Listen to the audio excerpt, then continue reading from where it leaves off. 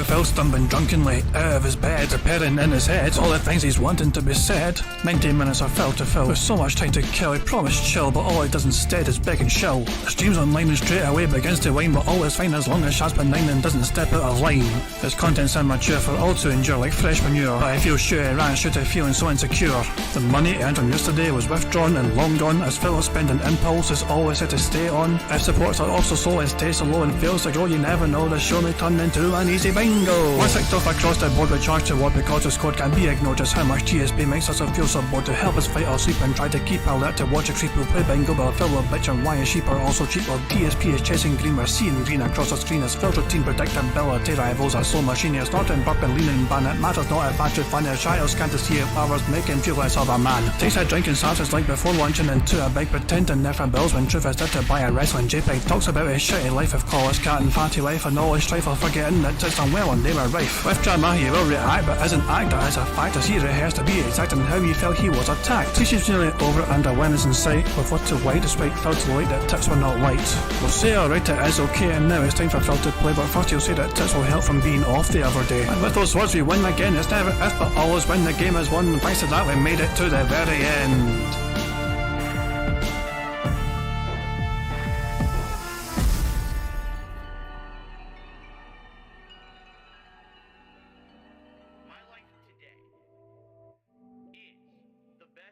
Hey guys, King Jad here, and welcome to DSP Bingo for what is today, Friday the 3rd of March 2023.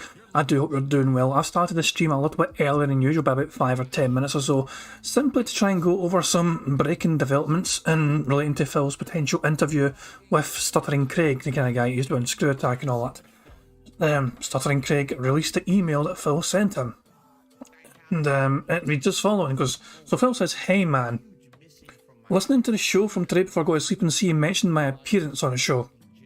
Then I see you got bombarded with comments on the video of my haters, of course bringing up the usual stuff and pretty much demanding you ask me about all of it or else you are just softballing it. People have wanted to interview me for years and I just stay in my lane making content for my audience and ignoring all the outside drama as much as I can. Bullshit on that front.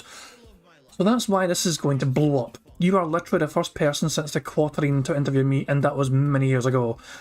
I am not going to give you any list of questions that would be off limits, and I'll answer everything to the best of my ability that you throw at me, but I also, of course, am not going to put myself or my family at risk with my answers.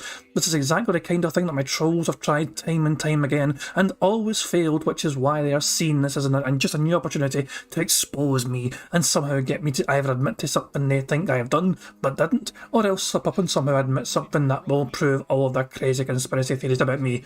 Neither of those things are going to happen, because the stuff they say about me from the last 5+ years is 99% untrue.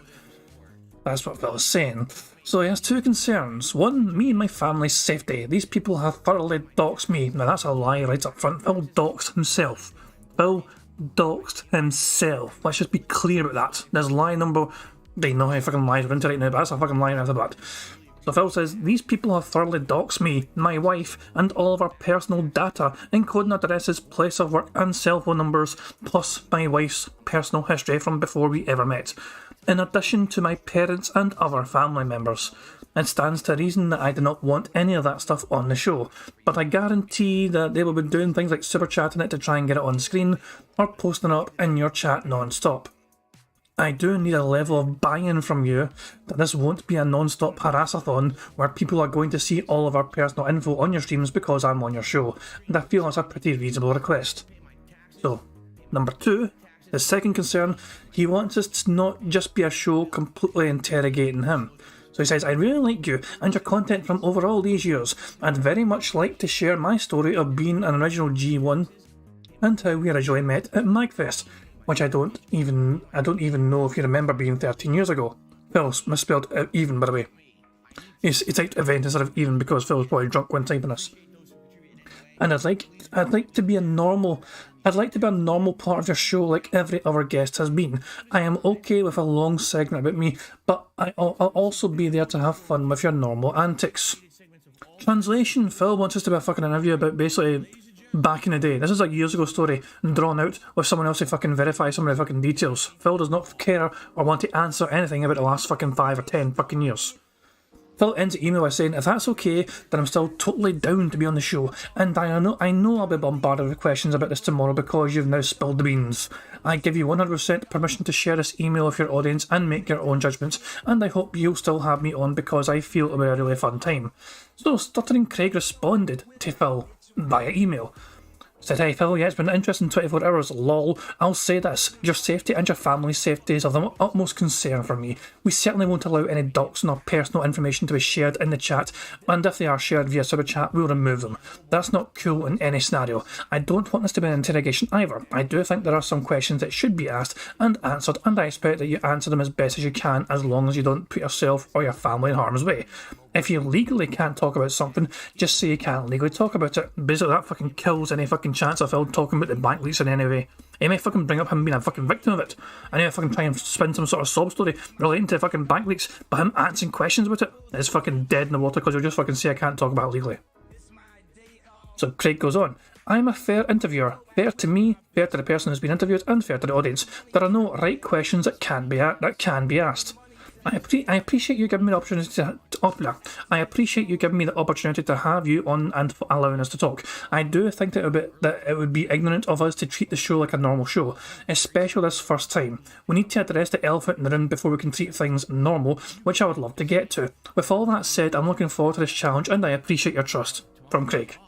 Now, apparently, Craig mentioned WWE champions on the show. I don't have any record of that in my ends right now. In fact, let me just refresh Kiwi Farms and see if someone maybe got a clip of it or something. Oh god, he fucking made a new short, Phil. Jesus Christ. Okay, nothing new there on Kiwi Farms. So there you go. That's the letter and the email that fucking Phil sent to her. And as I made a couple of tweets myself, you know. So this was obviously the email that came out and I fucking responded. The funny part is the first point is that Phil doxed himself. Wardog just says he wants an interview but also part of a normal show. That's not what an interview is about. Very good fucking point. This is essentially, and I fucking said it in our tweet, which was just kind of unrelated to everything else. So I said this, DSP wants Stuttering Craig to keep the questions related to things back in the day and ignore everything from the last 10 years or so of his life, which has been an absolute shit show of epic proportions. So I said to Craig, do me a favour, if Phil makes any claims, just ask for fucking proof. You can bet your bottom dollar Phil is going to fucking make some wild fucking accusations, especially towards his fucking haters, and he'll have no fucking ounce of evidence whatsoever to back up his fucking claims. Like his email already has several fucking accusations against this fucking Enos, evil fucking mentally ill detractors.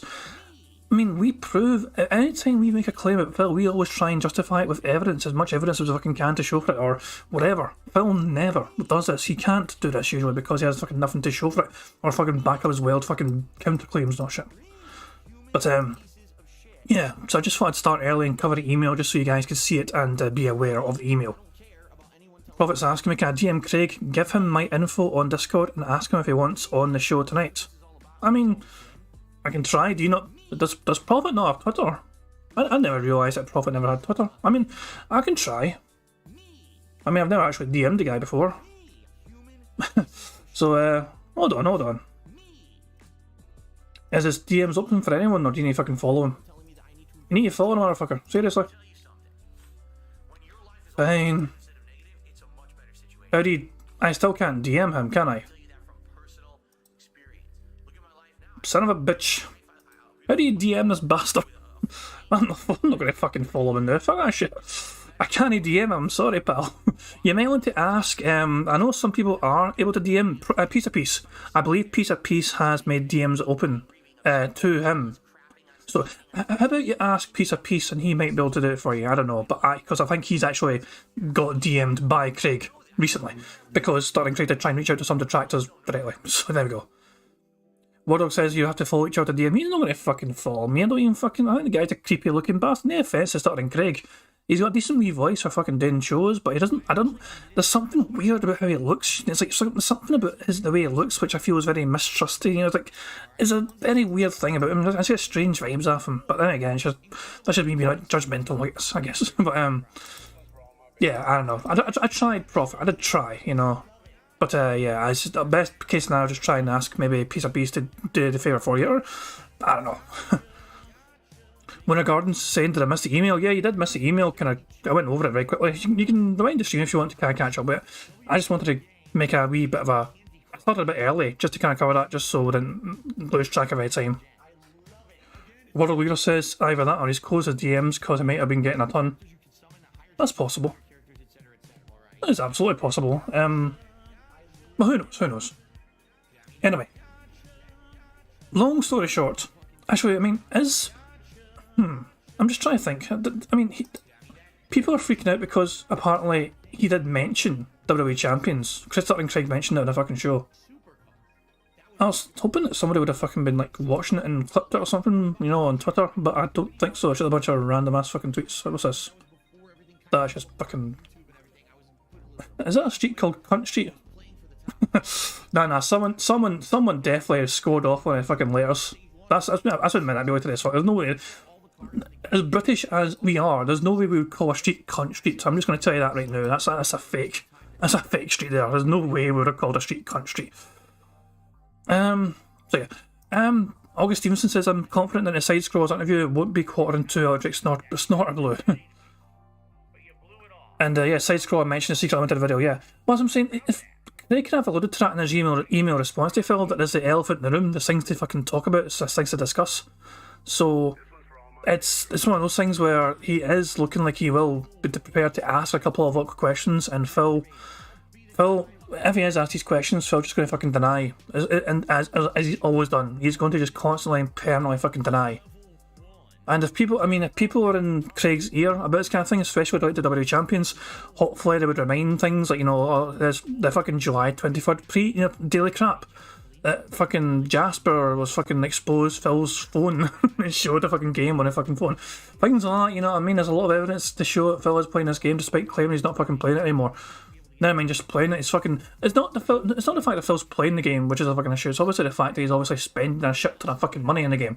As proven by the bank leaks, and as proven by obviously following his fucking data in the fucking game and seeing how much, you know, his kind of fucking level in the game and shit. Yeah, he's clear as day got a serious fucking problem. There's no fucking problem with anyone enjoying mobile fucking gaming for a fucking fun hobby or whatever. But the fact that Phil fucking turns to his audience day after fucking day, begs him day after fucking day to the point where he's fucking seen as a goddamn serial beggar, the joke of the fucking internet, because he's fucking seen constantly fucking asking for handouts every single fucking day just to apparently pay his fucking bills and paying for groceries and that shit, when he's actually fucking putting his money into fucking mobile gaming. That is a serious crux of the fucking issue here, and that is why fucking people like us call him out. And Phil just can't handle that. Phil can't fucking handle that shit. It's just one of those things where it's like the right thing to do, decent thing to do for Phil. Like, I wouldn't, if Phil got a sponsorship and put all that fucking money towards mobile gaming, fair enough. You know what I'm saying? Like, that would be his prerogative to fucking use that sponsorship money that way. But it's the fact that he's not doing a sponsorship because he thinks he's above that shit. He would rather fucking use his audience and take money from them instead and use them as fucking fund source, even though it's fucking unfair on them to fucking bleed them dry so fucking much. And by the way, that's having a big impact on Phil. Let's not pretend anything else here. Phil's last few streams have been very fucking poor in terms of the user support. There's a lot less green, there's a lot less blue than usual. It's all yellow and reds pretty much as of fucking late. The last few streams. His performances have been waning, for sure. So, I mean, at times like this when things go slow, usually you have one big massive day to pick up, and today could be a fucking nice, a brand new fucking game, who fucking knows. But, yeah, right now, they're bled dry. The whales are fucking bled dry, it looks like. But I know, that's just the way I'm fucking feeling. Who fucking knows? Some people are convinced the interview's not going to happen still. It could happen, it could not happen. It looks like it's in the balance, but the fact that apparently Craig mentioned WWE Champions on his show recently is a big thing. Like, that's something that could really make Phil go, okay, I'm not doing this anymore. You're talking about detractor claims, not a shit, you know what I mean? That really might fucking set him over the edge. Phil's still not showing up. He's 5 minutes late, as you guys can see. He's not even turned up in his fucking chat. I don't even know if he's fucking tweeted at all. Let's refresh the fucking feed here. I don't think he's even tweeted to say he's going to be fucking late or something. It's just Bill's late. I am assuming, if I had to guess of anything, that he is maybe doing that thing for his hands, like creaming his hands, you know, for his fucking pus-ridden fucking gout or whatever. Or is it either that or he's trying to keep tabs on what Craig is saying on his fucking show. Like, he's been late to his own goddamn fucking work for his own brand new fucking release day fucking thing because he's fucking paying attention to this other thing happening right now, which is all about him. So, Yeah, hey Dash, how you doing, pal? Dash is saying what we missed. I started like 5-10 minutes early just to cover emails. So Phil, the email that Phil, yes, Phil's not even in a stream chat. There's no sign of him whatsoever so far. So usually if I can says hello and then if I can stream goes live or something. So I started a bit early to cover emails. Phil emailed Stuttering Craig. The email was revealed on Stuttering Craig's show, the fucking side scrolls or, and the email is just the kind of usual thing you would fucking expect to see from this kind of garbage, but you know, Phil has two concerns, he has to fucking get them fucking dealt with. And to me, it looks like Phil is desperate for some sort of fucking back in the day, years ago story, fucking reminiscent kind of thing. And he doesn't really want to fucking focus at all on the last 5 years, at least, probably 10 years of his life.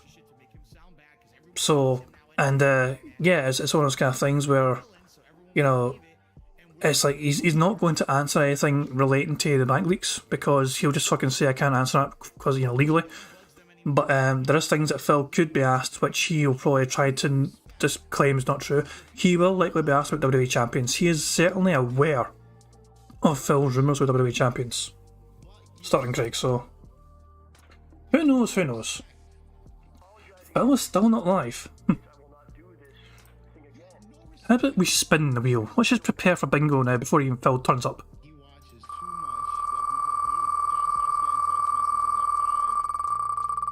What's it gonna land on? Spin, you bastard!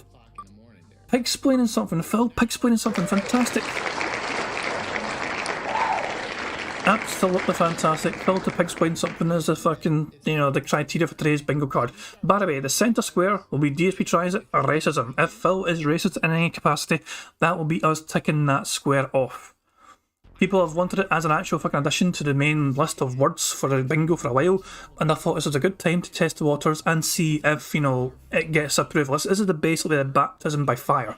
If Phil is racist in any capacity today on his fucking podcast, then we will be adding it to the main rotation. Phil, a racist square will be added, much to popular fucking demand, but it has to fucking, you know, pass the centre square test first. So yeah. What was the word of the day again? The word, pig-splaining. That was it, pig-splaining. So, guys, we need a number between 1 and 217. The very first number in chat I see which contains a number 2 will be the card I picked for today's bingo shenanigans. 22 from Heather P was the first one I saw in chat, so we're going to go to a 20-second bingo card which has the word pig-splaining in it. Thank you very much, Heather P. So the 20-second bingo card with a 23rd result. I'm sorry, Wardog Leader, but Heather P beat to the punch.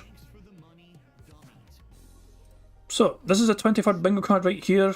It is Phil touching his face, him having dead air, him pig-splaining something, him bumping his microphone into him saying engagement, then him his voice cracking, Q&A, interesting, him messing about with his phone, and saying shocked, then him saying life, chill, DSP tries it, racism, him saying support, and him smacking his lips. Then Phil butchering a word, you know what I mean, Twitter, pointing at text, and meaningful, and finally Phil saying voted, variety, literal, UC, and percent. I think it is a very strong card indeed, I quite like the look of it. Phil is still not... Oh, Phil just turned up finally. Phil finally turned up to his fucking show, his work. 9 minutes late he turned up. Fucking hooray for that. So I'm going to save this card very quickly, and hopefully Phil's crappy music won't play out of nowhere and surprise us all. But yeah, Phil was very late today. Man, I bet you won't even fucking justify it or explain it. You just tell people to fucking shut up because it's his fucking business or whatever shit. Good stuff indeed. So let me save the card right now. Good stuff. That's the card saved. So we can close that, Fantastic stuff. Jesus fucking Christ, man. A typo already. Spot the fucking early typo. Good. That's a bit suspicious. I'm spotting, you know, something here. I'm spotting 3 little letters that Phil loves saying as part of a bigger word. You know, don't get me wrong. You know, I'm just saying. But yeah, Phil's finally fucking awake. Fucking ready for that. Hey, Cybertruck, how you doing, pal? Has anything new been fucking added or said or what the fuck's this shit? Oh yeah, Phil fell asleep on stream again. I don't know if this has happened the other night. So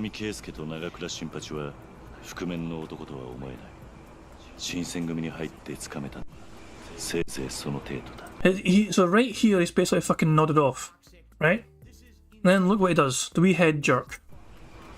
Yeah. Look at that shit. Jesus fucking Christ, man. Motherfucker fell asleep on stream. Again, it keeps happening. It has happened before.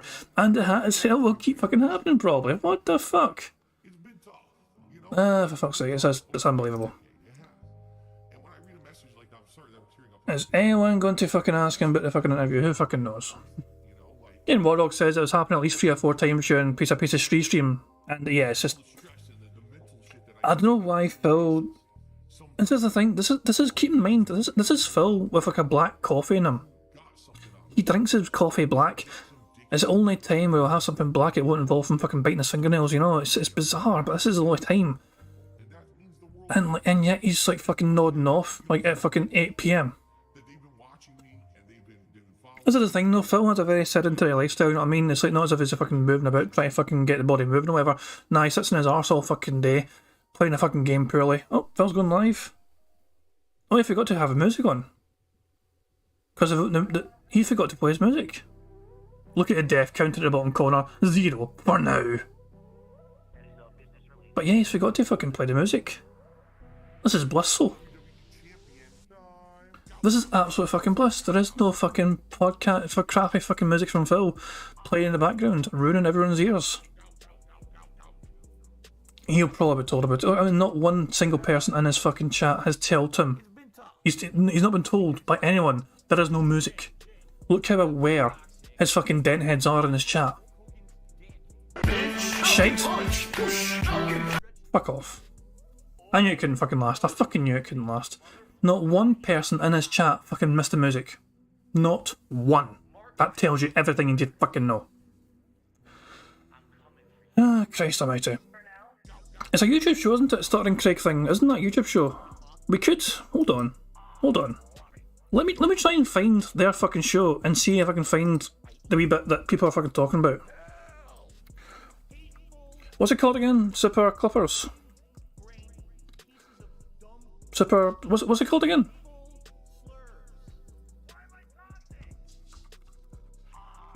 Side scrolls. Super... Why the fuck did I say Super Clippers? Side scrollers.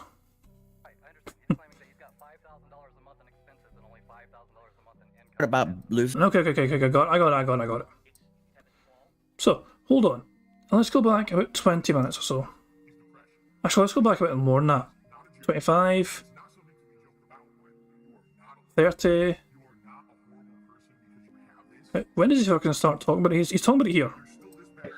If you legally can't talk about something, just say you can't legally talk about it. I'm a fair interviewer. Fair to me, fair to the person who's being interviewed, and fair to the audience. There is no right questions that can be asked.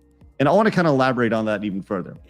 I know, I'll continue reading this. I appreciate you giving me the opportunity to have you on and allowing us to talk. I do think that it would be ignorant for us to treat this like a normal show, especially the first time. We need to address the elephant in the room before we can treat things quote unquote normal, which I would love to get to. With all that said, I look forward to this challenge and I appreciate your trust. So that was my response to Phil's email. And I'll say this, so I clearly, like, when I reached out to Phil, I clearly didn't know that there are this many detractors. I guess that's the term, detractors, that are of Phil. And like, you can like or hate whoever you want online. That's fine.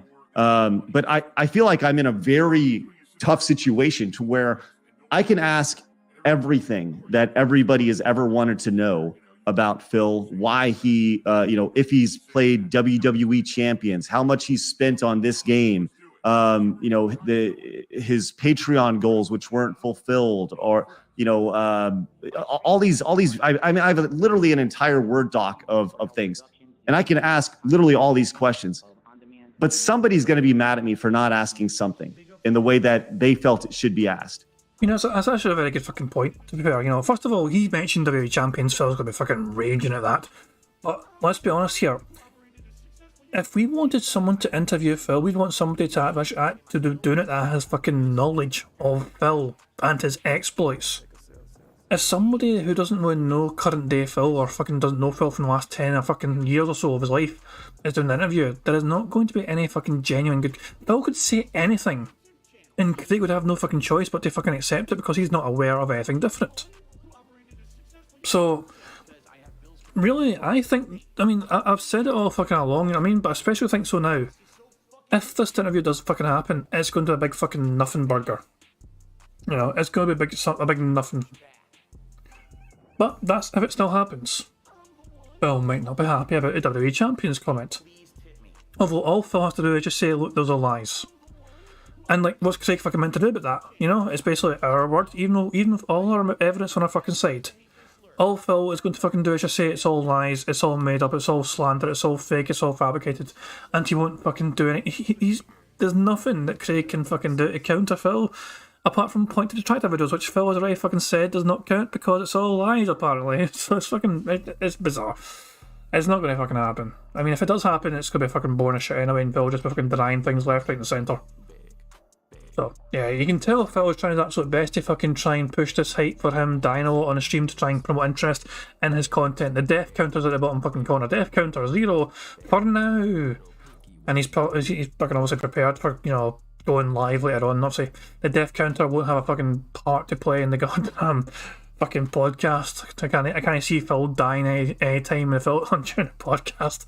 Nah, that's specifically for gameplay, that fucking death counter, obviously. But yeah, it's fucking bizarre. So yeah, we're waiting for Phil to actually fucking start the goddamn show properly. And did Phil say anything other than good morning? Yeah, that was all he said. Good morning. Yeah, I'm not gonna fucking say what Phil said. I'm not gonna get cancelled. Racist bastard. But yeah. Anyway, let me set up the bingo for you guys and also go through some of the things in case people are new. I'll go over some of the fucking rules again and all that shit. So, as you guys know by now, DSP Bingo. The aim is to try and get as many green squares ticked on this card as possible. If we get a full house, 25 out of 25 ticked off the card, one of you guys can win a prize. 10 burps equals a free space. 25 snorts also equals a free space. If Phil gets 100 likes before starting recording for gameplay for YouTube, that is also a free space, and if we get 100 likes on this very stream, that is also a free space. So there's multiple ways for us to get free spaces for a card.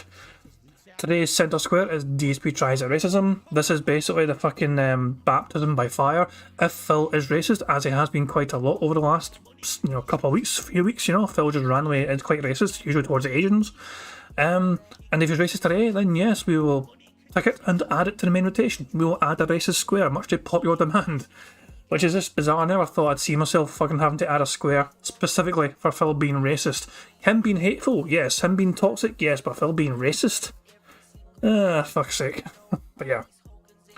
And, yeah, I think that kind of covers everything, isn't it? Yeah, I think that's everything essentially covered. So, yeah. I'm going to turn the music up so you guys can enjoy some quality music tunes while we wait for Phil to get back and then begin the proper show. So, yeah. Thank you for, listening to me ramble on, listening to me kind of opinionate on the email situation. My opinion, for what it's worth to people, if the interview happens, it's going to be fucking not a big fucking deal. And if it doesn't happen, then it's not going to be a big fucking deal either. It's just fucking Phil run away from the interview because someone might actually ask difficult questions fed to him by detractors. But at the end of the day, I think Phil still will do the interview because Craig is not going to be able to fucking learn enough detractor shit between now and the interview to fucking catch Phil out. He's not going to fucking be aware. It's not going to be, yeah. The interview will happen, it'll be a big nothing burger, and Craig will be like, fucking great, that was fucking great, let's fucking never do it again. You guys enjoy the cat music? Well, we wait for Phil to turn up and do his goddamn fucking job. They completely soaked the sandwich in sauce. Yo! Meerkat Mall. Yo! Juicy, tangy, moist, gourmet level burger. That's robust. Safe to swallow. Juicy, tangy, moist cheeseburger. Getting all over my face. Gourmet level burger. Tangy zip, swirl, moist burger. yummy, and robust. Yo! I have gout. Gout is a disease that makes my acid levels much higher than most people's. And so if I eat certain foods, my acid level elevates, skyrockets, and then I get all giant swelling and incredible pain in my joints. So I'm gonna eat this burger live with you today and share what I think about it. I'm sure people are gonna be asking me questions about it. Yo! Juicy, tangy, moist, gourmet level, timed release of flavors. Burger. That's robust.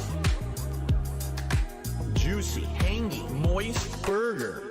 Getting all over my face. Gourmet level burger. Tangy, quail, moist burger. Yo! Gow, gow, gow, gow, gow. Cheeseburger. My hand is completely covered in sauce.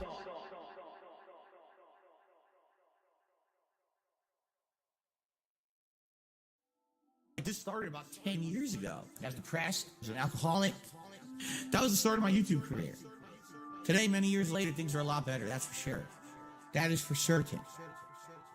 It is certain. Things, it is certain. Bruh. Rail, hail. Got the bag, bro. Got the tips. Got the plastic cups.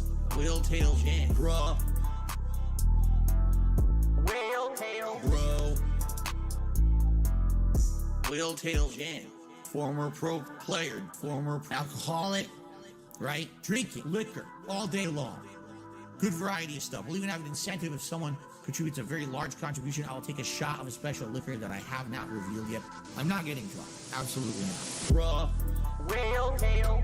Got the bag, bro. Got the tips, right? Plastic cups. Whale tail jam. Bruh.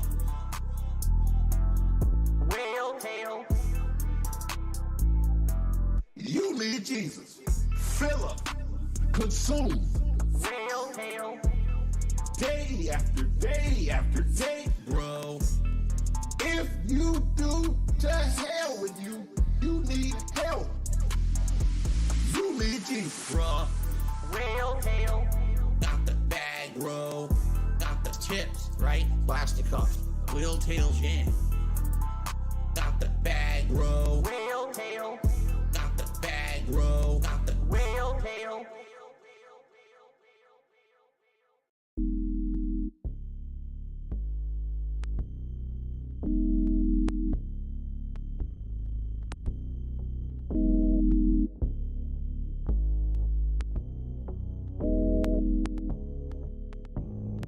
It complements the flavor perfectly. And it's so weird because it's nothing like any other cuisine. It really isn't. I can't even tell you another cuisine that tastes like that, but it's so good. And you know, what I like about Mediterranean food is usually when you get it, you get such a good variety of stuff. Like I got, it came with hummus and pitas. You dip the pitas in the hummus, and that was delicious. Robust. Insanely flavorful chicken. It's not dry. It's freaking Robust. Give me this dipping sauce, garlic infused dipping sauce. Robust. I will tell you guys is thus. Robust. Robust. They came with their rice, which is the seasoned rice that just tastes, again, it tastes kind of different from other cultures' rices. It has peas and carrots, but it's also got this unique seasoning in it that's really good. And then also a side salad, which was like lettuce, tomato, onion, Robust. insanely flavorful chicken. It's not dry. It's freaking Robust. Give me this dipping sauce, garlic infused dipping sauce. Robust. I will tell you guys is thus. Robust. Robust. Robust.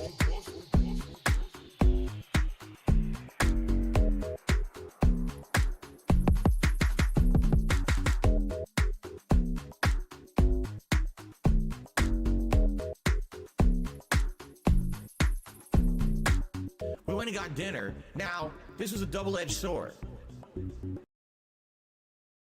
Hello? Purnell? That is a business related, and I do still have it.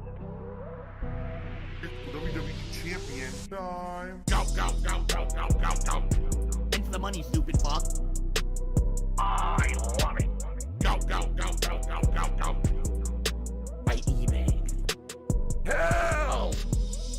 It's been tough. I always think that it's my fault. Drinking gin. Yep, I'm toxic.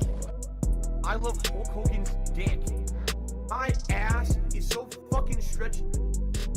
Oh, no, you didn't, you motherfucking piece of shit cocksucker. Mark my fucking words. I'm coming for you. For now? Go. Thanks for the money, stupid fuck. I love it. Go. By eBay. Hell! Hateful slurs. Lame brain pieces of dumb fucking hateful slurs. Why am I toxic? I love it. Hey, Mr. Burnell, you there? I am present. Right, I understand. He's claiming that he's got $5,000 a month in expenses and only $5,000 a month in income, and net's about $35. It's Kevin's fault. Why do I say I'm not a children's entertainer? Because I'm not a Muppet. I'm not here to play a character. I'm not here to pretend that I'm something that I'm not. I don't dye my hair. I don't act stupidly constantly to get attention from children. I don't do stupid pranks. You know what I mean? I don't cause drama. I'm here just to play games and have fun. I'm a legitimate gamer. Big up ScrewAttack. I eat banana, tasty banana. Put banana in my mouth, tasty banana. I eat banana, tasty banana. Squeeze the peel, it comes in the milk. Put banana in my mouth, squeeze banana. Put banana in my mouth, squeeze banana. Put banana in my mouth.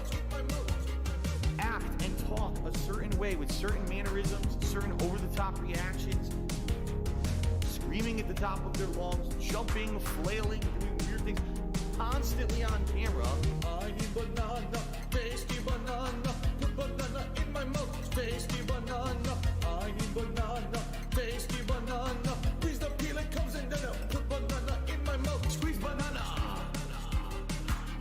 Put banana in my mouth, squeeze banana. Put banana in my mouth. I eat banana, tasty banana. Put banana in my mouth, tasty banana. I eat banana, tasty banana. Squeeze the peel, it comes in the milk. Put banana in my mouth, squeeze banana. Put banana in my mouth, squeeze banana. Put banana in my mouth. When we hit the 250 vestry for that celebration, I'm going to debut a new vest. There we go. Celebratory bubble blow. Very nice. There's bubbles everywhere. There's bubbles all over my PlayStation 4 controller. There's bubbles on my microphone stand. There's bubbles everywhere tonight. It's out of control. Like exploding in the stream chat. People who, they pretend like they support me. They pretend like they're positive, and they're not. They're shitheads.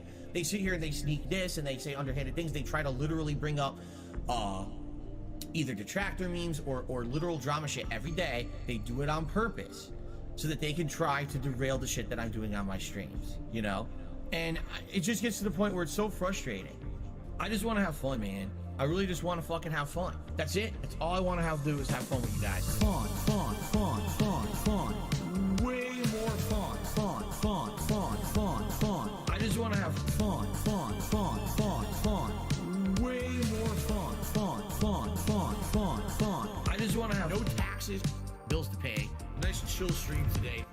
You're having a fun and interactive time with me, and you're finding entertainment, positivity, and value in it. Then the support should just come naturally. Okay? I just want to have fun. Way more fun. I just want to have fun. Way more fun. Here's the bottom line, and I'm tired of it now. No more excuses, all right? Because the bottom line is people are like, Phil's not engaged in his commentary, and Phil's commentary is boring, and that's why people don't want to watch the playthroughs of the streams. Bullshit. I'm loving this game. I'm voice acting. I'm engaged. I'm commentating on everything that's going on actively.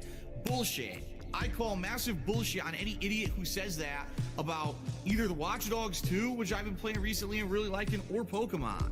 It's bullshit. I call complete and utter bullshit on anyone who's saying that I'm not engaged and I sound like I'm bored. I'm not. So I've had enough excuses. It just seems to me like people are fucking lazy and don't want to come out to the streams.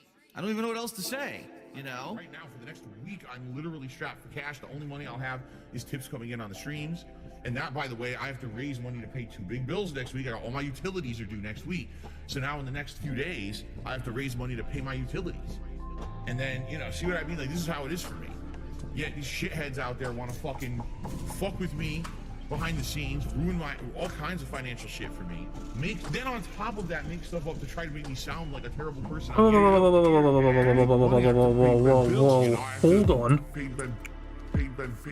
Hold on. This is a sudden random start. Hold on. Phil just suddenly just fucking came out of nowhere. Things are looking a bit strange here. Phil's talking to the camera. There was no intro to this fucking dumbass show. Hold on. So, let's rewind and see how long Phil was talking for. Let me get everything. Which is this again. What the hell? He was talking for a while. I turned to. I guess he was talking for a while. Hit by a bitch because he's a dickhead. Okay. Hey everyone, just wanted to let you know I'm here, but Jasper has run into the office. So I need to get him out, and then I can start the show. Seriously? Seriously? That was... Wait, what? That was it? Jasper has run into the office. I need to get him out. Okay. I have to fight him. Well, while I fight him, I guess I'll open everything else up. I'll open up the chat. I'll give him a few minutes to do his thing. Usually he comes in here, walks around, and leaves anyway. Especially when Kat is home, which he is today. So likely he's just going to leave in a couple minutes. So I don't want to be too forceful here. He's a good kid. He's just being silly. He gets excited sometimes. He'll be in the hallway, see me go into the office. He's like, oh, is it my turn to go in there? What in the fuck is wrong with this fucking moron? Jesus fucking Christ, man. I just want to make sure, technically, I consider this a start. I consider this thing started. So I want to make sure that I'm not missing anything on the card where we're not seeing Phil do anything. He'll run in here after me, which is what he's doing right now. So hold on one second. Let me get everything open here. I'll give him a few minutes. If he doesn't... Oh, hell, hold on. That sounded like some sort of suppressed burp there. So hold on one second. Let me get everything open here. I'll give him... Right there. Right fucking there. I thought it was a wee stinky burp there. I'm counting that. At least one burp. It could have been two, one sort of fucking suppressed, but I'm counting one anyway. Give him a few minutes. If he doesn't leave of his own accord, then I will have to pick him up and move him into the hallway, and then he'll probably. And that's a good old lip smack. This is a good start. The show's 10 minutes started yet, and yet Phil was giving us things to tick off. Probably try to run back in the office again, knowing him. That's how he is. What that fucking laugh. How the hell can nobody fucking know? If you're in Phil's vicinity and you hear that fucking laugh. That's how he is. This fucking laugh is like fucking enough to fucking make you want to punch a motherfucker. That just, no. It makes my fucking skin crawl. I hope everyone's doing well today. You're ready for some antics and fun. My goodness. I mean, it is a new release day, right? Which is exciting. You never know what's going to happen on a new release day. Like this, it's a hard game, supposedly, from the makers of Neo. Let me get everything. No, I'm not getting the spray bottle. Listen, a lot of people have this misconception about pets, okay? You only get a spray bottle if the pet is in danger. Like, for example, I'll go on camera here briefly. You only get a spray bottle if the pet's about to do something that puts itself in immediate harm. You don't spray your pet and give it negative reinforcement if it's just being silly or doing something loving. No, you don't want the pet to think that doing something nice or just in its normal behavior is wrong. But if the pet is about to do something that is going to harm itself, like let's say he's about to chew my headphone wire, which is electrified, that's when you got to do that negative reinforcement, but only in those situations. If you do negative reinforcement all the time to a pet, that pet now is afraid of everything. Thinks, why am I constantly doing the wrong thing? And he gets paranoid, and he actually can have mental issues if you treat it like that. You should not be doing that. Same if you yell at your pet all the time. Don't yell at your pet all the time. Be nice to it. Excuse me. This game feels like Neo and Sekiro combined into something unique. I dig it. Greetings from the UK. What's up, Alfred?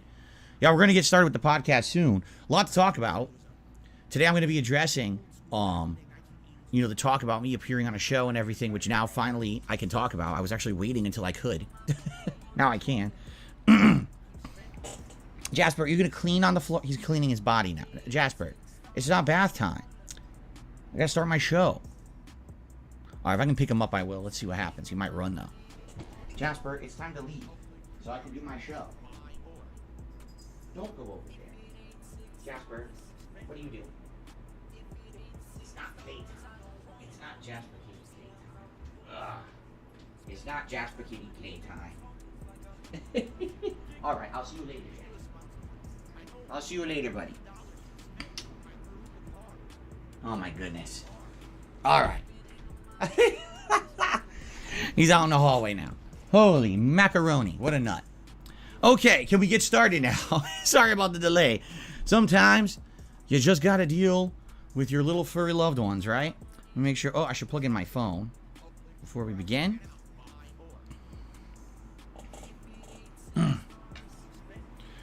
Gaming Guru, no, I've not seen anything about performance of this game or anything like that. Not at all. Okay. So let's do this. And get ready. All right, I'm going to mute my mic. We're going to do our little intro. We'll get started here, guys. All right? Here we go. Here we go.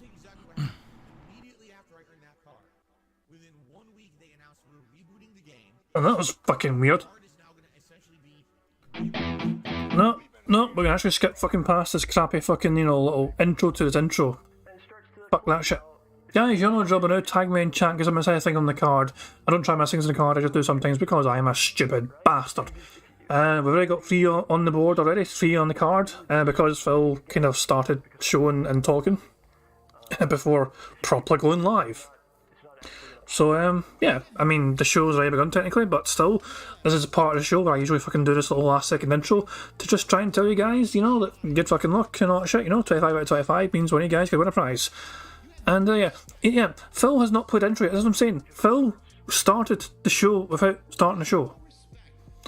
Phil, Lion Moffat is asking, was cat talk pig-splaining? Yeah, that's a pig-splanation now I think about it. Phil fucking trying to fucking talk about the negative reinforcement shit. That is absolutely pig-splaining. That's a good shout. But, yeah.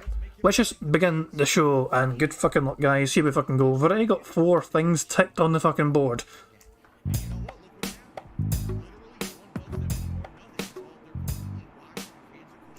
Good morning, everyone. Phil here, and welcome to the Level 1 podcast, where we're busy having fun down here on Level 1. Welcome to the show. Today... Is that... Hold on a second. That's in alignment, right? For some reason, the border didn't look right. No, that's correct. It just looks weird with that coloring. Because I have purple. It was blending in weird. Anyway, it's fine. Welcome to the show. Today is Friday, the 3rd of March, 2023. Today is a big new release day. Ladies and gentlemen, today is the release of Wolong Fallen Dynasty, which we're going to talk about. The new Soulsborne Sekiro-esque game, but not from Software. It's from Team Ninja, the makers of Nioh 1 and 2. People have been talking about this game a lot this week. The hype's been real. It's a Game Pass game.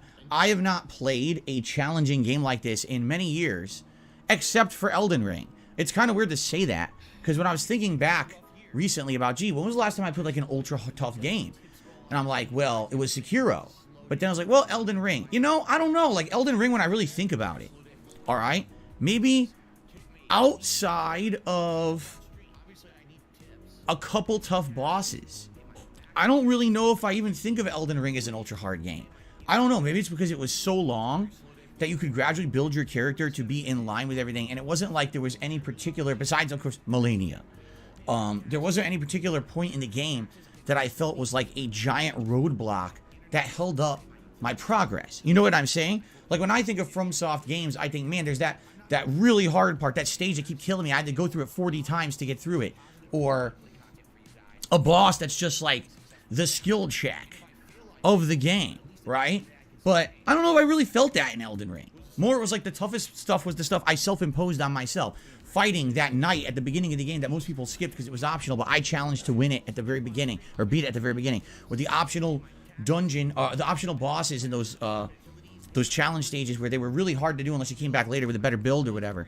And, you know, I died a million times to those, but for the most part, I almost feel like it wasn't as bad as previous FromSoft games. In this case, with Wolong Fallen Dynasty, it's a game that very much apparently is like Sekiro. It's about parrying and getting a perfect parry and then countering that and getting maximum damage and punishment. But also there's a lot of traversal and stuff. You know, I've skimmed a couple reviews and some other people I've been talking about it. So, you know, because of that, I kind of know what to expect, but at the same time I don't, because it's definitely not FromSoft. It's Team Ninja's take.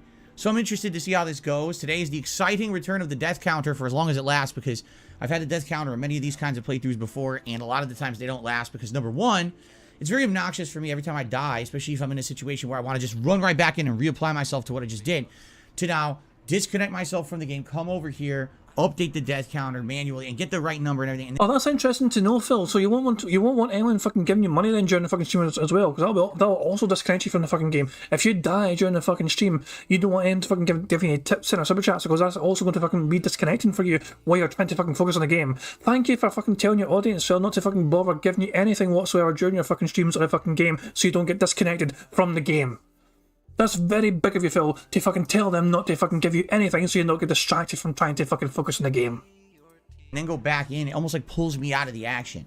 But a lot of the times as well, I am so engrossed in the action that I forget to do it. And then it's like 20 minutes later, people are like, yeah, you're off by like 10 deaths. Oh, okay, and I do it. People are like, ha, we fooled them. Like, to me, death counter doesn't really matter. It's kind of silly.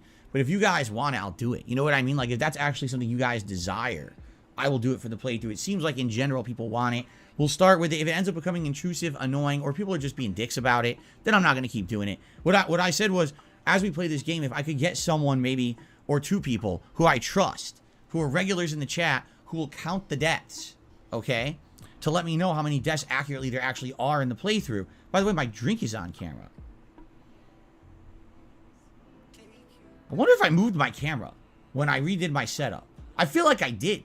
I feel like the camera is a little off, right? Like, maybe I should lower the camera slightly. How about we settle us together, okay? So, Phil's camera, he's like, my drink's on camera, which it is. He's fucking see his drink right there.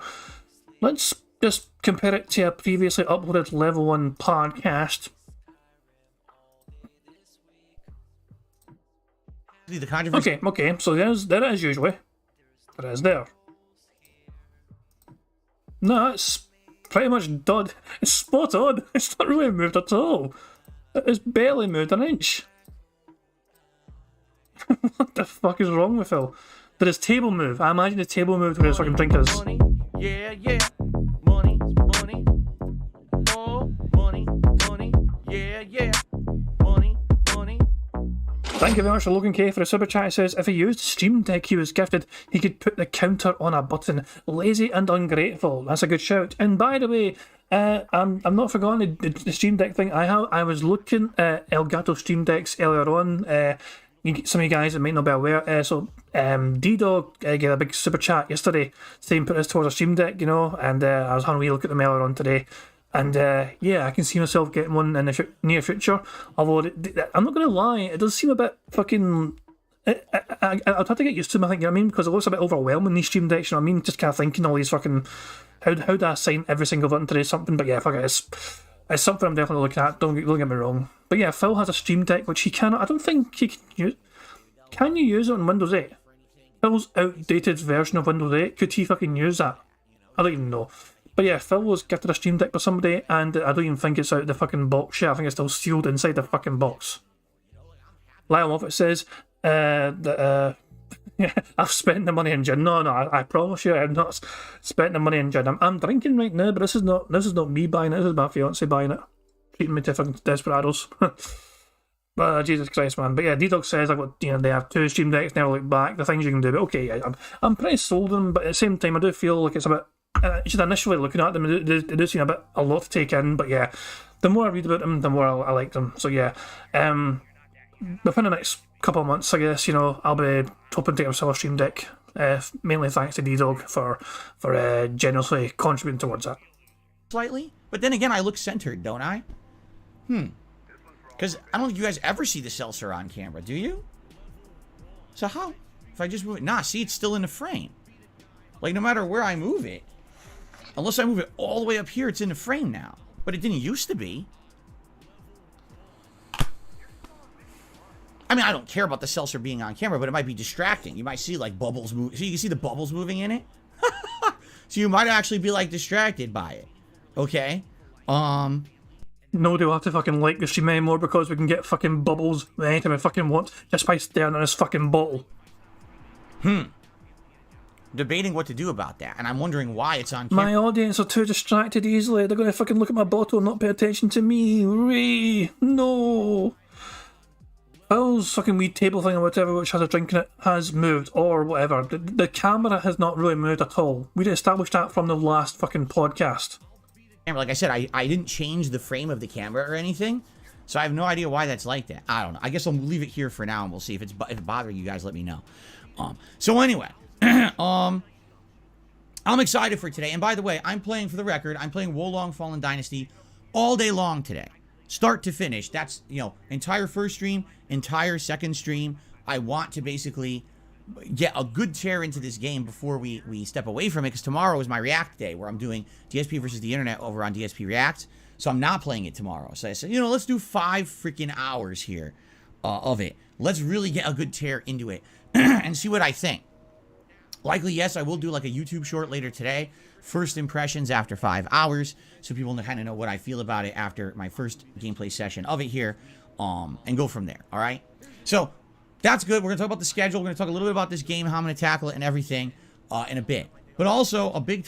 So he mentioned YouTube Shorts, and I did say that if he mentioned YouTube Shorts, we would check out his short. So let's just go to his fucking shitty channel and check out his brand new short. Get a kill and then you die, you get a kill and then you die. Then sometimes you spawn and then you die, you die.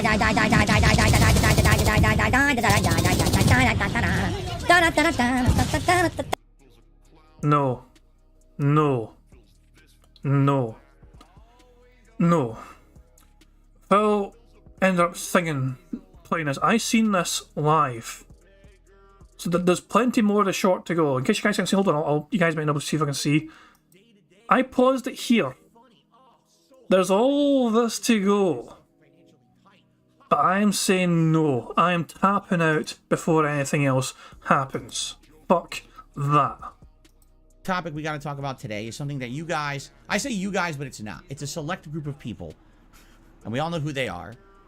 Bombard. Hold on. Let's just rewind this to get a full context, because I think he's going to talk about us. Right. So that's good. We're going to talk about the schedule. We're going to talk a little bit about this game, how I'm going to tackle it, and everything in a bit. But also a big topic we got to talk about today is something that you guys, I say you guys, but it's not. It's a select group of people, and we all know who they are, bombarded me with requests yesterday about, Phil, are you going to appear on some show? Phil, what's this about a podcast? Phil, do you like Stuttering Craig? Phil, are you moving to Texas? You know, okay, maybe not that last one. But basically, a lot of questions. And yesterday, I wasn't ready to talk about said questions. Today I am. Today I am, indeed. Indeed. And I will talk about it fully and at length here on the show. So now I expect the viewership to go from 314 viewers to 42,723 viewers.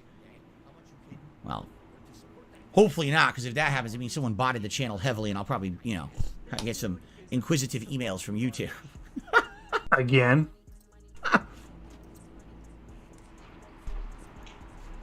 So I am going to talk about that on this very podcast. It will be a major topic, because the whole thing kind of just happened out of nowhere. Let's put it that way. It kind of happened out of nowhere.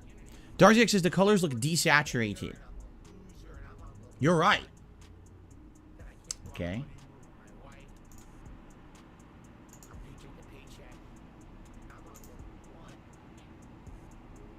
I think there was a filter on the camera for some unknown reason. I didn't mean to put that on. I did it by accident. Is that better? Oh yeah, look at that. Woo! That's much better. Holy crap. Okay. Thank you, Darziak, for the big heads up there. He says the colors on the camera were desaturated. For some reason, there was a filter on. I don't know where the filter came from. I must have clicked it by accident. There you go. Good. Now you can actually... Oh, I look normal. Cool. All right. So anyway, I look human now. Before I would look like a vampire, right? Not that I don't look like a vampire on normal days, but... Okay. So, yes, we're going to talk about that on this very show. I'm going to spill the beans fully and tell you the story of... anytime Phil refers to himself as a vampire, I just remember that skit from like The Simpsons, like, you know, Krusty Clown, tonight I'm going to suck. And then fucking like, next card shows up your blood. Okay, if I can screw it up the line. But yeah, I just think of Phil fucking saying that. I was like, tonight I'm going to suck. Fuck me, man. He's going to spill the beans apparently. Money, yeah, yeah. Money, money. Oh, money, money, yeah, yeah. Money, money. Thank you very much to Quaterx for Super Chat. He says, I love how people just also include his fans who are genuinely interested in this interview. Just groups detractors and fans together. Yeah, Phil is Phil has an interesting way to refer to. Phil thinks his fans are people that are never ever going to question him about things he might be doing. He deliberately fucking seemed to imply that people asking questions about Phil doing a possible interview because other content creators were talking about him being interviewed was people trying to fucking detract. Which is bizarre. It's a very fucking negative way to fucking approach your own audience, Phil. Phil doesn't like it when his audience takes an active interest in what he fucking does outside of the streams. Clearly. Even if it's something to maybe promote him and promote future streamings or whatever. If it's not on his stream and people are asking questions about what Phil is doing outside of his stream, he is obviously very negatively affected by it, and he clearly does not fucking want that to happen. It's a very unhealthy approach to your audience, Phil. Just my interpretation of that. But yeah, anyone that asked Phil questions about the interview yesterday, automatically they're evil detractors. What's going on there, and go from there, okay? But we'll talk about that later as a segment of the show. This is a, you know, an hour to an hour and a half long podcast, so let's jump into the meat of it. So first of all, thank goodness we got a new game today. I'm just going to say that, all right? Because I do feel like there's been a lot of stagnation in the month of February. A lot of the games that came out either were underwhelming or, let's be honest, are so lengthy that it's hard to really retain any kind of ongoing attention. All right, Hogwarts Legacy, great game. I love it. I'm absolutely enjoying every moment that I still play it. Although, admittedly, I do feel like some of the dialogue's a little long-winded. There's a lot of the side content that really isn't leading to too much interesting stuff. It does feel like it's a collect-a-thon at this point with the amount of side stuff in the game that I probably will not end up doing all of it just because of that. And now the playthrough's 33 hours, and it's kind of meandering a little bit. I'm not saying that I'm not having fun with it.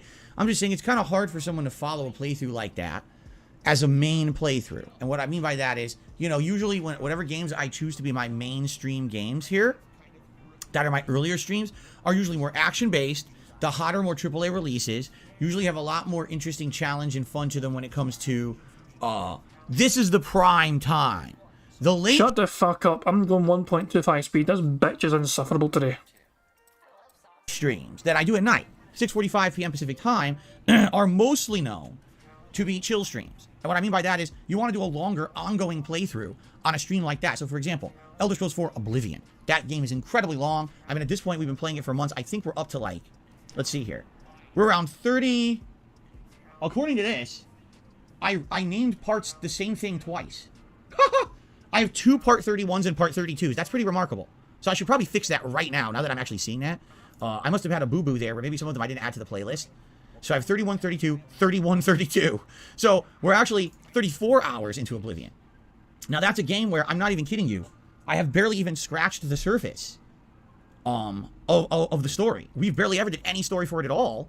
But that is one where, I'm fixing it on the fly, by the way, if you're wondering what I'm doing. That is one where the side content is so lengthy, it's like it's its own game, right? We're doing all the guilds and everything. So just the side content's 40 plus hours. And then on top of that, I'm going to be doing the main story and everything. So probably that playthrough's going to be like 80 hours, right? I mean, let's be honest here. With the rate I'm playing it, a couple times a week, 2-hour streams, that's expected to be an insanely long playthrough. But that's supposed to be the idea of a night stream, is that we chill, we do like a late night interactive stream as opposed to me. Money, yeah, yeah. Money, money. Oh, money, money, yeah, yeah. Money, money. Thank you very much to Barrett Wells for the super chat. He says he's oozing smugness on camera today more than his hand oozes on the daily. And yeah, it's just, he seems to be quite happy with Craig's response to the interview, I guess. And I imagine he did watch some of the thing earlier on as well. I imagine that was why I was late. Bill's not even addressed why I was so fucking late, apart from fucking trying to blame Jasper for it, I guess. But yeah, it's bizarre. It's fucking bizarre. Dai Jodan is asking, can we DSP Bingo the interview? I don't know. It depends when, I guess. It's a strange one. If it's on a Saturday, no, I can't be arsed. But, I don't know. We'll see. We'll keep it in mind. We'll take it into consideration. You know, we'll review it upon further, you know, when more details are made aware of. So we'll wait and see, I guess. It's possible. Long playthrough. But that's supposed to be the idea of a night stream, is that we chill, we do like a late night interactive stream as opposed to me being hyper-focused on whatever game I'm playing. The daytime streams very much are supposed to kind of be more where I'm hyper-focused on the game, I'm trying to make solid progress on it. That's kind of more of the gist of it, right? And so I think this is correct now, I'm just going to double check that. And so, when you look at Hogwarts Legacy, it was absolutely the biggest game of February, but it's definitely one of these insanely lengthy RPG-style games that turns into like, okay, tons of side content, exploration, collect-a-thon. It's a game that normally would be a late-night stream. You know what I'm saying? But because of all the hype and the controversy and everything that was around it, it made sense to be a daytime stream. Plus, I'm already juggling Oblivion. I just finished One Piece. Thank goodness that we finished that one. But now I started Like a Dragon Ishin, which we're going to talk about in a moment too, which is another one. So it's like all the games that came out in February were these lengthy, drawn-out RPG-style adventures. Not much action. And even some of that, you know, you talk about the combat of Hogwarts Legacy, it's very simplistic, I agree. It's not like it's... Money, yeah, yeah. Money, money. Oh, money, money, yeah, yeah. Money, money. Thank you very much, Black Mage, for a super chat. He says, I need your buy-in, Craig. Detractors want to assassinate my horsewave. What the fuck? Detractors want to assassinate my horsewave. Fuck me, man. Oh, Christ. The only thing people are trying to fucking shoot towards Kat is basically photos to try and fucking see how big she is these days and whether their fucking widescreen lenses are actually big enough to fucking capture the mass of that ass on camera. If it's to be, if that was coming, you know my opinion on now, but by this fucking photo is taken apart of Phil and a woman in his car. Some people don't think it was Kat in the car with Phil because it doesn't look a thing like fucking Kat from the last time I fucking saw her in terms of fucking the size of the fucker. But my fucking counterpoint to that is who else could have fucking been? A random fucking afternoon in between streams for Phil. He's out fucking, you know, doing a couple of errands or whatever, and yeah.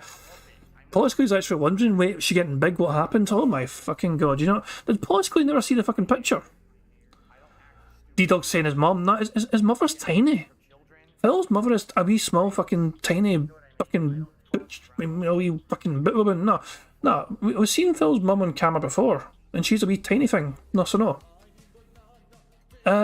Fuck it, yeah. I mean, long story short, Politically, there's a photo taken by a random person. It wasn't even a detractor. It was like somebody. It was like a friend of a detractor saw Phil out in the wild at a gas station, took a picture of him, and sitting in the car next to him was this big beefy bitch, and it looked kind of like Kat, and it looks like it is Kat. You know, people have tried to analyse the photos, and it is seemingly Kat.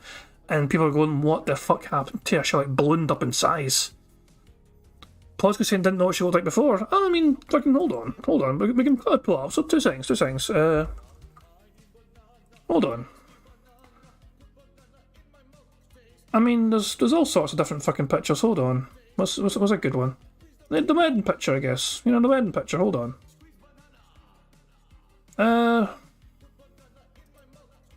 Hold on.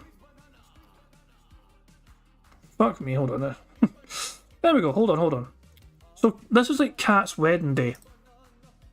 Kat and Phil got married, and this is what Kat looked like before.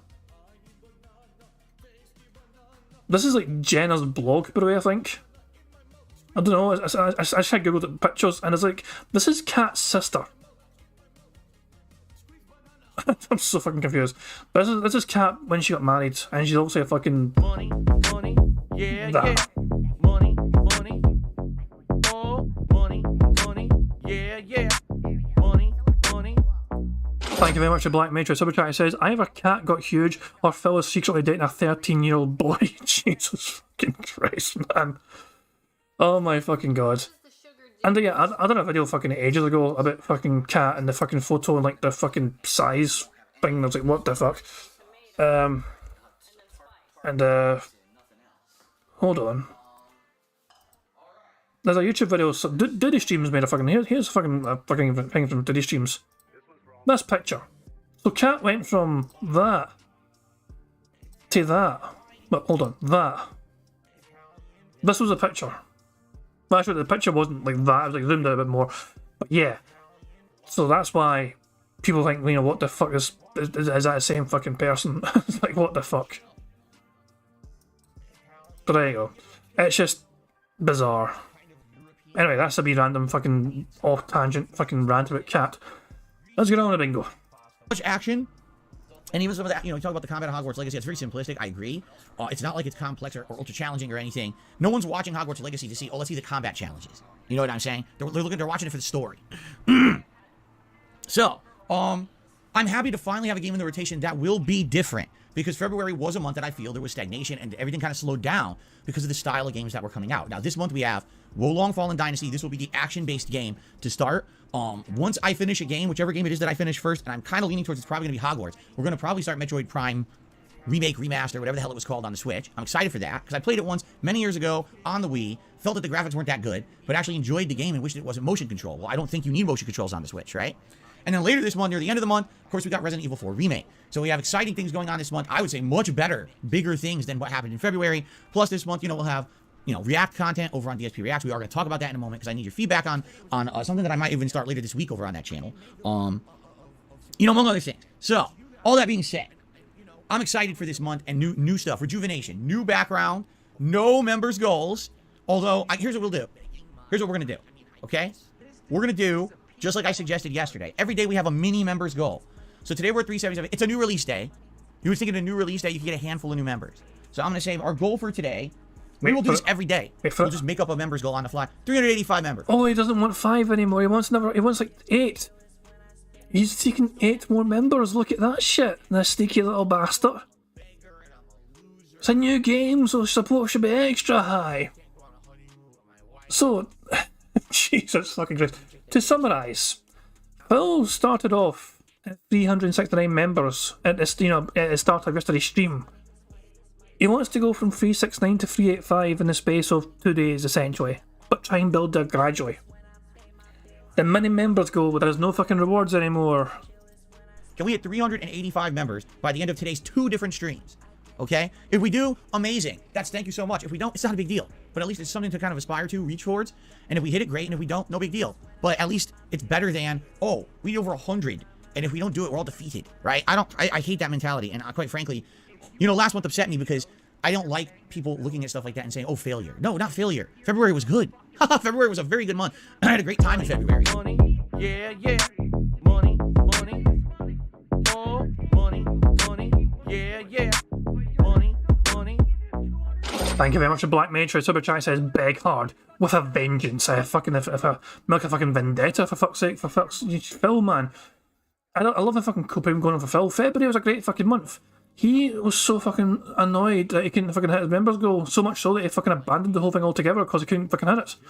Wardle Leader says this is how he's going to inflate his members. He sees he can't get massive numbers, so he'll do small daily goals, which is intelligent, to be fair. Okay, it's not. You want to know why it's an intelligent idea? Because it wasn't Phil's idea. I have been saying for a long fucking time for Phil to fucking try and build up the memberships gradually and fucking slowly. He's fucking asking for too much or too soon. He wants some like 100 fucking members in a fucking month to hit some random fucking goal. And it's just, it's too much. Money, yeah, yeah.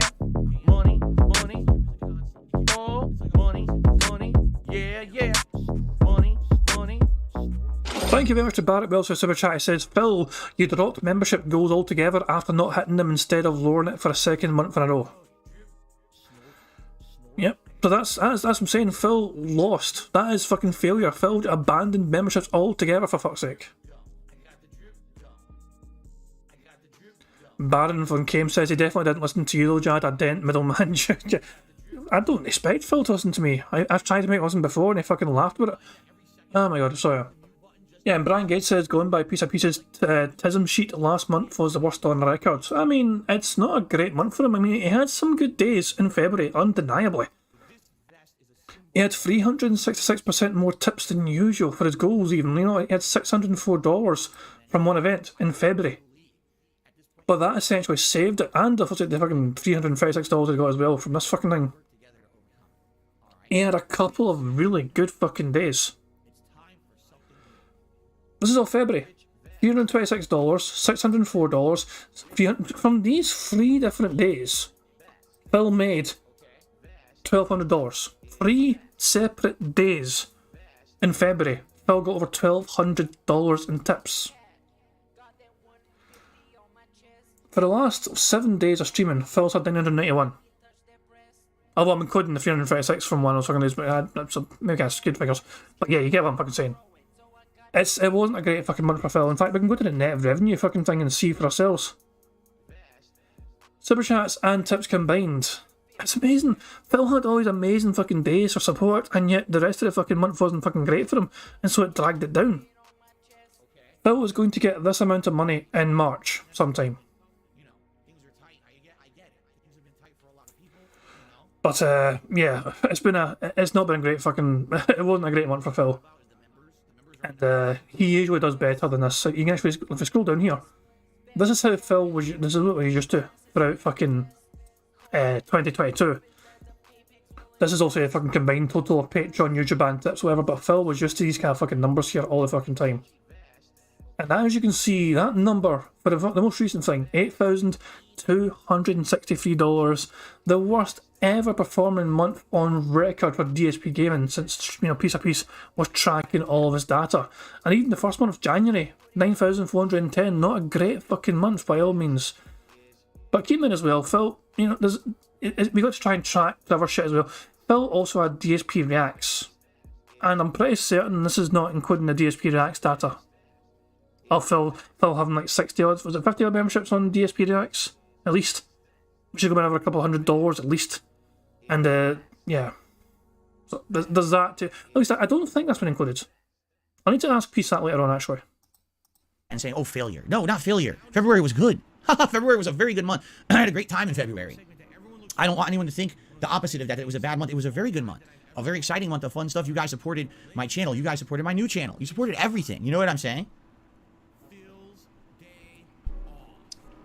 And I really, really appreciate that. So, what? What do you mean? What do you mean it's worse? No one's saying it's bad, besides one person who is a fake member who should probably be banned for impersonating a member. What? There's a fake member? How's that even fucking possible, a fake fucking member? Did they make their name green in your fucking chat, Phil? No, they were probably after a fucking membership. Mango, I'm going to say this. You've been very overdramatic the last few days. Please stop being overdramatic. Just relax. This is what I'm saying. Phil doesn't want anyone to fucking question anything. Anyone with some free fucking form or thought in their fucking head that voices that in Phil's chat is not allowed. He is not the kind of fan you're looking for. Mango Joe's pod, I think, is a member he's fucking talking about, and it's one of these things where he's like he is sometimes opinionated, but he is a long-term member as well.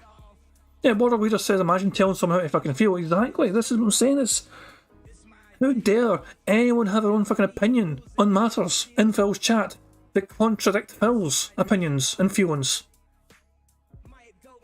Everyone welcome Mars. Fucking agree with him or get the fuck out. I'm trying to be nice to you. Please relax, okay? You're trying to be nice, you're fucking failing. This is you fucking trying, and boy, you're in for a fucking... This is Phil trying, everyone. This is Phil trying his best to be fucking nice. SCP Sophie, how you doing? SCP Sophie is feeling better, hopefully. Says, peace and much love, dear. Hope you're well. I'm doing better. I think I have a stomach virus or something. Lol, at home though, in the mend. Lol. Also saw the email he's bitching out. I mean, as far as I'm aware, Phil's still going to do it. He's going to talk about it later on in on the show. The whole email thing, the whole interview thing, you know what I mean? But, yeah. We'll have to wait and see what Phil says about it, but he's probably going to fucking do it, but it's probably going to be nothing worth watching, in my opinion. But glad you're feeling better, Sophie. But is this Phil trying to be nice, by the way? What do you mean it's worse? No one's saying it's bad, besides one person who is a fake member who should probably be banned for impersonating a member. Mango, I'm going to say this. You've been very overdramatic the last few days. Please stop being overdramatic. Just relax. I'm trying to be nice to you. Please relax, okay? Just chill. Thank you. Okay. Anyway, so, there you go. New things for the month. Instead of it being a monthly goal, every day we try to get a few new members and see what happens. If we don't, no big deal. Right? Okay. So I'm excited for the variety of stuff. Let's actually talk. Let's go through the schedule for the week, piece by piece. Let's talk about what you guys can expect. I need some input on some stuff this week. I absolutely do. I need some input on bigger picture stuff. Let's go through all of that. And then we'll talk about the segment that everyone's probably wanted to hear about, me, in this appearance that that's going to happen on a podcast. Okay? Which isn't, again, the whole story is a weird one because this isn't even what was It's not even how it was supposed to happen. So I'll explain. Anyway, let's get to that when we get to it. So, ladies and gentlemen, let's talk today. Wolong Fallen Dynasty on the first stream, Wolong Fallen Dynasty on the late stream, which is 6:45 p.m. Pacific time. Yes, death counter is in effect. I already added it to the screen over there. And I'm ready to take on this challenge. Of course, I'm learning a new game from the start. I'm probably going to die 5 zillion times at the start. See, here's the thing. I am not one of these people who cares about the death counter. I'm not challenging myself to beat this game in any kind of a dramatic way where, look at that, I beat it, it's so few deaths or whatever. For some reason, people get pleasure in counting the amount of deaths during a playthrough like this. I don't really know You're kind of calling your audience stupid here. Also, you're fucking bragging about beating some fucking boss in what was it? What was the fucking game called again? The game that fucking Phil loved. It was a fucking challenging first boss for people, but it wasn't that challenging for Phil. What was that? Was it God of War? Was it God of War? Yeah, Phil fucking bragged like fuck about beating the first boss in God of War without barely fucking dying, and yet other YouTuber he was fucking watching with his fat ass wife fucking died several fucking times, and apparently so much fucking worse at the fucking game. Phil was bragging about that shit. Phil absolutely does fucking care when he plays well, and especially when other people aren't doing well at a game he is. He feels the fucking need to try and brag about it.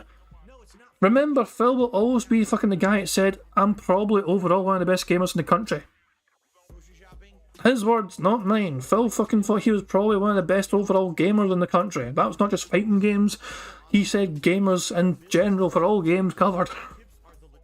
Why? And you know what the funny part about it is? When I started doing death counter many, many years ago per the viewer request, I was led to believe this is what everyone does. Come to find out, almost nobody does it. I'm serious, because I've done my research on this. Most other streamers don't care, and actually some of them get asked and they outright tell their audience every time, no. It's annoying. Doesn't that mean it's a good thing for you to do, Phil? Because you don't want to be like everyone else. You don't want to be like all those shows and hacks and fakes and fucking drama whores. You want to be all meaningful and robust and all that shit. Which means that you're fucking giving people something that not a lot of other content creators have. I don't know, it's just fucking funny for Phil to bitch and whine about the fact that not everyone actually does the death counter. And he's like complaining about it. What the fuck? SP Sophie's saying there's already a guide up telling how to beat the game in an hour and get the OP weapon at the beginning, so I'm sure he's been looking up stuff. It's probable, yeah. In fact, that may have been why Phil was late to the fucking stream. Phil was late quite a bit, and nobody fucking knew why, but it's quite possible he was trying to fucking look up strats for this fucking game right after fucking get-go. Intrusive. I don't like it. I'm not about it. I'm not some tryhard trying to be amazing at this game. I'm just trying to get through it. No, it doesn't make sense. And they just say that once and then never have to deal with the harassment of it again.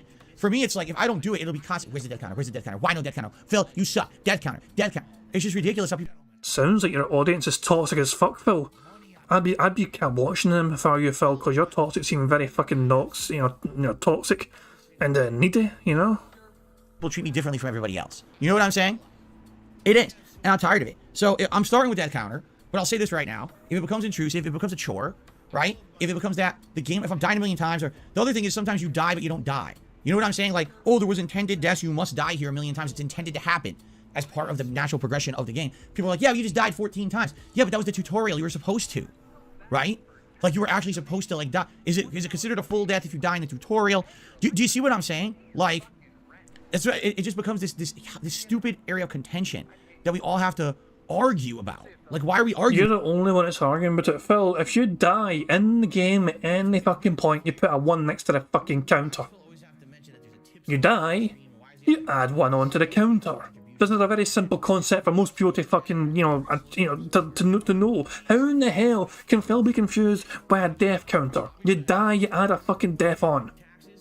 About this. It doesn't. Why should it even matter? It should be something that's nice, that is an addition for the community. It's something nice to have optional, but then people make it like the big thing about the stream. Oh my god, the death counter is not accurate. It's off by 2 deaths. The whole playthrough is ruined. So if it becomes that, I'm just gonna go bye-bye. I'm gonna unclick it, and we're never gonna do it again. But I hope it doesn't become that way. I hope that, like I said, what I would like to do is have maybe 1 or 2 people who could be like my go-to people per stream and say, hey, could you guys do me a favor? Could you count the amount of deaths? And let me know if I go on and I accidentally forget to update the death counter a couple of times, so that way I can keep it accurate. Because for me, I'll be honest, it's hard when you're playing a game like this. If you're really into it and you're, I'm focused on progress and I'm focused on all that. I really think that it could take you out of the game. And then you lose track and the next thing you know, everyone's yelling at you. You know what I'm saying? So I know exactly what you're saying, Phil. Nobody super chat or tip Phil Burnell while he's playing this game. Do not fucking take him out of the experience of the game. Let him be immersed in this brand new game and don't distract him with silly things like super chats or tips or contributions. Just let him get on with the game so he's not having to worry about distractions outside the fucking game. I would love to do it. I want to keep doing it for the playthrough. The other thing is a game like this likely is long, right? Let's be honest. Nioh was super long. Nioh for a game like this, Nioh was one of the longest I'd ever played. Does anyone even remember how long Nioh and Nioh 2 were? I'm thinking they were like 40 hours long, right? So with a game like that, you know, with the death counter, it's going to be hard to keep it realistically correct. You know, let me know. Please help me with that if you can. So all day long, Wolong Fallen Dynasty. I'm equipped for this. I've been ready for this. I actually said to my wife this morning, you know, a lot of the times when I go into a game like this, it's kind of like, well, I know I'm about to get my ass beat. I'm going to get beat up. It is what it is. You know, today it's like, I'm actually kind of pumped. Here's why. I haven't really played a game like this in about a year. Elden Ring was the last one. But again, admittedly when I played Elden Ring... Yeah, money, money. Oh, money, money. Yeah, money, money. Thank you very much to Black Miniature Super Chat. It says, people get mad because he waffles while raging. It does tend to meander on and on, to be fair, but I'm sometimes guilty of fucking waffling on and on as well. We got into some random 5-minute off-topic cat segment, even though cat wasn't mentioned, for fuck's sake, you know, so it happens to the best of us sometimes when we just can't get caught waffling on and rambling about things.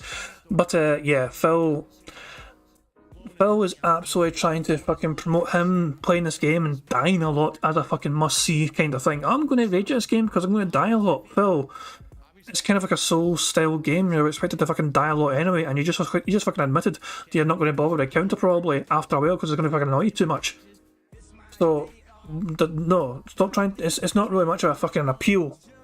It's like the counter is going to annoy you more than the fucking act of dying, it seems.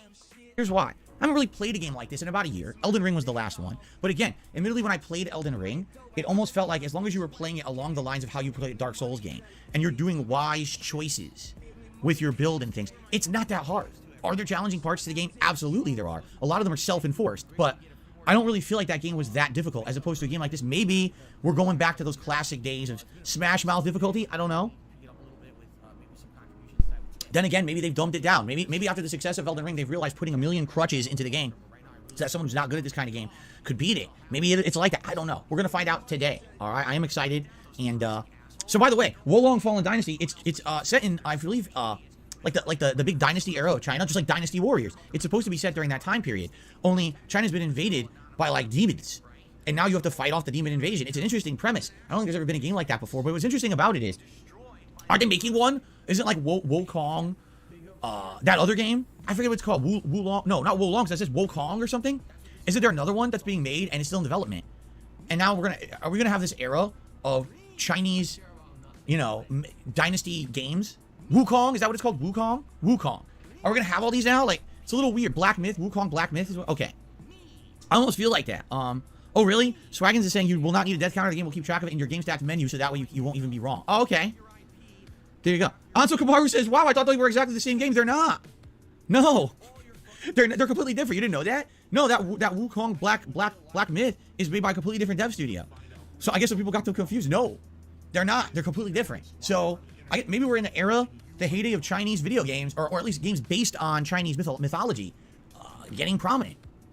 You get fads, I guess, right? I don't know. I guess we'll see how this one goes. I've been waiting to see if it's going to be racist at all at any point in there. Is him calling it a fad borderline racism? Anyway, so I'm excited to check this out today. A whole day of gameplay of this. It should be fun.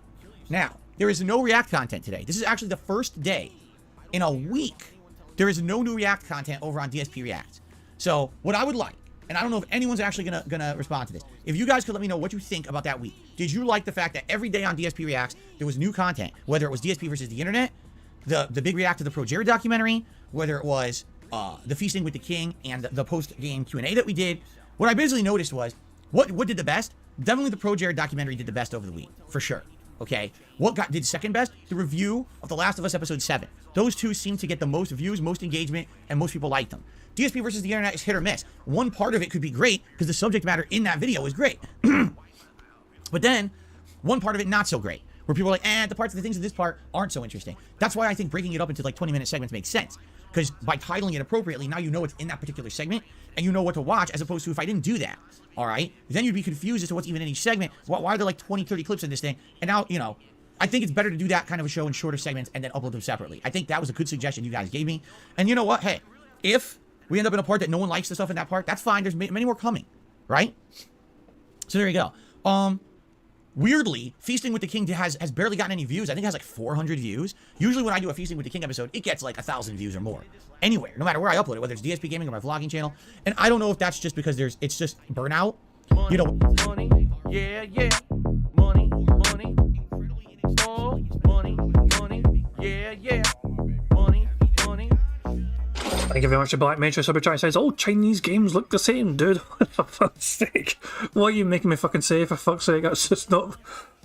You're gonna get me banned. Nah. Oh my fucking god, yeah.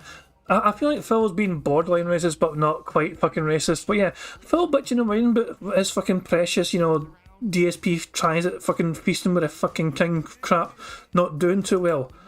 I can think of a couple of reasons why it wouldn't be doing too fucking well. Hold on a second. I can think of a couple of easy fucking reasons right off the fucking top of my head here.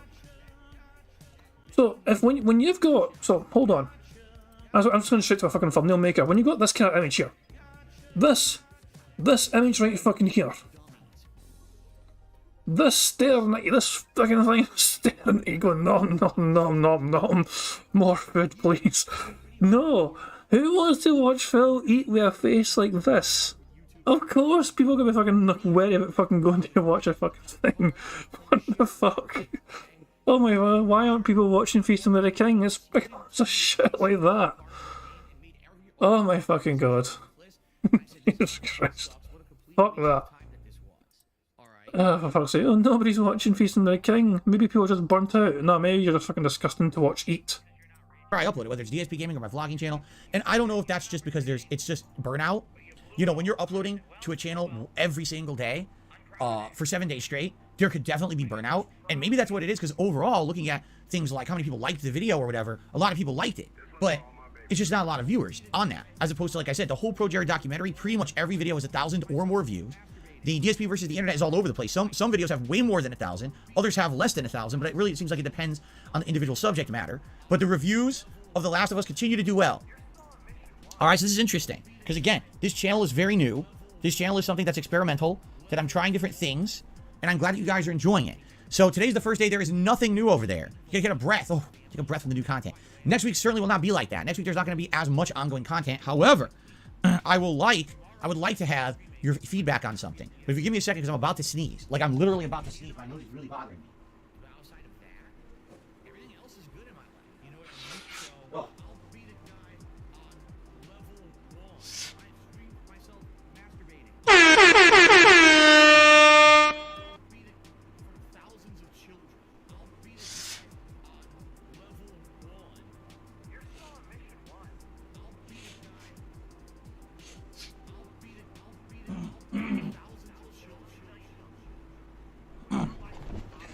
Okay, that's much better.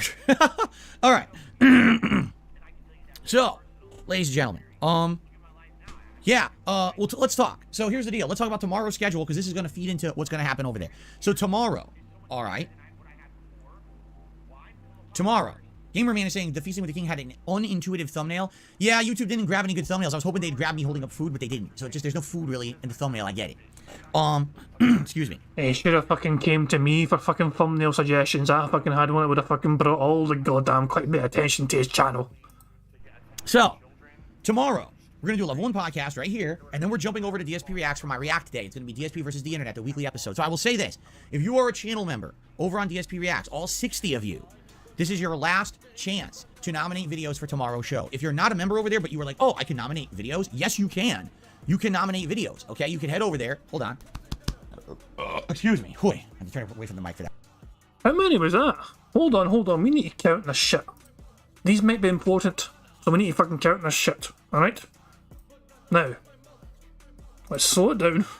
Hold on, what's it? Videos, okay? You can head over there. Hold on. Hold it, so he's about to burp. Count the burps, ladies and gentlemen.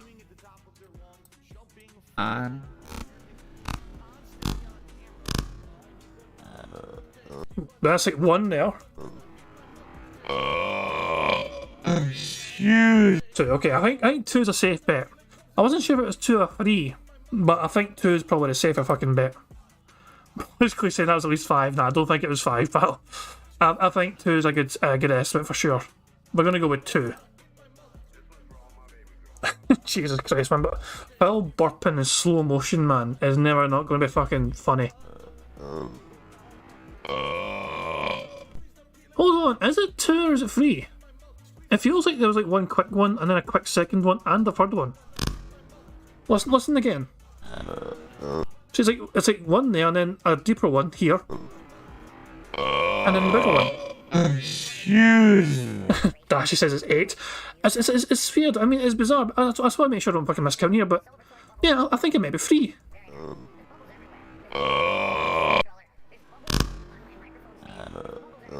It's 3. It's definitely 3. He starts off with a wee fucking croaky burp, then he has a smaller quick burp, and then he has a big beefy bastard burp right at the fucking end. Hey, shout out to Toxic Cherry Juice. By the way, Toxic Cherry Juice, I caught your video earlier on, and subscribed to you earlier on as well. In case you guys aren't aware, Toxic Cherry Juice makes kind of fun wee videos. That's something I forgot to do. I was going to actually talk about before the stream started, but then I got distracted with the fucking whole email thing. But yeah, shout out to Toxic Cherry Juice for making some good stuff, which I think Brian Arts put me onto it and shared with me earlier on, so that was good stuff. Anyway, let's get us back to normal speed. I almost forgot to put it back to fucking 1.25 speed. Excuse me. I had to turn away from the mic for that one. It's disgusting. I'm sorry about that. You can still become a member today, and you are eligible. What it is there's a community post that's for members only, and it's for standard members and ultra members. Ultra members are guaranteed to get a video watched. I think we have like maybe 3 or 4 of them who are going to get their video watched for sure. And then everyone else posts up in the general thread. And I go through there and I pick either the best ones or, I put them in order of submission, but also ones that I'm sure that we can watch because a lot of them, people post up stuff that's like risque or, oh, music video. I can't watch a music video. We're going to get claimed. We're going to get blocked. Can't do that stuff. But that, I go through them and boom, put them into a playlist. And tomorrow we're going to watch live. That's the whole show tomorrow. But yeah, last chance. If you want to become a member over there, be part of that process, you can. It's one of the exciting things about being a member on DSP Reacts. So we're going to do that as the whole mainstream tomorrow. And I'm excited. I hope that it ends up being great and fun and interactive. So far, so good. I mean, we're almost at the month anniversary, correct? I mean, this will be the 3-week anniversary of DSP Reacts, and it's going back. I would say every week that we've been doing this show, it gets better. Okay, so I hope this week, even better suggestions, even better submissions, and hopefully it ends up being an even better show. We shall see. Last week I was blown away by some of the videos. The freaking bike delivery video.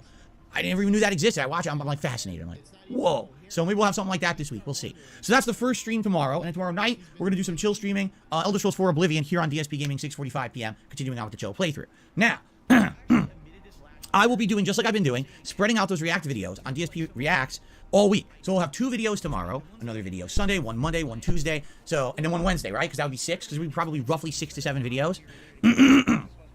And that's a good way to spread out the content so it's not, 6 to 7 videos all in one day. You know what I'm saying?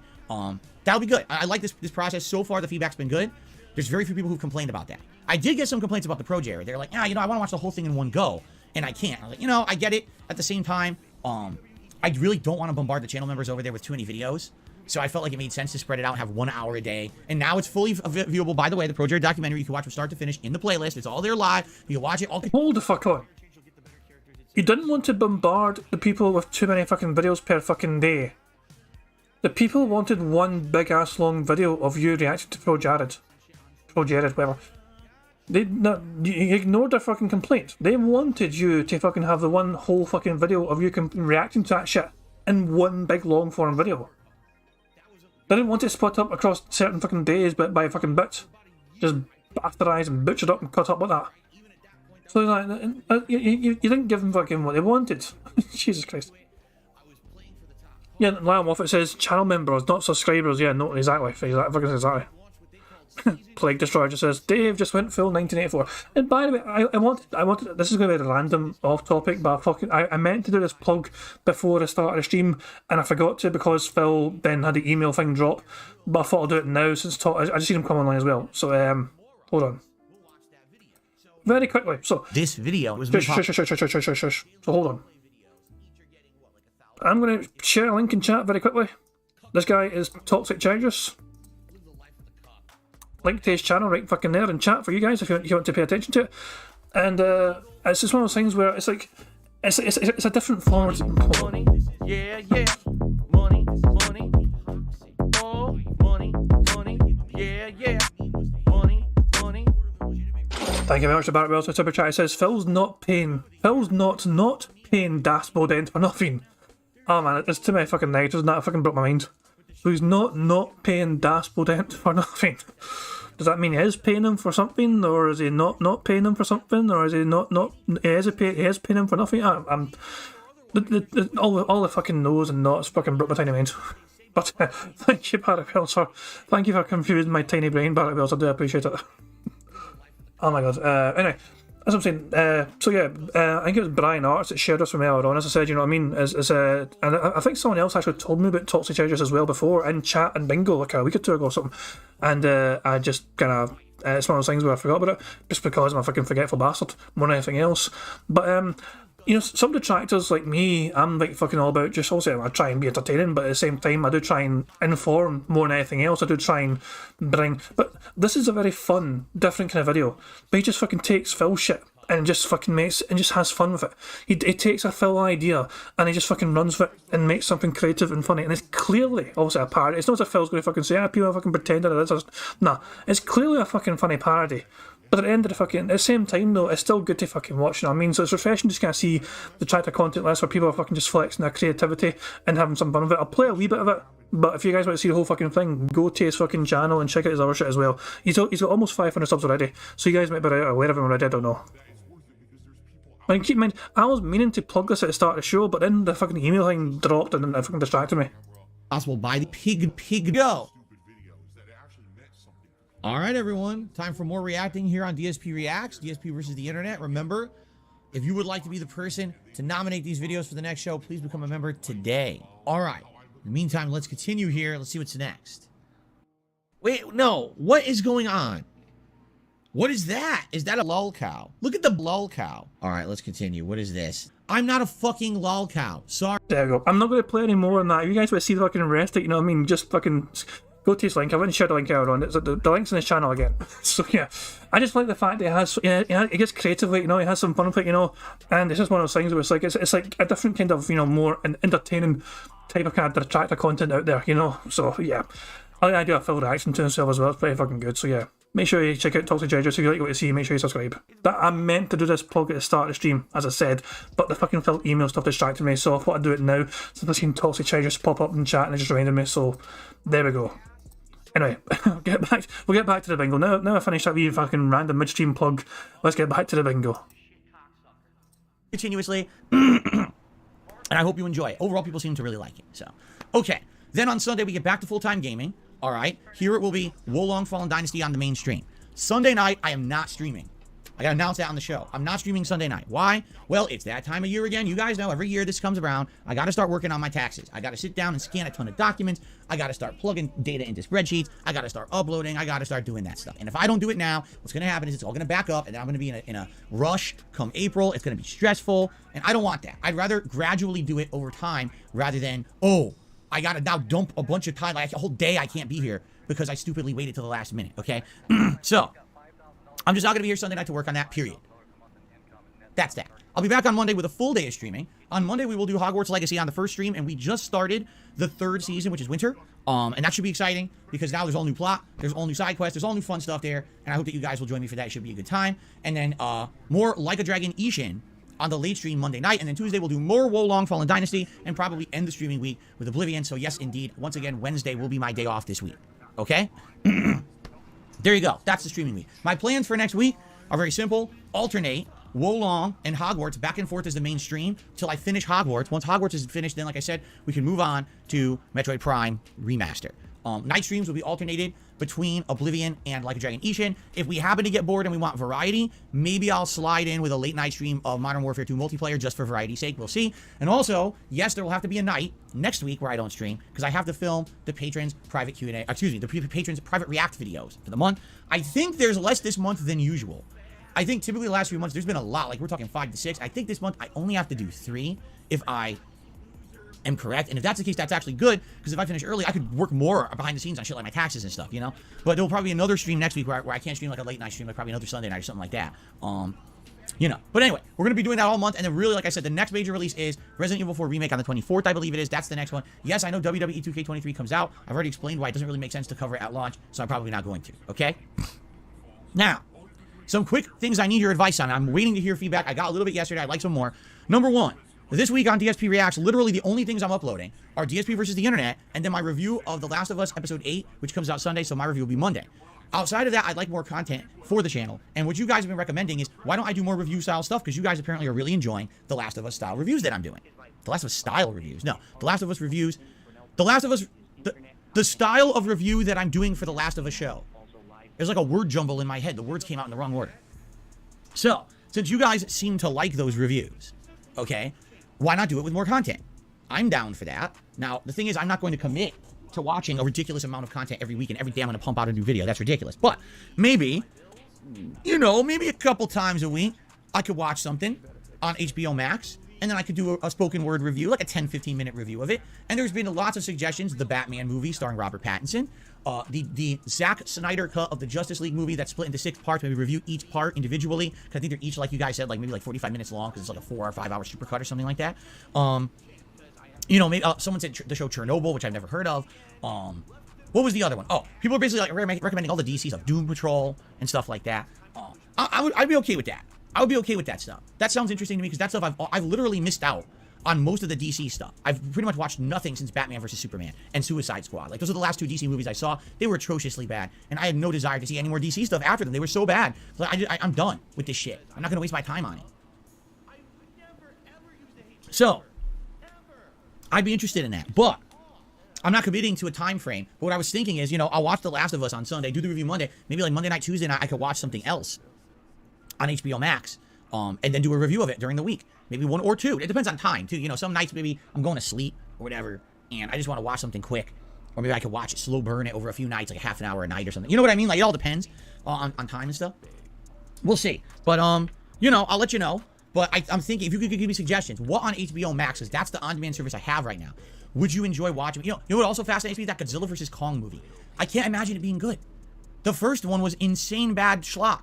I can't imagine that thing would be any good. But apparently people watched it and liked it, and the series continues. They're going to make more Godzilla movies, right? So obviously there's a demand for it. I don't know why, but apparently there's a demand for that stuff. So, you know, a lot of that stuff, right? So, there you go. So let me know what you think, whether it's here in the chat or, you know, comments on this video on demand. Very useful, because I can approve those and read them later when I'm kind of relaxing and seeing better then.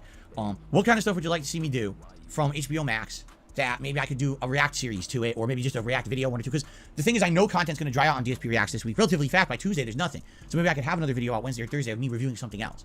And then if we choose something, like let's say we select the Justice League. Well, if that's a 6-parter, then I could do 6 parts, right? That'll be a 6-part review series moving forward. That would kind of maybe even replace The Last of Us, you know? We'll see. Anyway, so there you go. Oh, God, Velma. See, New Jack says, watch Velma, laughing out loud. If you really wanted that, I guess I could. If that's really what you want, I guess I could. So I need your suggestions on that, all right? Now, in addition to that, we're still talking about what should be the next long-form React event that I do later on in the month, pretty much the last weekend of the month, on DSP React, all right? I'm open to suggestions on this. I want your feedback, but so far, I really haven't gotten many. You know, I told you I got permission from the No Clip channel, No Clip Films is it called, on YouTube. They gave me permission to react to their stuff. I can react to anything from June the King, anything from Frederick Knudsen, or I'd like other suggestions. By the way, you guys have been giving me suggestions, and I did reach out to a few other YouTube channels that never responded. So I'm not saying, oh, I can't react to them. It's just that whenever I'm going to do a long form react, I kind of feel like I should get that buy-in from the channel, so they at least know I'm doing it, rather than, oh, someone's reviewing my entire video and kind of putting the entirety of the video on their channel. You know, I don't know. Again, a judge ruled that React content is legal, so in that regard. So this is going to be kind of a bit random of me, but I don't like the fucking practice of somebody putting the entire fucking thing in a channel for other people to fucking, like, it's one of those things where I feel like it really detracts from the people that did the fucking work in the thing. This is why, I mean, I do it for any time I try and promote someone else's fucking stuff. I don't show the whole thing on my channel. I will tell people about it, I'll show a bit of it, but then I'll fucking say, look, go to the fucking channel if you want to fucking watch the rest of it. Look at what I did for, you know, the Toxic Cherry Juice. So when he hit the video, it's the most recent video that Toxic Cherry Juice made. It's a 2-minute video. I could have also easily played it on here and enjoyed it, and they probably would, I certainly would have been okay with it as well, but I would have felt a bit bad about fucking taking away any possible views that, you know, he could fucking get from that fucking video and any attention he can get. This way, it means that more people are fucking hopefully going to go to his channel, check it out, see it for themselves, if they like it, you know, subscribe and like, all this kind of thing, you know what I mean? If you watch a whole entire thing on someone else's fucking channel, it does feel a bit scummy to me to fucking, like, and you know, say sometimes it works out well if it's some big massive fucking reactor that's fucking, you know, watching some sort of thing by some small person.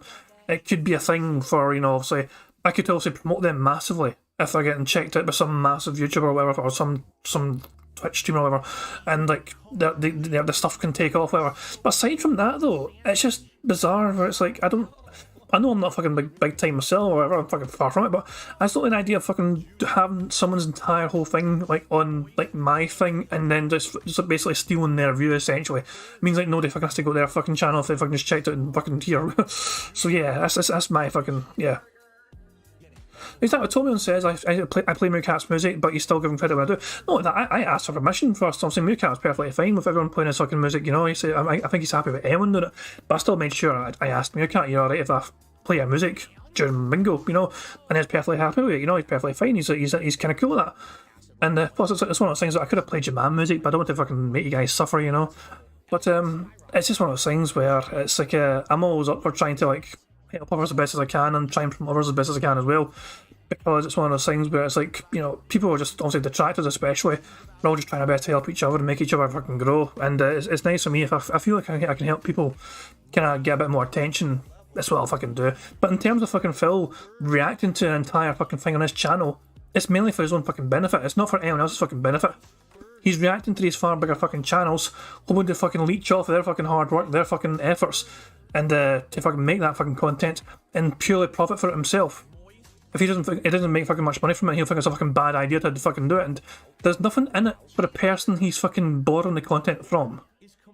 It's all for Phil and his fucking benefit. Hard, I guess, you know, I'm covered. That really doesn't prevent me from being able to being liable for a claim or something. You know what I'm saying? There's still problems there. So. Okay, Mango. So now I'm timing you out. All right. And if you act up one more time, you're just gone for good because I've had enough. Like, really, you're doing your best these last few days to really just distract me, distract my chat. It's obvious you're here for bad reasons at this point. I don't know why, because you used to be a good guy, but I'm not going to have people just stand here looking at your nonsense. All right? So now you can sit outside for 10 minutes. Let's see if you change your ways or if you're gone for good. I hate taking time out, guys. I'm sorry. But, you know, you got some acting a fool in there. Okay. So, please let me know. Long form react. I need suggestions. I need feedback. I'd like to know your thoughts on this. Okay? So... all right, there you go. So that's everything going on. New game releases this week. Exciting stuff, right? Finally, an interesting game with Wolong that's very different from the other stuff I'm playing. You know, React stuff tomorrow. Potential for new React stuff, or I should say new, you know, reviews later this week. All this stuff. We'll see, okay? Prophet's asking, what did Mango do? I don't know, because Raw DSP Archive is gone. Although, wait, hold a second. We can. Hold on a second. Give me a second here. Give me a second. Hold on. Hold on. Yes.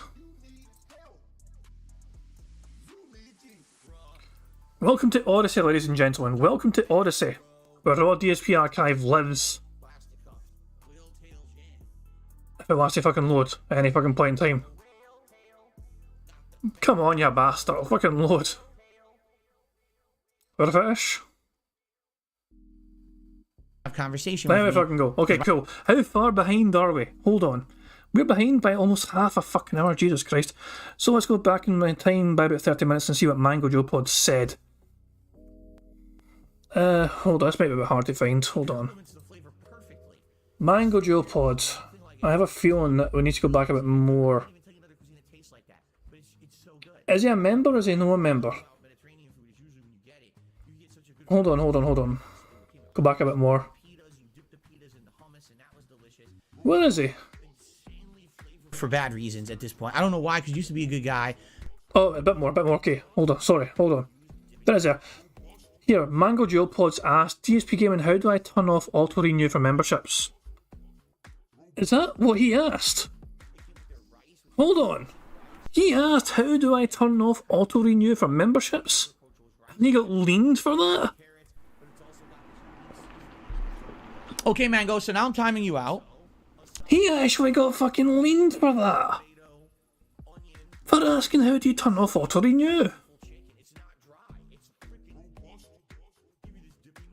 That is insane. How in the fuck me, man. By the way, guys, if you're not aware, let me share another link.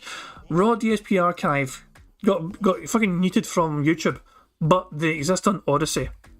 The link is right there in the chat. So yeah, make sure you support Raw DSP Archive if you want to. If you enjoy the kind of Raw DSP Archive, that's on Odyssey. So there you go. I'm gonna keep it handy in case we need to fucking check chat again. But that's incredible that Phil would actually fucking give someone the trouble for fucking asking how do you turn off auto renew for a membership. How dare you threaten Phil's membership's not automatically renewing for him to get your fucking money? Ree. But let me know. I need your feedback. This channel and DSP Reacts, the success is key on your feedback, right? It really is. Okay. All right. So before, really, I have a couple quick news stories to cover, very fast. Then I want to talk about the whole thing that you guys have been asking for days. All right. Okay. Let's see here. They did 1 or 2 screen caps of news. Yosuke Matsuda is stepping down as the president of Square Enix. Okay? This was a shocking revelation last night. No one was expecting it. It happened out of nowhere. Okay? Shocked? He said shocking. It's the same as shocked, and I'm counting it. And that's another fucking bingo. Fucking hooray for that. Also, this might be. I mean, I'm just waiting for Phil to be racist. Please be racist, Phil. I'm tempted to fucking just call him racist now if I fucking try to pronounce that name one more time, Phil. 1 or 2 screen caps of news. Go on, Phil. Pronounce that name again terribly. Yosuke Matsuda is At the first, actually not bad. stepping down as the president of Square Enix. Okay? This was a shocking revelation last night. No one was expecting it. It happened out of nowhere. Okay? Takashi Kiryu will now take the role pending approval at the next annual shareholders meeting.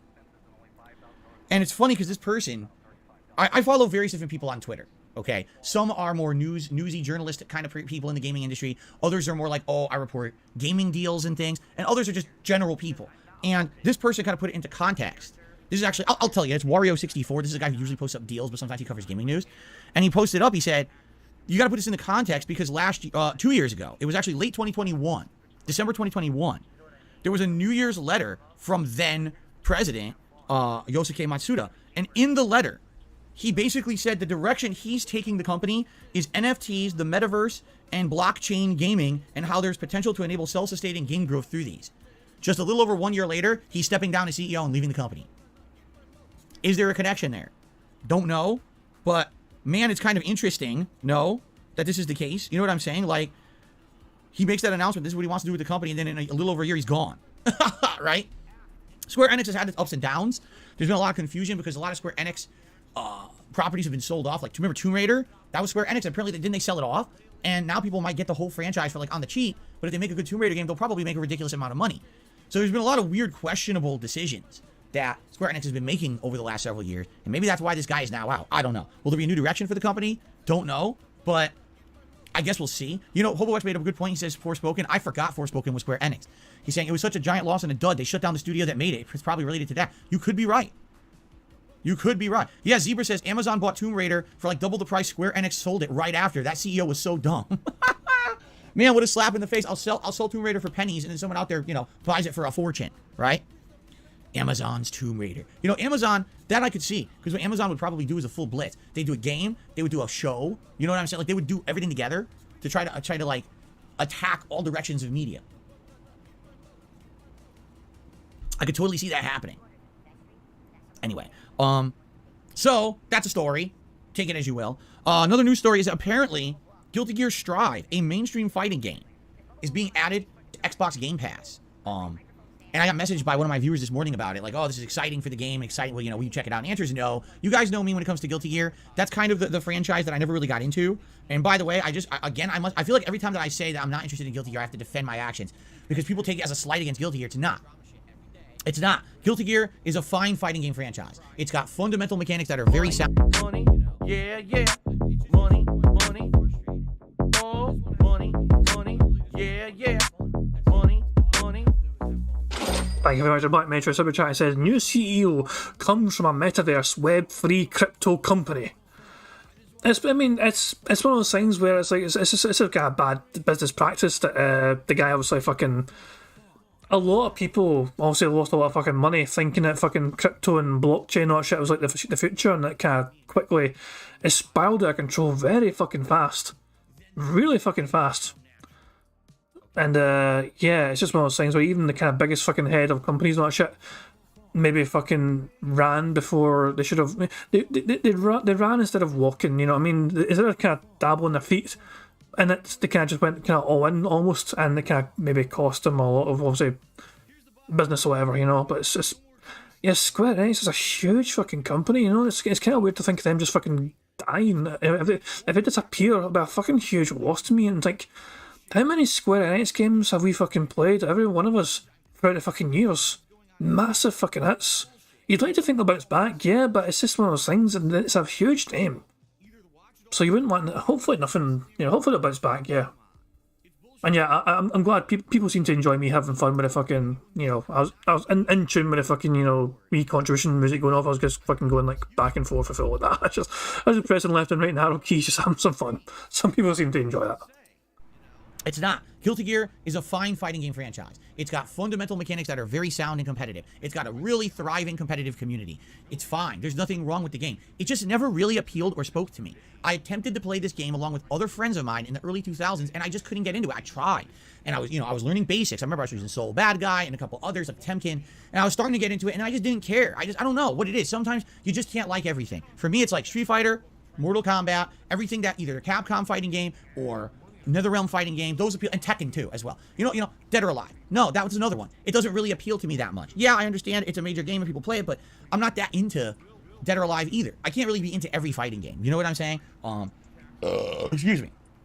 And so, you know, I'm happy for Guilty Gear going on Game Pass. You'll likely double your player base. Like literally overnight, you may have so many more people that will get into that game. And maybe it needs it because again, it's not Street Fighter and it's not Mortal Kombat, right? It's something else. And because of that, it doesn't get that mainstream coverage. It doesn't get that mainstream hype as those franchises do. So maybe getting this onto Game Pass will give it a giant boost and maybe that community will grow. Good for it. It's just not for me. All right? And I hope you respect that. I'm not shit talking. I greatly respect Guilty Gear. I remember being at EVOs and watching the Guilty Gear finals and be like, wow, this is exciting. It's exciting to see the gameplay at a high level. I like that gameplay, but it's just not for me, man. It's not my thing. Okay? Cool. All right. We're going to have shout-outs. We got some good contributions here today. Thank you guys to those who contributed. Remember, that's at the end of the show. However, now it is time to talk basically about something that has come together out of nowhere. It never really... okay. Allow me to just start from the beginning. Many years ago, before I was ever a YouTuber, when I was getting into internet culture in the late 2000s... How did I fucking know it was going to begin with a fucking years ago kind of story? Of course it's going to fucking begin with a years ago story. Right, I'm not going to pause too much here, so I'm just going to let Phil fucking explain what the fuck's going on, okay? So here it is now, it's fucking gory. I'm just not going to fucking bother. We'll just let Phil fucking ramble on, and let's just get it out of the fucking way. It never really... okay. Allow me to just start from the beginning. Many years ago, before I was ever a YouTuber, when I was getting into internet culture in the late 2000s, and I was starting to become a gamer again, because remember, I told you guys that I was mostly into competitive Street Fighter, and then around 2007, I stopped being a competitive Street Fighter player, and I wanted to get back into mainstream gaming. So I started playing console games again, and I started immersing myself with gaming culture on the internet. And, you know, the Angry Video Game Nerd was all the rage at the time, and he was partnered with a group of guys called ScrewAttack. You know about ScrewAttack if you watched my Pro Jared documentary, because they were a big part of it. That whole early years of Pro Jared, he was part of them, okay? So back then, they were a major gaming site on the internet, and I hung out with the guys from ScrewAttack. I actually went to MagFest 2007 before I was ever a YouTuber. And I hung out with these guys the whole time, and, you know, played games with them, did video skits with them. I actually was on a rock band panel as a judge for people doing rock band performances, along with one of the main guys of the ScrewAttack business called Stuttering Craig. We were both judges on the same panel. And I joined Team ScrewAttack for a Call of Duty Modern Warfare 1 tournament. Yes, the original Modern Warfare 1. And we got second place in the team tournament. Okay, I think it was 4v4. So, I have history with those guys from way back when. Fast forward to me being a YouTuber. Now I'm prominent on YouTube from the years of like 2010 to like 2013. I'm known as one of the top gaming YouTubers for a while there. And basically in 2013, I was trying to branch out and attend conventions and things. And one of the ones that I attended was ScrewAttack Gaming Convention. Back. Meth Bear has let me know he sent me a DM. Oh, that's what I was Yeah. Hold on. Money. Oh, money. Yeah. Money. Like, I know I let it play out, but, you know, Meth Bear wanted to make sure I seen his DM, so it may be important to this kind of thing. But first of all, thank you very much to Black Major Super Chat. Says, I was fired from the helicopter company. Jesus Christ, yeah. Years ago story wouldn't be fucking complete without that fucking thing happening here. But yeah, for fuck's sake. Okay, hold on. Methbear says he sent me a DM. Let's see what Methbear said. 2 seconds. Okay, hold on. So, Methbear, according to Methbear, the judge Phil mentioned was from the Ethan Klein React case. The judge categorised React content as those where another content is interspersed with criticism and commentary, and those akin to a viewing session without commentary. The judge expressly ruled that not all reaction videos constitute fair use, the latter category being less likely to be fair use. That's going back to earlier on what Phil was fucking saying. He's like, you know, React content is fair fucking play for him. You know, like, you know, he can react to anything and do whatever fucking wants. But yeah, so yeah, that's a full kind of disclosure from what the judge said about React content from the Ethan Klein React case back in the fucking day. Thank you for bringing that to our attention, Methbear. It's just one of those things. I mean, I do recall that was a fucking verdict, but I think a lot of people kind of seem to kind of forget that. I forgot until you reminded me, but I do remember now. I fucking read it. What you said, and I do remember that was a case where it's open to interpretation what sort of fucking reactionary content is fair use, not. So, yeah. But there we go. And, so yeah, we'll just rewind like a fucking 5 or 10 seconds. I love as well how Phil, during that fucking story, you know, Super Chuffer was just screaming, they didn't remember you, ScrewAttack did not remember you. Phil pretended. He remembered them, clearly, fondly, because, like, you know, it's all Phil could fucking cling to, the one of the more promising things that fucking happened in his pathetic little life. But ScrewAttack fucking forgot his ass in a fucking hurry. I was trying to branch out and attend conventions and things, and one of the ones that I attended was ScrewAttack Gaming Convention. Back then, they were doing their own annual convention held in Texas, and there was basically open registration if you wanted to try to be a guest at the show. And I reached out to the staff there, and I was like, hey, I'm interested in being a guest at your show. I'd like to have a table, which I'll pay for. And actually, did I say no? Because I think the guest got a table for free.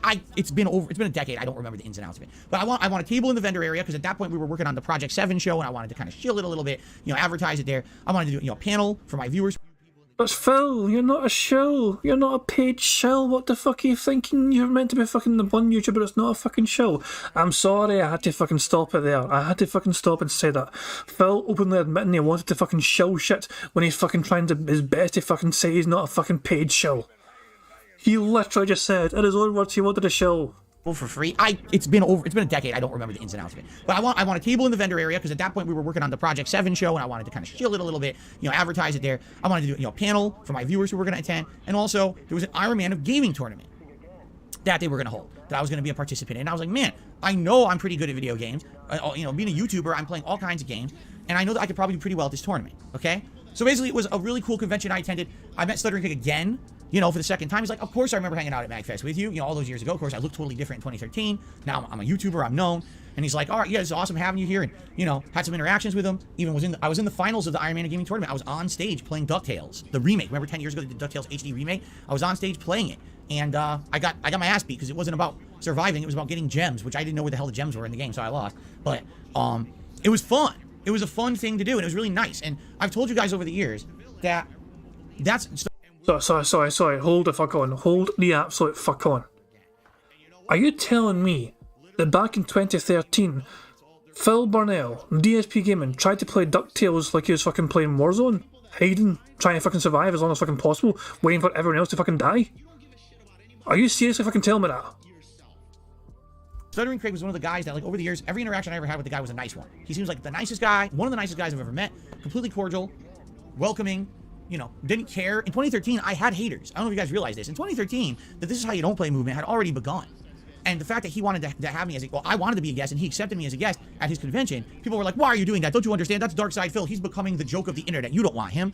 To which he would basically respond, and he'd be like, no, you know, you guys are ridiculous. Like, this guy is someone who's a go-getter. He made his own YouTube channel. You know, that's to be respected. Content, you know, people like it. What's the problem? He didn't get it back then, you know? And then, you know, admittedly... Money, yeah, yeah. Money, money. Oh, money, money. Yeah, yeah. Money, money. Thank you very much to Barrett Wells. So Super Chat says, Phil, 10 years ago, a segment of your audience were just learning what colours and shapes were. And Jade, of course. Yeah, fucking hell, man. Phil forgets who his fucking audience are, I guess. I don't see any receipts whatsoever for Phil trying to make these claims that all these fucking haters tried to stop Stuttering Craig from having Phil on his fucking little panel 10 years ago. I'm not saying Phil's lying, it's just that I've not heard anything like this before. I've not seen Stuttering Craig refer to this. It might be true for all I fucking know. But this could be another example of Phil fucking over-exaggerating just for the sake of a fucking story he's trying to fucking spin to his audience right now. It's just not something I mean, up to it, I wasn't even aware of Phil's fucking existence back in 2013. Super Trevor says Craig did not remember. Doesn't mean that Phil's lying, of course, but it's just one of those things that Phil does. It's basically Phil's word, and Phil's word is extremely unreliable. Extremely unreliable. It's to be respected. The content, you know, people like it. What's the problem? He didn't get it back then, you know? And then, you know, admittedly, back then, that's when the drama was just kind of starting, you know, 10 years ago, right? So, after that, I mean, I literally have not talked to this guy. Jesus Christ, man. Prophet says, yeah, Craig said today on that fucking show, or on the fucking, you know, that Craig said that he doesn't even remember Phil. That's a sore one. Oh, not even remembering him. That's a wee bit of fucking sore one. I just realised something. I just realised that why Phil likes this fucking picture so much. He's wearing neckphones. Doc is wearing headphones. Neckphones even. But yeah, that's a sore. Imagine not even being fucking remembered. You're looking forward to fucking seeing this guy for 10 years. It's been 10 years. Do you remember this? Do you remember that? And Craig's like, no. I don't remember your ass whatsoever. But be on my fucking show. Money, money, yeah, yeah. Money, money. Oh, money, money, yeah, yeah. Money, money. Thank you very much to Black Mage for his super chat. He says, who's more irrelevant in the year of our Lord 2023? Craig or Piggo? I mean, between the two of them, how would you even define relevancy, you know? I wasn't really, I've heard of ScrewAttack, but I wasn't really too aware of who Craig was, but that's just my own metrics, my own standards, you know what I mean? I don't consume a whole ton of content creators, especially streamers, you know, not directly anyway, so I wasn't really too aware. If you showed me a picture of Stuttering Craig, and I didn't know who Stuttering Craig was, I wouldn't be able to tell you who it fucking was. Put it that way. Some of you guys may have been able to, I don't know, but for me, no. If you showed me a picture of him, I'd be like, who dat? So, really, and from me, my perspective, Phil's more relevant. That's just my fucking taking it because I'm used to fucking seeing Phil shit, but I'm not used to seeing fucking Stuttering Craig. That's just entirely me. Brian Gates saying, take a look at Craig's channel views. I mean, sure, I can do that. Hold on a second. Is his channel side scrollers, or has he got his own fucking channel? I'm going to social media 2 seconds. But, what is Craig's channel? Is it side scrollers or, give me a name. Give me a name. Give me a name and I'll type it in here. Is it Stuttering Craig? We'll also complete this shit. Side scrollers, okay. Side scrollers, search. Is this right? This can't be right. 10 subscribers? What the fuck's gonna... Fuck the fuck out of here. That shit's wrong. Did I fucking... Should I have fucking done 2 separate words? No, it's still coming up with them. What the fuck? I'm trying to find them, honest. Fuck me, man. Stuttering Craig. Nice! That worked! That worked! I typed in Stuttering Craig, it came up side scrolls. Okay, fuck me, how the fuck did that work? Okay, right. So, the channel. So, how many fucking views did it go? Ooh, fuck me. So, let's just kind of look at some of the metrics here. Monthly gained views. Not a huge amount. Quite small. In reality, like I tell you guys, every day when I wake up, that's the best day of my life. I feel like this next day is awesome. Pressing buttons. For fuck's sake. Monthly gain subscribers for side scrollers. I don't really do too fucking well. I mean, they're alright, man, but it's not. Subscribers, 29.k. Basically, they're fucking rivals to fucking Phil's DSP Reacts channel for in terms of fucking size of them. That's obviously the side scroll thing, but yeah, it's just. I don't know, it's just, to me, I feel like this is a big nostalgia trip from Phil. I think this is just one big massive nostalgia trip for Phil to try his best to fucking reminisce from back in the day. But the funny thing is, Craig doesn't remember one fucking bit of his ass. Craig has completely forgotten who Phil was. For about a decade, okay? And then about a year and a half ago, I got wind that basically he'd been through the ringer. Apparently, he had sold ScrewAttack to Full Screen, this company that was a partnership company on YouTube. And then basically ScrewAttack fell completely apart and was disintegrated.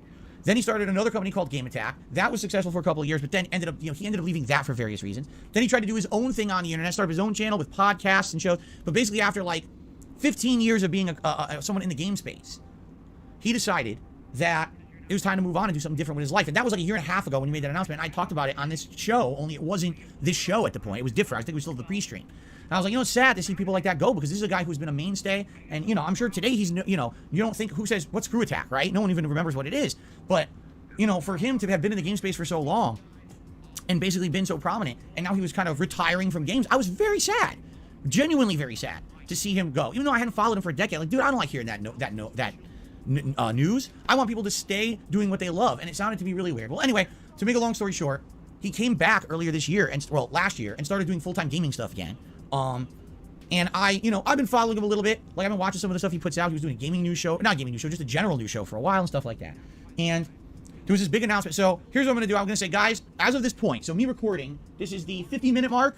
All right, timestamp the 50-minute mark of the Level 1 podcast from March 3rd, 2023, because this is basically me addressing the whole situation about me appearing on the Side Scrollers podcast. My official response, and actually I would appreciate it if either Craig or someone on his staff could watch this to know my official response and how I'm approaching this, okay? Because I think they should know this up front, everything. Here we go. So, Craig started up his old podcast again. It used to be called Side Scrollers, and it was a podcast they used to do on ScrewAttack.com, over a decade ago. And it was very popular, and it was very well known among the game space back then, before even the prominence of YouTube and all of that, okay? So when he announced he was reviving the show, it was very exciting. All the long-standing fans of ScrewAttack, they used to be called the G1s. Now they call themselves the G2s. Wow, we're excited. The podcast is coming back, and it wasn't just, it's just me talking. Like, my podcast is me gabbing, right? This podcast is a panel of people, different kinds of people, guests coming in, covering news, covering other topics. It's a good podcast. I've been watching every episode since the show relaunched. I'm really enjoying the show. I recommend you look at it. If you're looking for a fun, variety-style gaming podcast with other topics addressed as well, yes, occasionally a little bit of politics gets thrown in there, but not too much. Give it a look. Side Scrollers. Okay? That's the name of the show. So, I wonder if everyone else, like me, will struggle to fucking find the channel and find that guy with 10 subscribers, also called Side Scrollers. I don't know. I'm just getting this fucking strange mental image of fucking everyone fucking finding a fucking 10 subscriber guy. He's like, why am I suddenly getting hundreds of fucking subscribers? I don't do anything. I've only got 10 subs. Nah. Way to promote a fucking channel, Phil. Why didn't you fucking share a link in your chat? You could have fucking shared a link in the chat. When I am promoting people, I tend to share a link for people in my chat to fucking find them easily enough. Phil can't even be arsed to do that. He just tells them a name and trusts they'll be fucking able to fucking find them easily enough. Fuck me. I've been watching the show or whatever. Out of the blue. I haven't mentioned this at all on stream. I'm not talking about Craig or anything on stream or anything like that, right? Out of the blue, Stuttering Craig emails me. Says, hey, Phil, so we're relaunching. This is before they relaunched the show, by the way. We're relaunching the show. And we'd like to have you on as a guest. You're actually one of the people whose names popped up because we have history from back in the day. And it would be great to have you on as like a guest on the show. We have rotating guests, and we'd like you on for a show to see how it goes. So, so I thought about it, and I watched. Basically, I kind of knew what the show was going to be, and I responded, and I was like, well, I guess that sounds interesting. I wish you the luck with the show. I'd like to see how the show goes this coming week and what kind of a show it's going to be. But it sounds interesting to me, something different. I told you guys I like doing different stuff now. I'm venturing out. I very much don't want to be just in my same lane doing the same kind of content forever. I feel like maybe this is an opportunity to go talk to a different audience. They probably have no idea who I am, or if they do, they only know it from the negative memes and the hate, right? They don't know who Darkside Phil really is. So to have me on a show where we're going to be not only talking about me, but addressing other topics and having a fun variety show, it's probably a really interesting idea, right? Money, money, yeah, yeah. Money, money, oh, money, money, yeah, yeah. Money, money.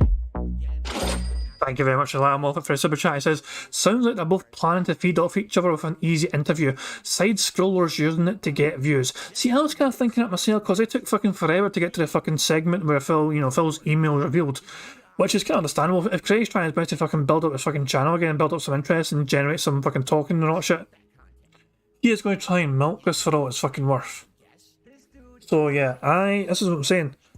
I predict quite the softball kind of interview. There might be a couple of interesting questions from Craig towards Phil, but he is not going to fucking press for a fucking more concrete answer. And anything Phil says, he's going to just fucking have to accept anyway, because he's not going to fucking know any better. I'm telling it now, if Phil goes ahead with this, it's going to be a big fucking nothing burger. It really is. it's not worth fucking really getting much hype for, in my opinion, but it might still be worth checking out occasionally just to fucking see if there's any interesting talking points. But yeah, we'll have to fucking wait and see. Not only talking about me, but addressing other topics and having a fun variety show is probably a really interesting idea, right? So I responded to him and I said, well, thanks for reaching out. Yeah, I might be interested. You know, let's talk a little bit more. And so where we basically left it was I was going to be, you know, it was scheduling too, because I told him I was launching my DSP Reacts channel in February. I said, I'm going to be focused on that in February, so I really don't want to take any time away from any of my stuff right now. So what I'd like to do is wait a little bit, and then maybe we could do it late February, March, or whatever. So we talked back and forth, and we kind of established, okay, it's probably going to be sometime in March that I'll probably appear on the show. And that's where we left it for a while, like a week or two, kind of just hung there. And then finally, you know, we started talking again.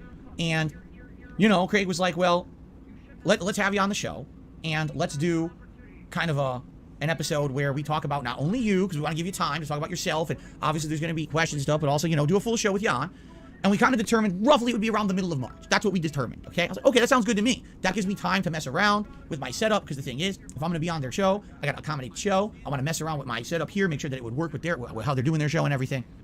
You know, so all sounds good to me, all right? Now, I outright said to him, in the email back, all right, and I'm not reading it word for word, but I'm paraphrasing here.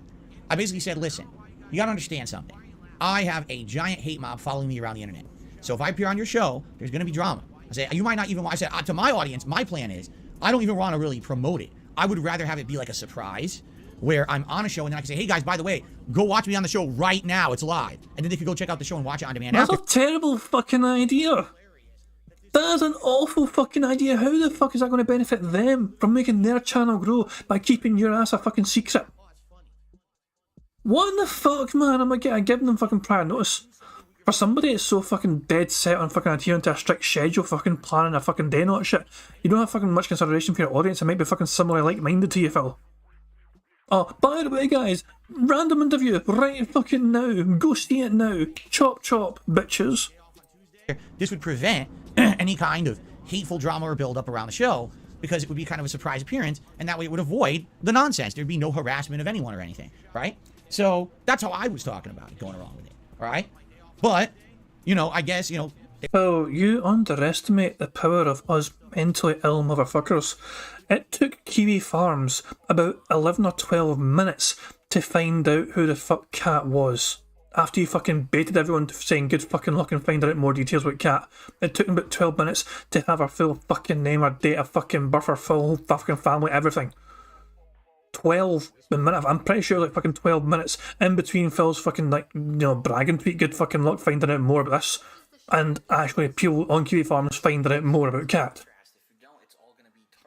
So yeah, nah, Phil, any word anywhere of you doing anything, you're gonna have fucking people coming immediately after you to fucking mess about with you. That's just the way it fucking is. There are some dedicated people on the internet fucking following your antics, and they'll be there in a fucking heartbeat. They wanted to do however they want to do it. It's their show. They can do whatever they want. And you know, unbeknownst to me, earlier this week, I guess, since they were starting March, what is it? Today's March 3rd, so 2 days ago. You know, they announced that, hey, a potential guest on this show for this month is going to be Darkside Phil. And when they said that, it took a little while, but you know how the internet is. It took, you know, a little bit, but the word started to spread. Like, what? Oh, what? He's going to be on the show? Now, here's the thing, and this is what these guys didn't know. And this is what I feel like I should fully disclose to the internet for full explanation purposes, because I don't want anyone to feel like they're getting burnt here. If you remember many months ago, back in like the fall, there was a period where there was a bunch of prominent YouTubers who were kind of ragging on me constantly, and it really irked me the wrong way. It rubbed me the wrong way. Because here's the thing. If you want to talk about me in a negative light, that's fine, but then give me a fair shake. No one wants to do that. Everyone wants to name drop me in a very toxic negative light, referencing all the memes, all the tropes, all the nonsense, but no one actually wants to talk to me. Instead, they just want to do... We were just... Well, I'd be happy to fucking talk to you, but you fucking won't refuse. You refuse to fucking acknowledge us as being fucking, you know, fair. I mean, we can simply ask you several fucking questions. Keep in mind, if I was going to talk to Phil, I'd probably want to talk to him about fucking back weeks. He claims they're all fabricated, he claims they're all fake, he claims they're made up by detractors. We know for a fact that is impossible. We know for a stone cold concrete fact that back weeks are legitimate, the figures on there are legitimate. And really the big questions are, why was Phil spending several thousands, tens of thousands of dollars on microtransactions when I don't make up a single fucking part of his whole entire business? Moist Critical broke this man. Moist critical finding an Aquateel video. Big up to Aquateel for fucking making these great fucking wee clips as well. Not just Aquateel, but also fucking Snort Hogan and Hate Army and Doody as well. He makes other clips as well for fucking people to digest. These digestible clips are fucking Phil being an absolute toxic piece of shit. Yeah, yeah. Money, money. Oh, money, money. Yeah, yeah. Money, money. Shout out to Black Mage. Super chat says, Mr. Moist, sir, betrayed me and knows I'm a liar. Fuck me, it's just... Moist broke this man. For several fucking weeks. And then it'll calm down and people stop fucking caring about Phil. He's like, I don't need to do an interview anymore. The internet seems to have fucking forgot about fucking mocking me, and I don't fucking beg as much openly on stream. I guess I can fucking go back to normal and forget about doing a fucking interview. Exactly, Lionwolf says side scrolls have basically said they won't go there as personal information. That's what I'm saying.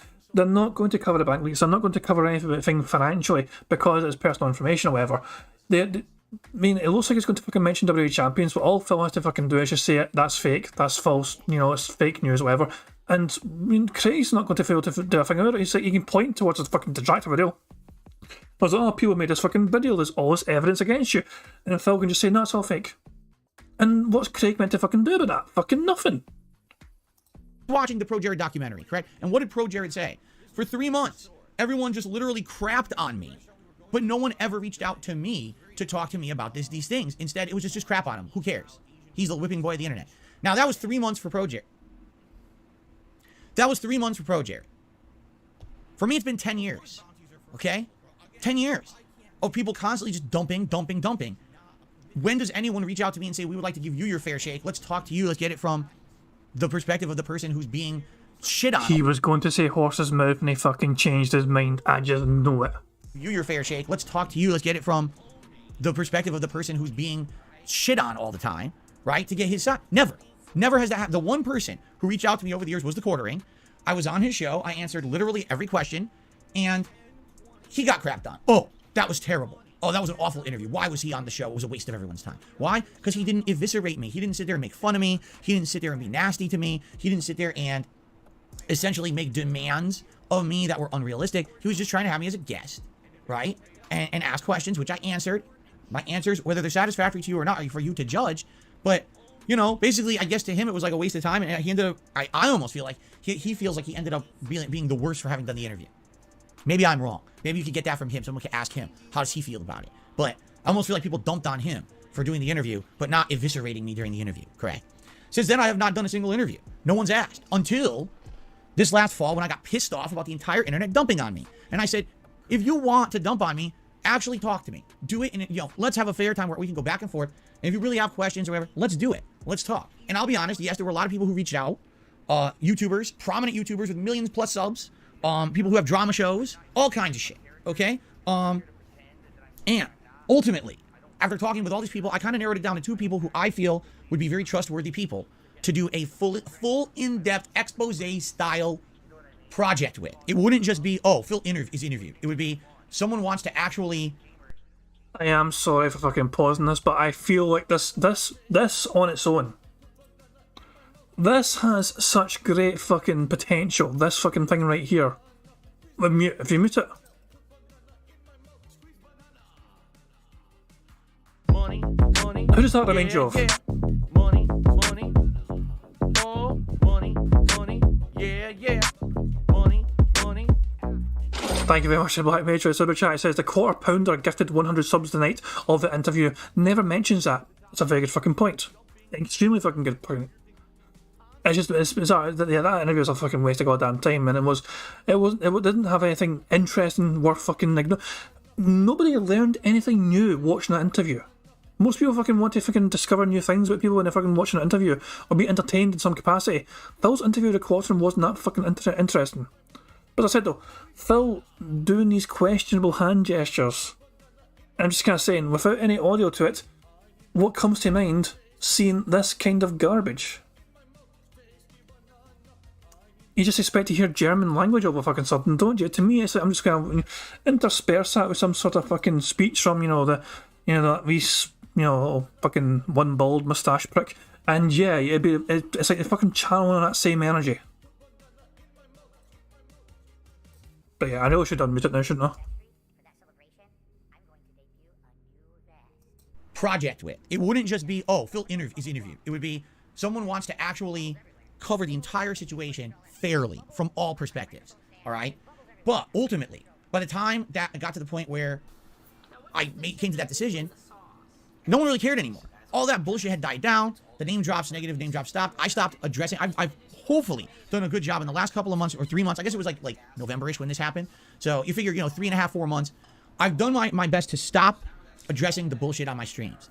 When someone tries to bait me with some bullshit, this guy said this about you, what do you think? Or here's a topic that will obviously inadvertently get you to talk about something you weren't intending. What do you think? I just say, oh, look, it's a troll thing, bye. And I think a lot of people are pissy about that. Oh, why doesn't he read it? Because it's just bait. It's just bait. I'm not going to fall for the bait anymore. As I've told you guys, my intention is to make content for my audience. It's curated content for a small audience. I have no aspirations to be a giant, prominent YouTuber, to be filthy rich, to have millions of views. I don't care about any of that. I just want to be able to make content I enjoy and my viewers enjoy in a space where we can all enjoy each other's company in a social aspect, period. That's it. I don't care about any of the other white noise around it at all. It has nothing to do with me. I don't care about any of it. Okay, I'm not even involved in it. So, since things are going good, why rain on that parade? Why poke a hornet's nest when the hornets have calmed down, right? So, I talked with a couple different people who still are very, very interested in working with me on doing something large scale and having my actual involvement along the way. I'm down for that at some point when I feel it is the right time for that. You will see that. I promise you, because these are people who are good people, nice people who don't necessarily love me. But they're people who I feel like if they wanted to really do a full, people always say, will you do a biography? Like, that's literally what it would be. It would be like covering me and my history as an internet content creator from start to finish. Every rise and every fall, every... Oh, no. It's going to be a fucking skewed fucking history with full of fucking falsities. Like, you can't even acknowledge your faults, Phil. It's not going to be some sort of fucking biography. It's going to be some sort of fucking, video blowjob of you getting fucking, just you being amazing at everything in life. This fucking evil bankruptcy that came out of fucking nowhere and all that shit, These evil credit card companies preying on poor, vulnerable Phil Burnell. They fucking overspent money and moved house and all that shit, And Leanna with some sort of fucking evil, wicked witch of the fucking West who fucking convinced you to fucking move across country and bankrupt yourself as well. Everything's going to get skewed to fucking make you look as some sort of fucking poor, innocent victim in all this, while everyone else around you that you threw under a fucking bus, we've fucking made to look as some evil sort of fucking person involved in your fucking tragic downfall as a content creator. No, fuck that, Phil. No, you're not. You should not be responsible for that because you cannot be fucking relied on to be honest with your fucking history. Mistake, but every triumph. Being fair, as opposed to, every negative thing and that's it. Both perspectives, you see? So, I'm down for that when it's the right time. Now is not the right time, in my opinion. I'm busy now. I'm starting a new channel. I got all this stuff going on in my life. I'm not doing that right now, okay? So that's basically what's been going on, and that's it. Now I'm focused on my own stuff. So when I got offered to be on this podcast out of the blue, I didn't solicit it or anything. I was like, this could be something neat to do for variety or whatever. It's certainly not what I was looking to do with that. It's something completely different. I want to hang out on the show with these guys, talk about news topics, be a little silly. It's a fun show.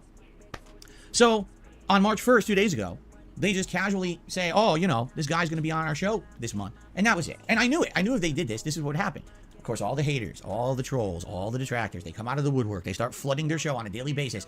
What are you going to ask? Are you going to bring up this? Are you going to bring up that? And it's all the same misinformation as always. It's literally the same parroted stuff because these people have not come up with anything new in years. It's always the same shtick now. It's not even, it used to be, they used to go through these sagas, right? It used to be, first it's this is how you don't play saga. Then it's the DDoS getting swatted, getting false copyright saga. Then it was... No detractor ever claimed responsibility for swatting you. No detractor, at least, the detractors were not a fan of you being swatted. It made you look like a victim. It made the detractors look like the bad guys. What sort of detractor would have enjoyed you fucking getting swatted where it wasn't even a fucking proper swatting? It was like fucking cops knocking on your door, going into your house and saying, it's all just a bunch of gamer shit. No, the swatting was not good for any detractor whatsoever. No one ever fucking claimed responsibility for it. I don't know if anyone ever got in fucking trouble for it, but no detractor that I fucking know actually enjoyed that happening to Phil because I gave him a perfect fucking reason to get in his wee soapbox and fucking say, you guys nearly killed me, you evil motherfuckers that fucking spew this hatred towards me, nearly got me killed and all that shit. It gave him the fucking perfect fucking reason and alibi to fucking go after the detractors so fucking toxically and so much it's just fucking fire hatred towards all the fucking people that's fucking spoke down to him all over all those fucking years. And by the way, I'm not... Mr. Piggy says swatted himself. No fucking way. There's no fucking way. I don't believe that for a fucking second. No. I do believe it was probably somebody that didn't like Phil that was responsible for swatting him. But most sensible detractors were not fucking happy about the fact that it happened. Because obviously it just makes detractors look fucking like the bad guy there, you know what I mean? That's not what we're in this for. We're in this to fucking point out Phil's fucking stupid lies. We used to fucking try and, you know, show what the truth of the situation is. We're all about the fucking truth here and exposing this fucking sturdy fucking scammer for all his fucking constant lying and begging. That's what we're fucking here for primarily, and to fucking laugh at me as well. But yeah, it's just one of those fucking things where the things that he's swatting, he always fucking passes it off. Yeah, and as Prophet says, the swatting is real. We have a police report. No one's done. I mean, you'd have to be fucking thick to think the swatting was fake, you know, but aye. But that's what I'm saying. I've always kind of said as well, Phil warning the police department ahead of time as he moved there. As soon as he moved there, he said, this could happen to me, guys. I'm a fucking YouTuber.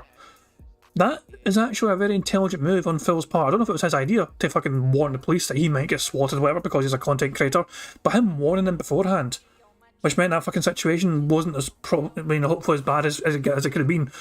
I'll give him credit for that. You know, so that's actually a fucking decent move on Phil's part to try and fucking make sure. I don't know if fucking someone else gave him that idea to fucking check it or not. Apparently, Mango Jules Pod is back in Phil's chat, so he fucking came back from his time out and is apparently in Phil's good books again. But he's still going on about fucking memberships. Yeah, Mango Jules, I don't think wants to be a member of DSP Gaming anymore, so he might not be long for this world. The taxes saga, then it was the bankruptcy saga, the escort saga. They think my life is an anime. It's not, but they think it is. That's how they treat it. They think that doing shit like that. Your life is an anime? Why anime? Racist? Is somehow like acceptable. It's not. It's very, very messed up. Okay? So to them, this is another saga. To me, I just wanted to be on a show and have fun and kind of hang out and have a good time with a bunch of guys or gals or whatever, whoever they have on the show that day, and have a good time, something different. Instead, within one day, 24 hours, the whole thing gets blown up into drama. What drama questions will you ask Phil? Okay? So, I get wind of this, and I'm like, well, I knew it was going to happen. I knew if they mentioned it, this was going to happen. I'm not stupid. It's only happened every other time. So, you know, I've been going back and forth with Craig, and this morning, Craig read an email on the show, his show, Side Scrollers. You can watch it. It's live right now over on their channel. He read the email. It's word for word the email that I'd sent him. But in a nutshell, here's the deal. Craig feels pressured by the internet that if he's going to have me on as a guest, it can't just be a normal show where we shoot the shit for 5 minutes and then they're on to topics and things. It has to be about me. I don't like that. I'll be honest. I had no intention of this being the DSP. I knew it. I fucking knew it. Phil was just hoping for some sort of 5-minute fluff piece where he's like, hey guys, remember me from 10 years ago? We hung out together 10 years ago. Prophet, to be fair, Stuttering Craig did say that he did feel some bit of pressure to fucking just have. He doesn't want it to be a fucking short show. If he's going to fucking do the show, he'd want it to be a longer show.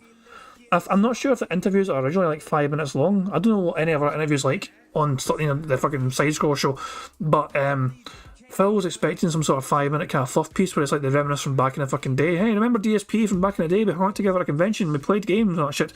Yeah, good times, okay, now let's fucking talk about other things and not Phil. He was hoping for that.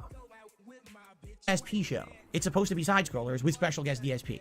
But because these people completely decide to dominate every aspect of anything to do with me on the internet, you know, it seems like, again, I can't enjoy things other people can enjoy. Anyone else can go on a podcast and be a fun special guest, but not Phil. Phil can't have the fun things everyone else has. I can't have a sponsor because these people go and harass the sponsor. I can't have... Oh, I thought you said you were above that sort of thing, Phil. I thought it was not a case of... I thought you chose not to have sponsorships. In the past, you said you chose not to have sponsorships. Now you're saying you can't have it because of us evil, mentally ill detractors. Keep your narrative straight, Phil. You cannot even fucking keep your lies straight. This is why it's so easy to fucking debunk you all the goddamn time, because you're always tripping yourself up over your all constant fucking lies. Your never-ending spewing of lies, time and time again. It's gone from fucking, oh, I can't have sponsorships, to I don't want sponsorships, to I'm not a fucking paid chill, to I want to be a paid chill, but they won't let me. Fucking decide, Phil. Keep your fucking story straight. A fun appearance on a show. It's not fair. It's just not. I'm upset. I am genuinely upset, and I'm not upset with Craig or the host of the Side Scroller show. I'm not. I'm upset with the situation that's created itself on the internet that I try to separate myself from at every moment. It's like, oh, here's a chance where I can actually do something that a normal person would do. Oh, that's not allowed for Phil. Phil has to still be the whipping boy. He has to be treated like shit. You know, and I'm tired of it, man. It does. It breaks me down. It makes me feel like shit that I can't just have fun. All right? So now, you know, I wanted to go on this show and just have a good time like everyone else is entitled to. And instead, what's it got to be? It's got to be an interrogation.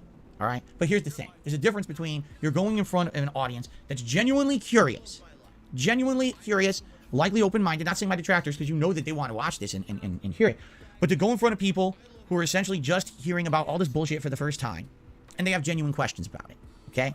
So that's the difference. It's the difference because you can go in with preconceived notions, but I feel like if I went and, if Craig's sitting there and asking me questions, or Adam, that's the other co-host, or Travis, or whoever is there and asking me questions, it's more from a curiosity and actually I want to get some facts perspective. It's not, we're going into this with 400 negative preconceived notions about Phil, and we already believe them all. And no matter what he says or does, we hate him anyway, right? So I don't think that's the case. This is not a trap. This is not me going on Destiny's show where he's outright admitting that he was going to try to set up traps for me to make me look like shit. That's not what this podcast is at all. I feel like it's the actual complete opposite situation. People who are genuinely interested in talking to me and hearing my story, and they can make judgments for themselves. And again, I hope that people are watching from that 50-minute timestamp on here, Craig and the guys on the show. Hell, if you want to play this back on your show, I give you permission to. It's up to you. Yeah, if you want to ask me anything, go ahead. I will answer to the best of my ability. I will answer in a situation, in a way that basically I'm not going to put myself at risk, and allow me to explain what I mean by that, because I will talk about this obviously on the show. Okay, these people are so crazy. They do absolutely anything. They will take any little crumb of any piece of data and find a way to spin it into something that can harm me and my family. And they have. This started off 10 years ago with a stupid thing called This Is How You Don't Play, which I'm sure I'm going to talk about, how it all started. And literally since then, it's just become such a viral meme on YouTube that Phil is a person, a lol cow, who is to be hurt at every moment, and no one ever has to feel bad about it, because we have basically said so. Money, yeah, money, oh, money, yeah, money. Thank you very much to Black Major. Super Chat says, wait, you can't spend over 10 years being a piece of shit without consequences on the internet? Shocked Pikachu.jpg. Jesus Christ, yeah. Phil fucking worrying about other people making him look like a fucking piece of shit? He does a great job of that all by himself without anyone helping him. He fucking makes himself look like a fucking toxic, fucking disgusting human being. It's oh my god, there's so many innocent framed questions. Here's some example of questions which are very innocent for most people, but Phil will not answer. So how did you and Kat meet? An innocent question to ask of somebody who's now married to somebody, but Phil is going to be afraid to answer that simple question. He thinks it's going to harm his family if he answers that question. He will not allow that question to be answered. He will fucking, stay silent because it might harm his family or harm. But if he answers how he met his beloved wife. Okay? Another question, okay? Off the top of my fucking head. Okay, so one of those things was like, okay, so it's a case of, okay, Phil, if the bank leaks are not real, then where did all the information come from? He won't answer, obviously, because it's like, oh, okay, it's okay, I can't answer that. Legal. That's an ongoing legal thing. I can't answer that, and they're not going to ask it either. They're not going to ask him anything about that anyway. And the thing is that the bank leaks are a huge fucking part. They are a massive fucking weight hanging over Phil's head. He's like, oh, they haven't come up with anything new over the last few years. It's because Phil has been playing WWE Champions for the last several fucking years. What new thing is there to fucking cover when Phil just keeps going back to the fucking well and keeps playing this fucking mobile game? And by the way, it looks like he's fucking playing a new Street Fighter mobile game as well, because his email address is registered to that. It might have been someone else registering his email address in his name just to try and fucking make him look bad. It's possible, but it's just kind of funny that Phil's V-login email address is already registered to the new Street Fighter game. Mobile game, so I'm just saying that. It's just bizarre. Damon Anderson says he wants to retcon everything and show how detractors are lying. He's afraid of acknowledging and explaining the truth. I said to starting Craig, if Phil makes any claims whatsoever, please do me a favour. Ask for evidence. We always try and show evidence on our side. Phil never fucking demonstrates any fucking evidence whatsoever. It's all about his fucking word. So if Craig is going to do any fucking due diligence whatsoever, he will ask for Phil to, if he makes any claims Phil makes, just fucking ask for a source, ask for some evidence, ask for anything other than Phil's word, because Phil's word is extremely unreliable. The Decepticon is saying, so basically he's pissed he has to suffer any consequences for his narratives. Exactly. Phil was a piece of shit for so fucking long, and now he's fucking been made to pay for it because he can't enjoy things like other people can. Because all of us can't fucking lie. Every single one of us are always on some sort of fucking podcast every single fucking week. Everyone else can enjoy going on a podcast every single fucking week, but not Phil Burnell. Barrett Wells, that's a good one there. Barrett Wells saying, how come Phil didn't get back the alleged 9k that was stolen? Keep in mind, Phil won't answer that as well because it's to do with his finances. Any financial questions, Phil is not going to answer whatsoever. I can guarantee you that. Hurt at every moment, and no one ever has to feel bad about it because we have basically said so many negative things about him. Some of them have to eventually be true, and therefore we're justified in the level of harassment that he's received over the years, and he doesn't deserve any kind of positivity, any kind of success, hell, any even kind of safety. Destroy all that. He should be literally tortured for the rest of his life for the horrible, horrible things that he's done. That's this mentality on the internet that there is. And, you know. Money, money, yeah, yeah. Money, money. Oh, money, money, yeah, yeah. Money, money. Thank you very much to Black Mage for a super chat. He says, oh no, Craig talked about Derek today. He did. Craig actually fucking talked about Derek today. I never realised fucking Craig mentioned Derek whatsoever. There's another fucking topic of conversation. Why is Derek allowed to do things in Phil's chat which every single other person cannot do, such as spam the same message repeatedly? Why does Derek get a fucking free pass for antics which saw many other people get banned? Obviously, you could ask some Derek with the questions like, why is he such a creepy little bastard? You know what I mean? But that's okay. It's unfair to fucking ask DSP why he, But no, some of the questions like why. I mean, why does Derek get such special treatment in Phil's chat? I think it's a fair question. Phil will be like, nobody gets special treatment in my fucking chat. That's this mentality on the internet that there is, and it's painful, man. I just want to do my thing. I just want to have fun with an audience, a small audience. I don't have a big audience. I'm not some giant YouTuber, man. I just want to do something with my guys here and my gals and not have to worry about people getting harassed, about all this stuff. It's like, I just want to be on a podcast. Now, here comes the harassment brigade, like within moments of dropping the name, right? So, here's the thing, all right? As long as there is buy-in, that these guys are going to make sure that there is no kind of risk. And what I mean by that is no doxing, right? No discussion of stuff that has absolutely positively nothing to do with me. Because this is the problem, is these people have gone so far down the rabbit hole of information to try to harass people, not only just me directly, but family members and other people on the periphery that have nothing to do. You know what I'm saying? So you know what's going to happen is I'm going to go on the show and immediately the view count's going to skyrocket 5 times with my detractors, and they're going to come in, they're going to be doing disgusting memes about myself and my wife. Phil, I mean, I swear to fuck, I promise you guys, if Craig asks Phil, how did you meet your wife? He's not going to want to answer it. He's afraid to fucking answer that question, at least he has been in the past. In order to fucking talk about how those two fucking met, it's fucking personal question, it's nobody's fucking business how they fucking met. He slid into her DMs when she was with another man. There you go, there's a fucking full disclosure for that. Decepticon says, have you noticed he hasn't been burping or snorting, at least not as much, during this address to Craig, or is that just me? That is true. We've not had a single burp or snort during this whole entire segment. Yeah, it's a good point, Decepticon, yeah. Damien's asking, can we add buy-in to the card, or does it not say enough? We can very quickly check. Why don't we just very quickly fucking check on Big Bingo? Buy-in. Podcast. It doesn't say it a huge amount of times, but it does say it sometimes. Money, money, yeah, yeah. Money, money. Oh, money, money, yeah, yeah. Money, money.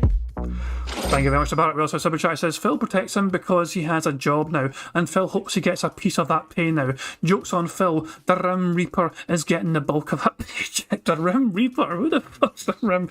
Oh my fucking god, I completely fucking forgot that Phil... I completely forgot that Derek follows so many different fucking porn stars. That's where all the fucking money's gonna go. Jesus Christ, man. OnlyFans at the fucking ass for Derek, man. He's gonna have an arm like Popeye. Money, money, yeah, yeah. Money, money. Oh, money, money, yeah, yeah. Money, money. Thank you very much to Meth Bear for super chat. Says Phil's ooze will flow building all these strumming. Yeah, so I let me fucking re-say that so I don't fucking butcher it. Meth Bear says Phil's ooze will flow building all these strawmen. That's what I'm saying. Phil is so... he is going to come on this fucking show. He's going to fucking rant and rave about how all these fucking mentally ill motherfuckers like me and you have ruined his entire fucking life. He won't say how, he won't say why. Phil thinks us ruining his life is fucking pointing out to everyone that he has fucking bought things so fucking shrewdly, like a fucking $200 coffee maker.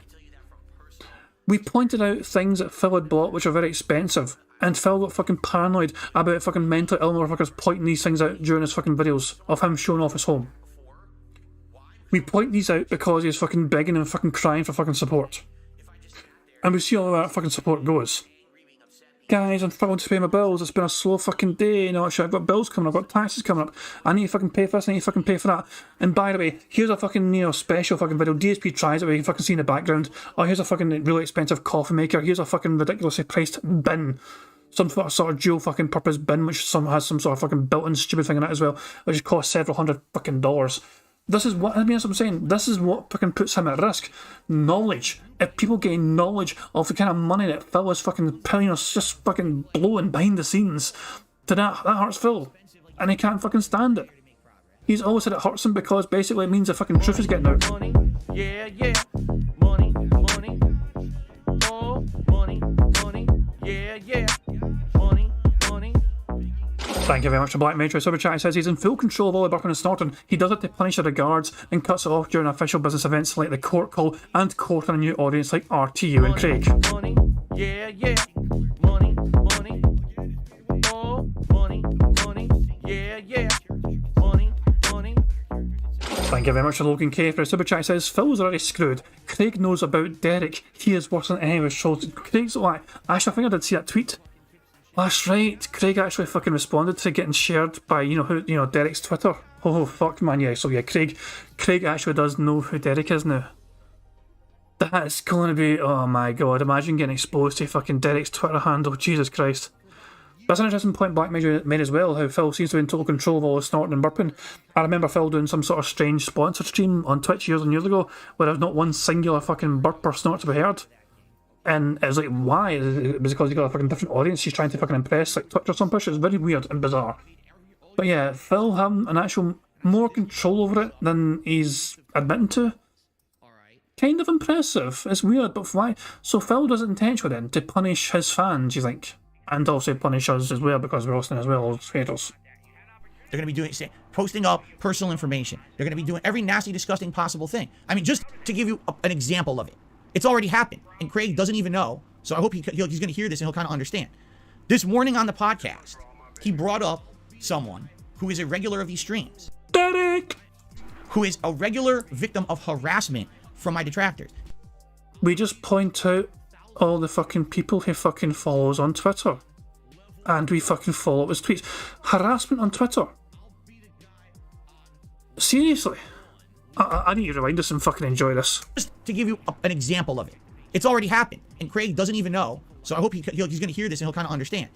This morning on the podcast, he brought up someone who is a regular of these streams, who is a regular victim of harassment from my detractors. This person has literally never done a thing wrong on my streams. They are one of the nicest people that comes to my content all the time, all right? But my detractors hate this person.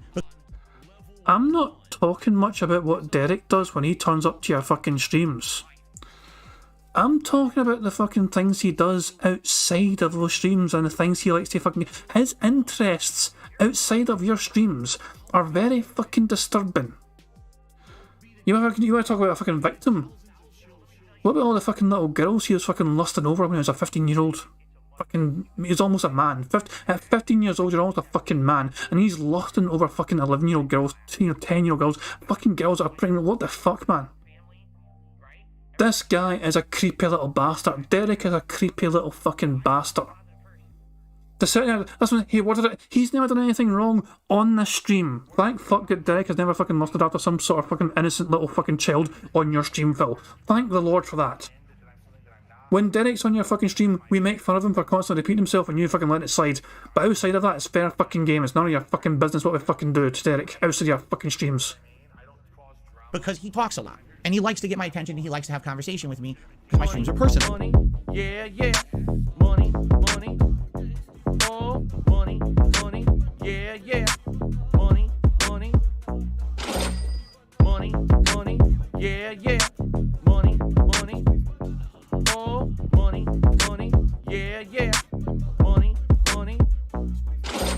First of all, thank you very much to Black Nature Super Chat. Says, we sent Derek a lovely birthday card, pig. And secondly, Prophet says, can an unregistered sex offender be harassed? Derek is, I mean, Jesus Christ, look. You want to talk about harassment? Derek was forced to apologise to porn stars for annoying them. Derek needs serious, like, mental help. Not only for his own sake, but for the safety of others, especially fucking women. Imagine, oh my fucking god, man, Jesus Christ. Like, I just, for years, I've witnessed fucking Derek be a creepy little bastard, man, and it's evolved from him chasing fucking, like, you know, literally children to him fucking lusting after fucking porn stars, which is, at least he's fucking lusting after fucking people who are legal age and can consent. But all the fucking same, man, he's been a creepy little fucking bastard for so goddamn long. Phil bitching and whining about, oh, he's getting harassed because on my streams he's been good. I need rewind it for full fucking context, sorry. And Craig doesn't even know, so I hope he's going to hear this and he'll kind of understand. This morning on the podcast, he brought up someone who is a regular of these streams, who is a regular victim of harassment from my detractors. This person has literally never done a thing wrong on my streams. They are one of the nicest people that comes to my content all the time, all right? But my detractors hate this person. Yeah, yeah.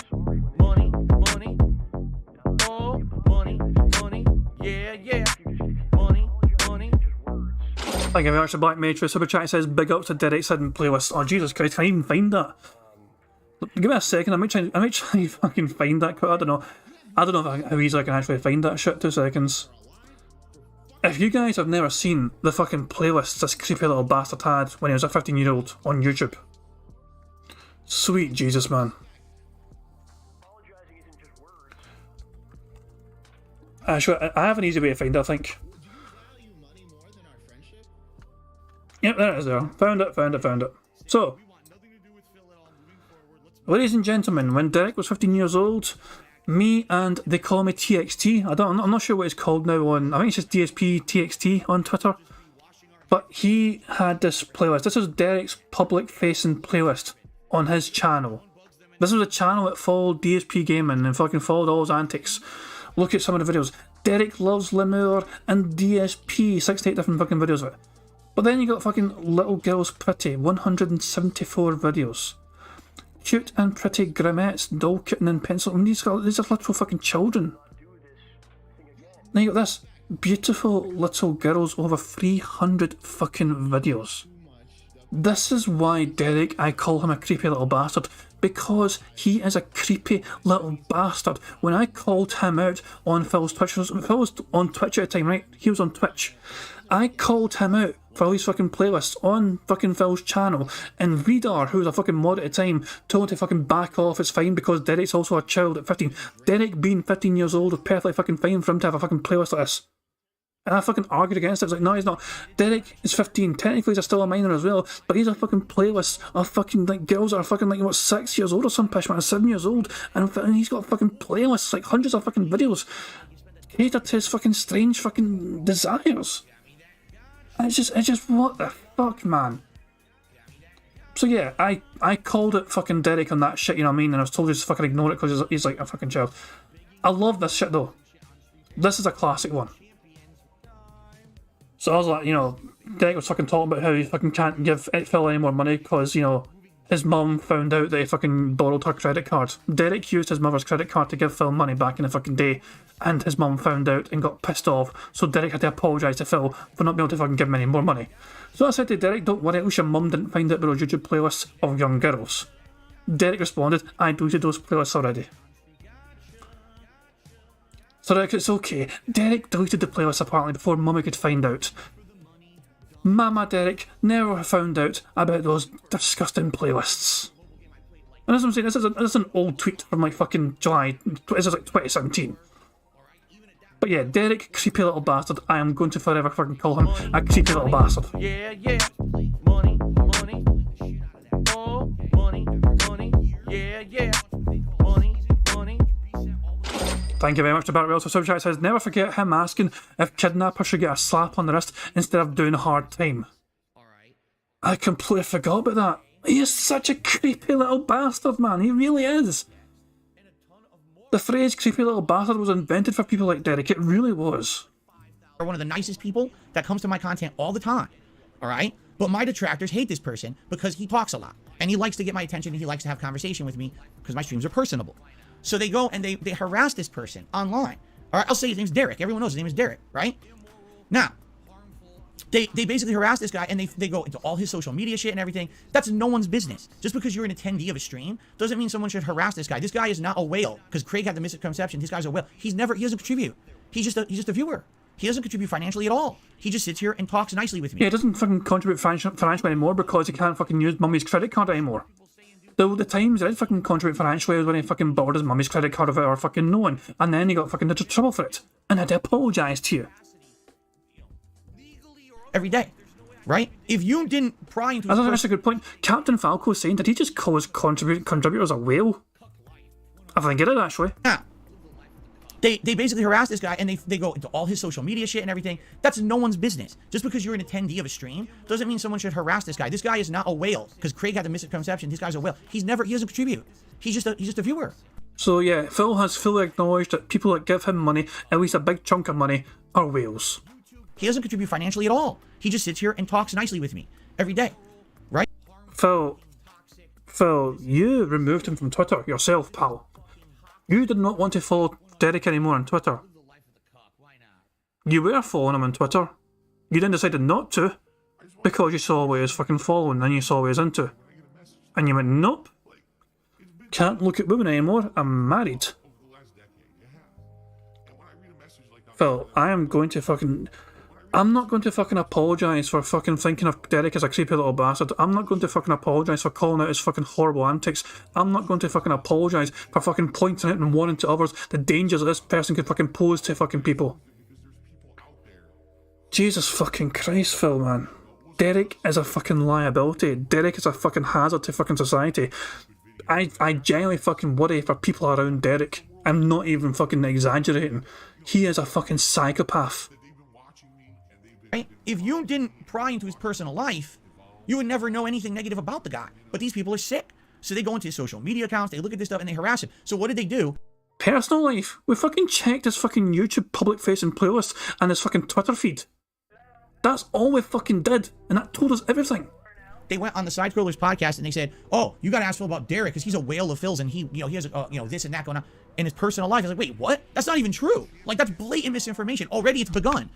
I mean, we're 2 days out from being announced that I'm on the show, and already Craig and crew have been bombarded with complete misinformation about me, about how I operate, about my viewers. What a shock, right? Because here's the thing.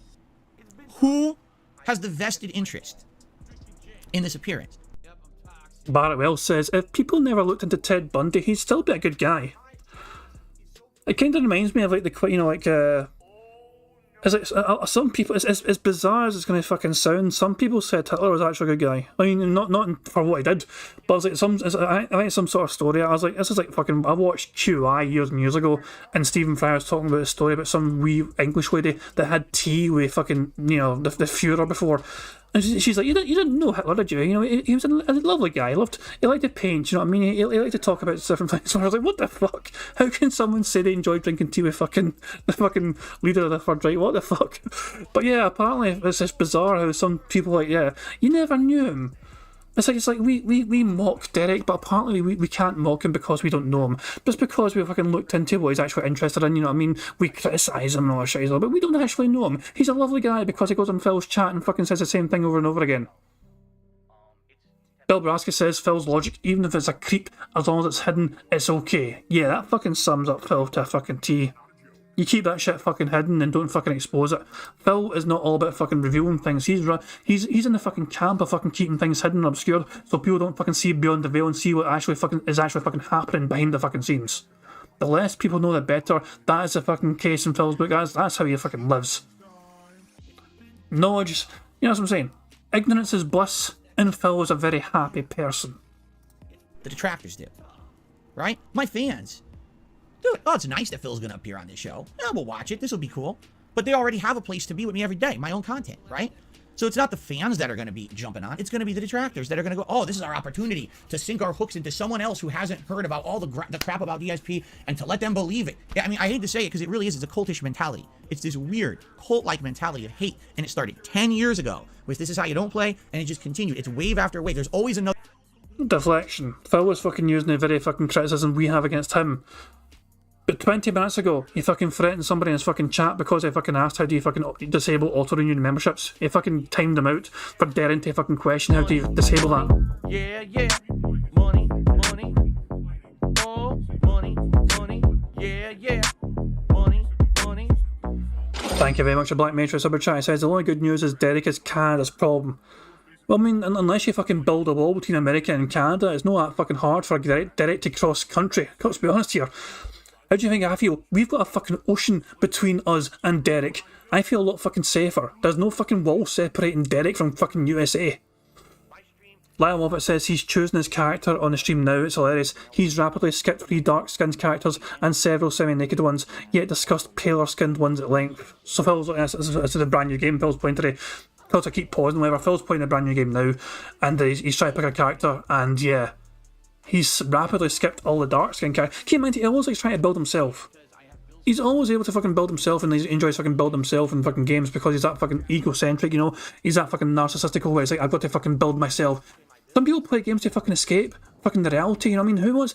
I know some people enjoy building themselves in a fucking game and playing the fucking game, but it's like, what the fuck? It's just, no, it's just fucking build something unique. Build something interesting. Build something fun, Bill, for fuck's sake. Another reason when one yeah, yeah. Money, money. Oh, money, money. Yeah, yeah. Money, money. Thank you very much for Profit per Super Chat. It says Snood lives down the street from Derek. If that is the case, then good God Almighty, Snood, just like, you know, just, I don't know, make sure all the women that you know around you fucking have some sort of special emergency whistle, you know, to alert the authorities in case Derek comes but nearby. Jesus Christ, man. No, Phil can bitch and whine all he fucking wants, but I'm not going to fucking apologise for fucking warning people about Derek. Fuck that. Fucking bitching and crying about misinformation, for fuck's sake, Phil. As long as you fucking ignore the social media side of things or whatever, Derek, you know, he's perfectly fucking... He's a lovely guy, as long as you don't fucking know him. As long as you don't fucking look at what he's interested in. Derek's a lovely fucking person, apparently.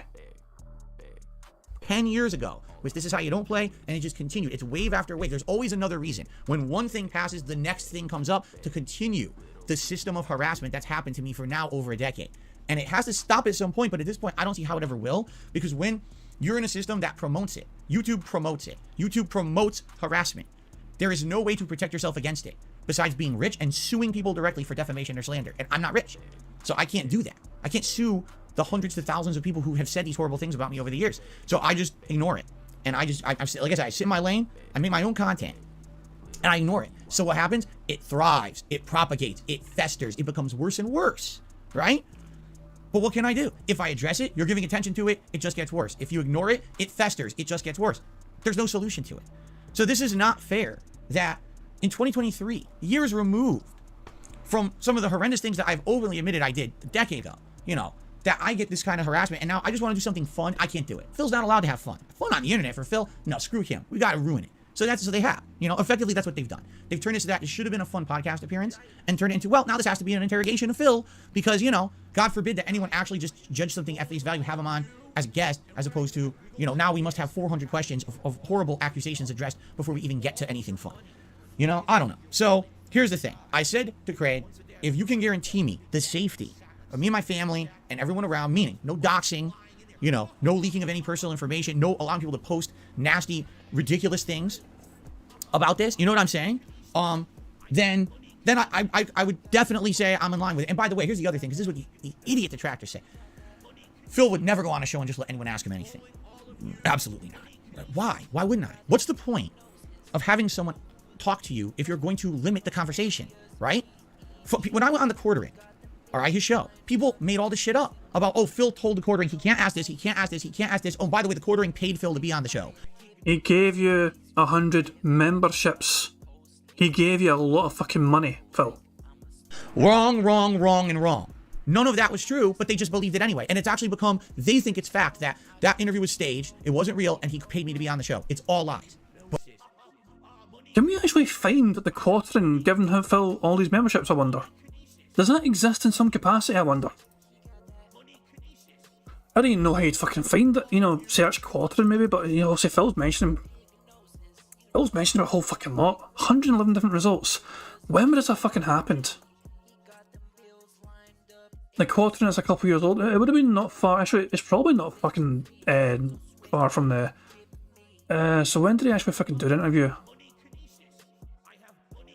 Interview the quartering, what did it? Quartering prior to the interview, the interview, blah blah blah. What's this? Is it here? alright, thank you, The Quartering, for clarifying all of that on your Twitter as well. I apologize for any confusion. No, that wasn't it. I don't think we're going to be able to find it, sadly. Was it 2020 if I can do it? I don't even know, man. How do you even fucking find that shit? I don't even know. I have no idea. Green YouTubers quartering, blah blah blah. After an interview, the quartering, good to see you. I got no idea. Nah, I'm gonna give up. I'm tapping out. I'm tapping out. Just we're going to yeah. It happened. It happens, but we can't find it right now. Pipe and go. But they think it's true because they're stupid. They talk themselves into believing things that aren't true, and then that's their truth that they then post all over the internet and benefit from. Clickbait views, money, ad revenue, contributions to propagate the hate. Right now, this very podcast is being rebroadcast by likely a dozen different people, all talking junk over it. Oh, hey, that's us. With their own viewers, where my content gives them content. That's true. Absolutely. I'm not going to deny that. Phil absolutely is giving us content because he's fucking saying a bunch of stupid shit and we're trying to debunk it. And look at my content. Is it toxic? And this is what I will say. Yeah, your content is usually quite fucking toxic. Yeah, you fucking threatened to ban a member because they fucking dared to ask, how do I cancel my auto-renewal membership? Say too. Because I'm going to stop talking about this in a second, but I got to get this off my chest. And again, I hope that Craig and the side scrollers people are watching this. Like, if Phil went away, like, tomorrow, if Phil fucked off tomorrow, yeah, that'd be fucking bad for detractors in terms of fucking trying to make content or whatever, because Phil would just be fucking gone. And there'd be a whole bunch of fucking, like, 20 different videos basically saying, where did Phil go? But all different sort of theories and fucking ideas and knowledge. Did they die? Did they fucking get a job? What the fuck? So yeah, naturally fucking detractors, we're thriving off Phil's fucking stupidity and toxicity. When he does stupid shit, it gives us things to make content about. It works that way. But Phil needs a fucking drama. He needs to be fucking talked about. He needs to be fucking have people talking about him, so there's interest in him. If nobody's talking about Phil, if nobody's shown any interest in Phil whatsoever, then things slow down for Phil. Look at February. February's an extremely fucking slow month for Phil. Why? Because fuck all happened in Phil's pathetic little fucking life. He made a fucking brand new React channel. It was a fucking rehash of his 10-year-old fucking channel. The Hate vlogs. It was a very slow month for Phil. It was his worst performing month on record as far as I can tell financially. And so what happens now? He's like, okay, I'm going to fucking say yes to this interview, say yes to whatever, and maybe get some attention back on me. Let's get people talking about Phil Burnell again. Let's bring all the fucking haters out. Let's get all the fucking people. Let's get some extra eyes on fucking both of us or whatever shit. You know, it's bullshit. Bill Brasky's saying his head naff, but if I win, donate to Jasper Danger. I completely forgot. I did not hear back from either Solomon or that other person that won. I need to give money to Jasper's Angels already for last bingo win because I didn't hear back from either of them. I completely forgot about it. We'll deal with that later on. If we get a full house back, Bill Brasky says if he wins, he wants his donated to Jasper's Angels. The fact of the matter is, though, obviously Phil keeps doing stupid shit, and as long as Phil keeps doing stupid shit, there's going to be people like me fucking talking about him. And obviously, a lot of other people like me talking about him as well. It's not just fucking me, of course, but there's so many different detractors out there. Some are just fucking learning about Phil now, and some are fucking been here for a long time with a lot of fucking background knowledge on Phil and his fucking dumbass antics. This is why he's a lol cow, because he's always continually doing some dumbass shit. If you want to know the truth about me and my content, watch some of it. You want to know the truth about Phil Burnell? Just stop fucking listening to him because he doesn't usually fucking tell the truth. There's one simple question which is innocent for most fucking people, but that would fucking break Phil Burnell if you ask him, and it's simply this: how did you and Kat meet? The most innocent potential fucking question you could ask someone who's happily married: how did you meet your wife? And he would be afraid to answer that, or he'd fucking come up with a fucking fake answer. And I don't mean watch the detractor montage, watch this guy who only critiques the negative things or whatever.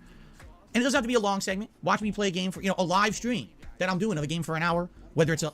Well, nobody wants to fucking watch a game and shit. It's boring as fuck. I would recommend a late night chill stream, only because the late night streams that I do are more relaxed. I have Those are worse. Those get fucking barely any attention. A lot more interaction with my smaller audience.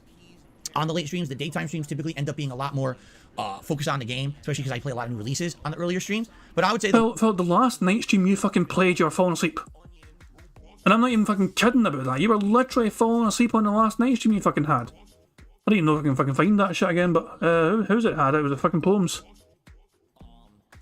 Was it Poems that had it, or was it fucking King of Goat? Hold on. He was literally falling asleep on the fucking night stream. That wasn't it. Was it Poems that had it? Hold on. Money, money, Yeah, that's Poems. Money, money, oh, money, money, yeah, money, money.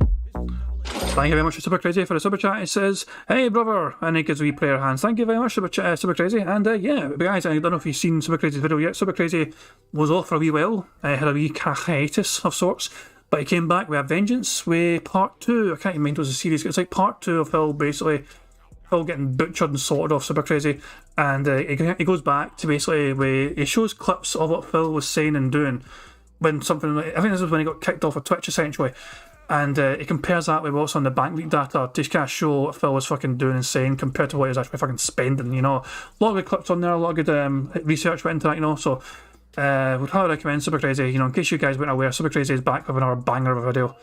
You know, absolutely just roasting Piggy alive for sure. But as I'm saying, Phil is asking for people to fucking check out his night streams. This is what happened on Phil's last fucking night stream, last night. 山並圭介と長倉新八は覆面の男とは思えない。新選組に入ってつかめた。せいぜいその程度だ。Yeah. He's fallen asleep on stream. Go to my night stream so you can fucking watch me fall asleep playing a boring ass game. Late night streams are the best ones. And I'm not saying you have to sit here and watch it for 2-3 for straight hours.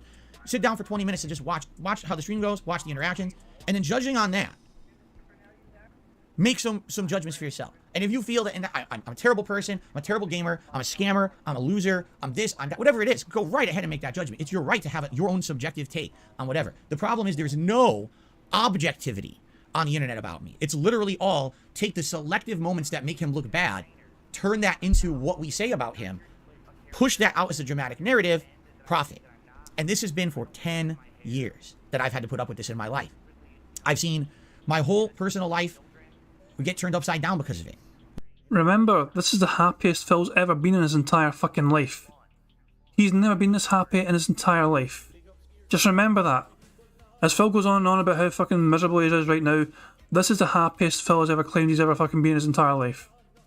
You know, things fall apart. Friendships, relationships. I can't even network with people. I can't even do co-streams with other people. I can't have co-op partners.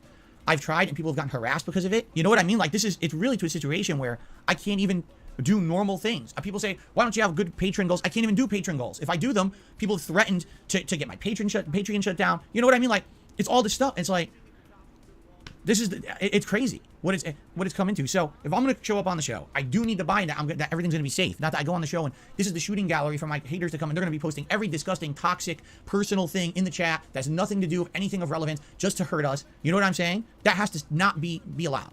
Okay, that's number one. All right, and number two, you know, I hate the fact that it's going to have to be an interrogation of me. I would rather have it be, let's talk about me for an hour, ask me whatever you want, I'll answer to the best of my ability.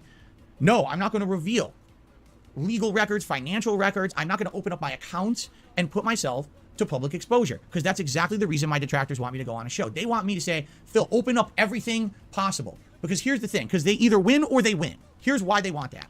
Reason number one, if I open up all my financials and I open up my phone and I open up my accounts and I show you things, maybe there's evidence, something there, that something they've said, all the horrendous things they've said about me, maybe one of them was true, and if they even get that 1 out of 1 million is correct, they've been right 100% all along. They've been justified in all the hatred and vitriol they've tossed at me during the years. That's what they're looking for. Okay? That's what they're looking for. Or, the flip side of this. Let's say, for example, nothing happens. There's nothing there because I'm telling the truth. What they will do is take the information now that they have, and they will harass me with it. And I will tell a story. I would like to tell a story on the show. I've told it here many times recently, and I'll just say the car repair story. That's all I'll say. And I'll tell that story on the show so people can maybe understand my perspective better on that show, okay? So, as of right now, as long as there is buy-in from the Side Scrollers guys, I would appear on the show probably around mid-March. We're still working out the details. I'm still trying to work to see if my setup will work with their streaming stuff that they do. And I guess what it's going to end up being is, yeah, it's going to be like an hour of me just answering questions to a new audience. I mean, yes, all my... Money, yeah, yeah. Money, money. Oh, money, money. Yeah, yeah. Money, money. Money, money. Yeah, yeah. Money, money. Oh, money, money. Yeah, yeah. Money, money. Thank you very much, first of all, to QuasarX, who Super Chat says, so what does he want? Because if people are still coming to this conclusion by themselves with detracting, it says something about him more than us. Yeah, that's what I'm thinking. You know, Phil's just fucking doing his absolute best to fucking deflect as best as he can. The fact of the fucking matter is that Phil has no fucking... Anytime Phil fucking tries to debunk what we are saying, it never comes with any evidence whatsoever.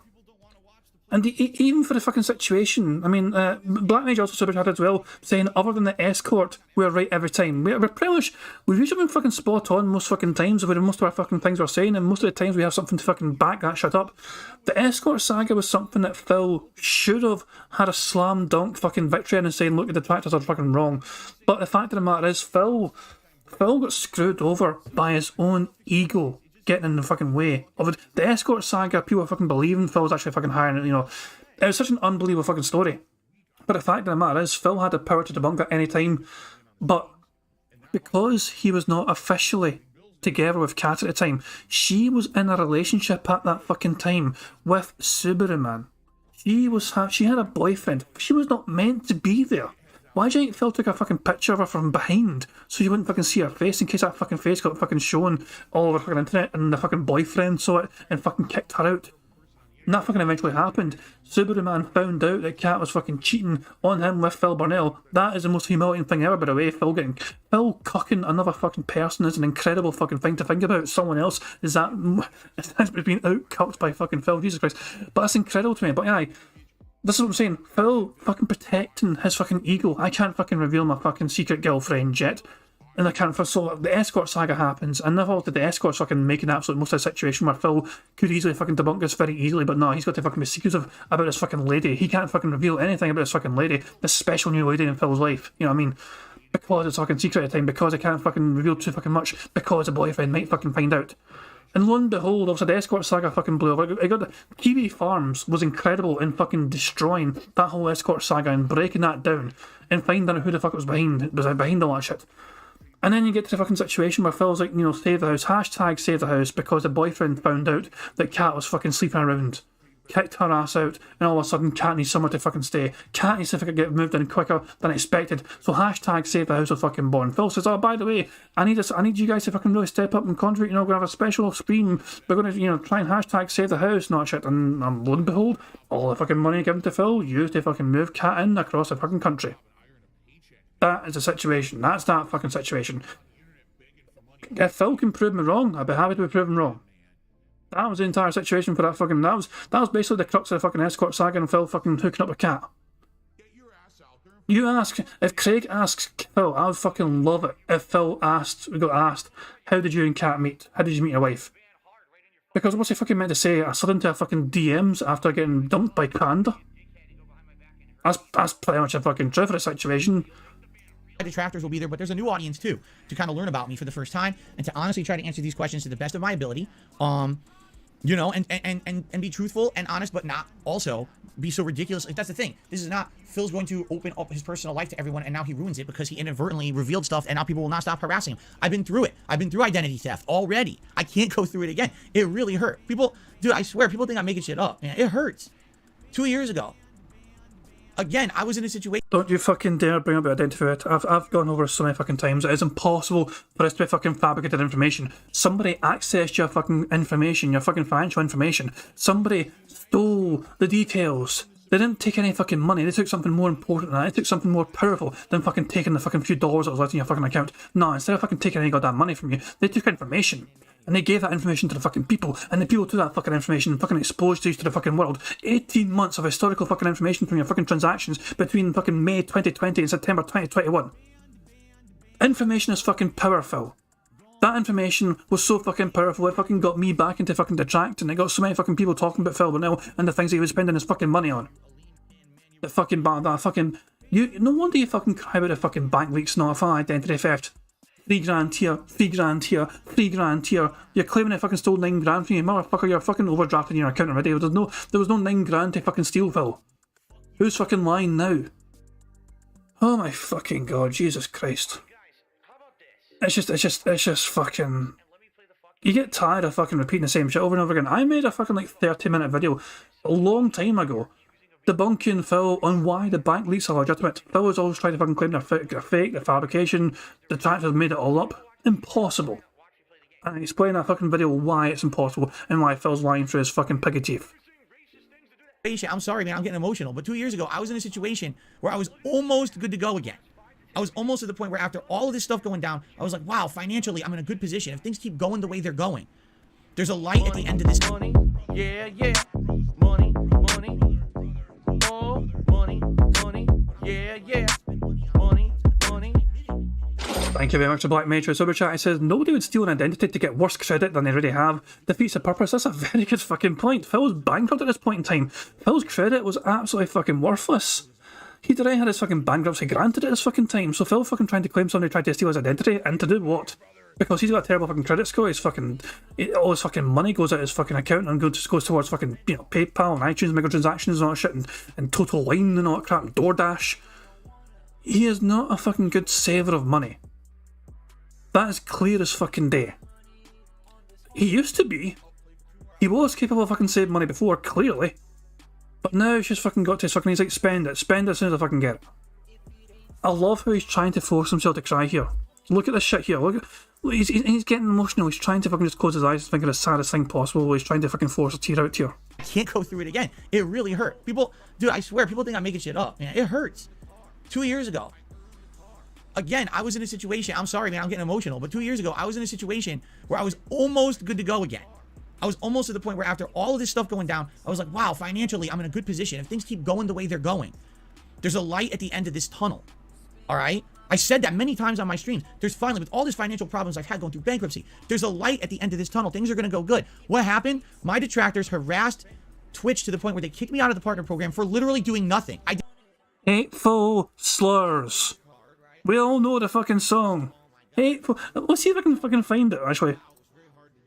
Can I fucking find it in this shit? No respect. Slow day. Where's Hateful Slurs?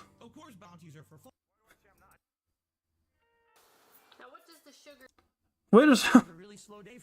I'm trying to find Hateful Slurs in the music playlist I've got saved here.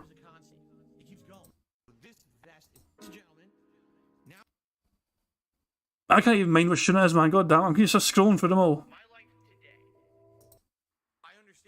Ah, which one is it? What's it called song? What's the Meerkat song called with Hateful Slurs in it?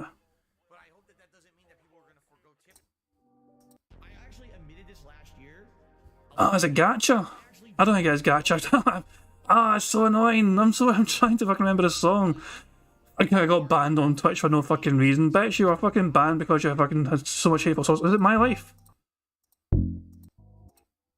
My Life, where is it? Fuck. Is that almost shit? Was that it there? No, it was fun. No respect, slow day, young cat, level 1, Dent King, Little Piggy, just... Italian Life! Is it Italian Life? Now what does the sugar do in the sauce? Adds sweetness, adds a contrast. I don't think it is Italian Life. Ah, fuck it, I'm fucking derailing, just trying to find this one fucking song. It would probably help if I fucking wasn't on random. I'm going through the fucking stream playlist I've got here, but it's on fucking random, so I fucking keep finding the same song over and over again. Ah, yeah. D-Dog says, if you had the Elgato Stream Deck one button that would just play, just saying, okay, yeah, if I had it set up that way, I'd have set it up first. Okay. Oh my fucking god. Phil doing his absolute best to fucking make himself cry. It's fucking hilarious as well. Look at him, he's trying to fucking shed a tear. Yeah, yeah. Money, money. Oh, money, money. Yeah, yeah. Money, money. Thank you very much to SCP Sophie for the super chat. It says, oh, looks like someone has tiny heart syndrome, aka a little bitch. you're allowed to put the whole word together, you know, Sophie. You're allowed to swear. I'm not gonna be shocked if you fucking type a swear word in the fucking super chat. I fucking swear like a goddamn sailor, for fuck's sake, so it's okay if you fucking swear in super chats. It's perfectly fine. I'm not gonna judge you for having a swear word in the super chat. It's perfectly okay. Fucking putting spaces in between. YouTube won't allow it in super chats. Super chats won't allow swears. Really? Oh, that's kind of shite. I didn't realise that. I'll kind of nullify most of my super chats in future, man, because I can't help but fucking swear. But thank you very much, Sophie, for the super chat. I do appreciate it. Even bitch, I didn't think bitch would fucking.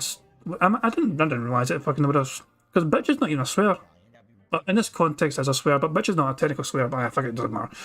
Anyway, Phil's doing his absolute best to make himself cry. Will he succeed in shedding a tear? Let's find out.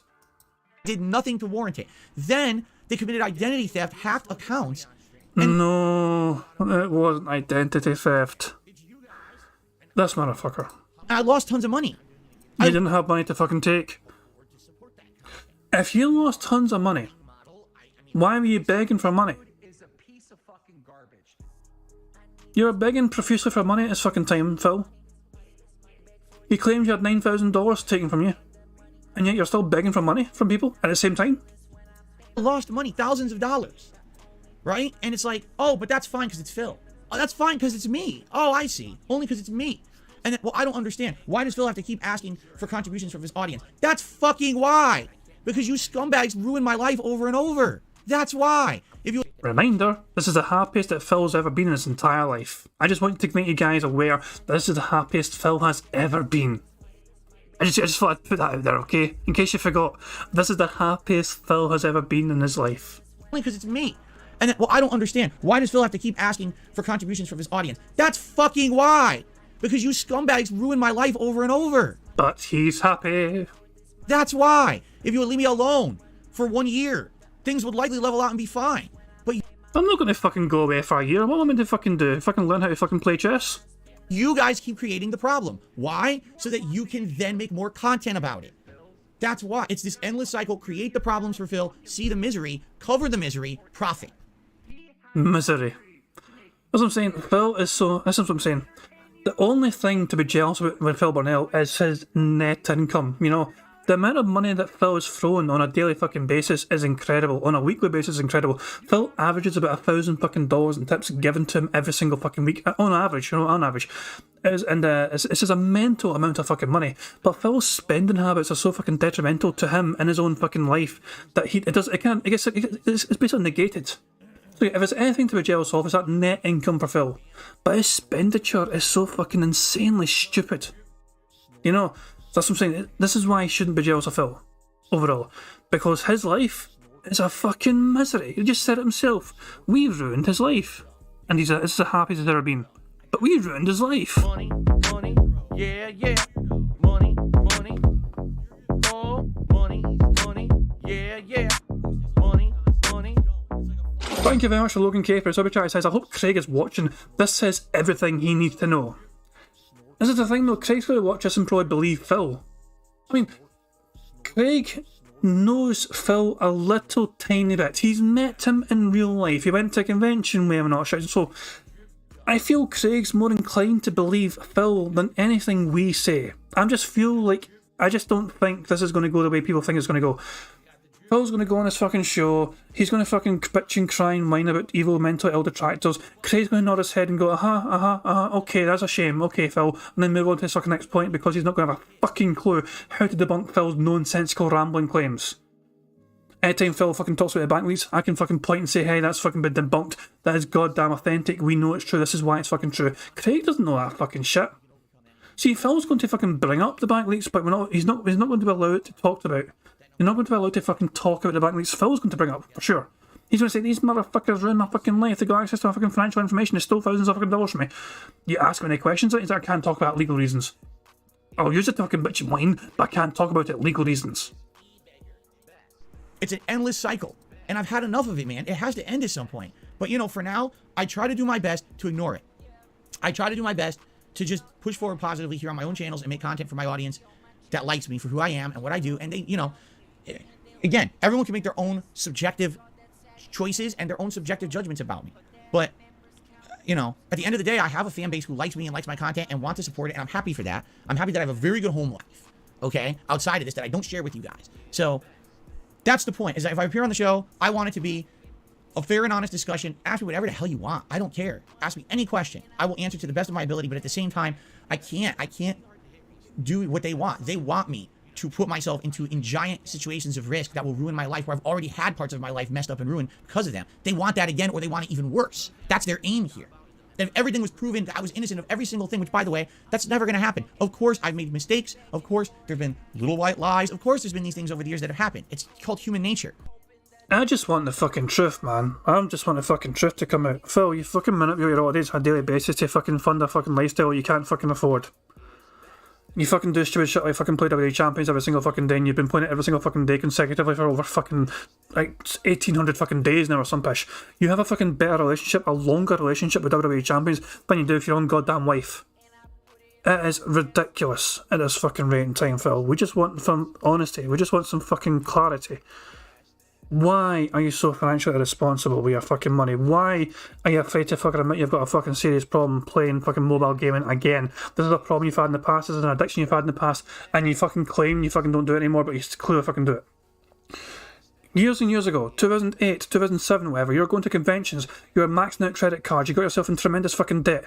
Machinima fucking saved you, and at the fucking time you said to your audience, guys, do yourself a fucking favour, never fucking get credit cards again, get yourself into that kind of fucking debt, because it'll fucking be impossible to fucking pay off unless you get fucking lucky like you fucking did and got a fucking Machinima fucking lucky break to pay it off.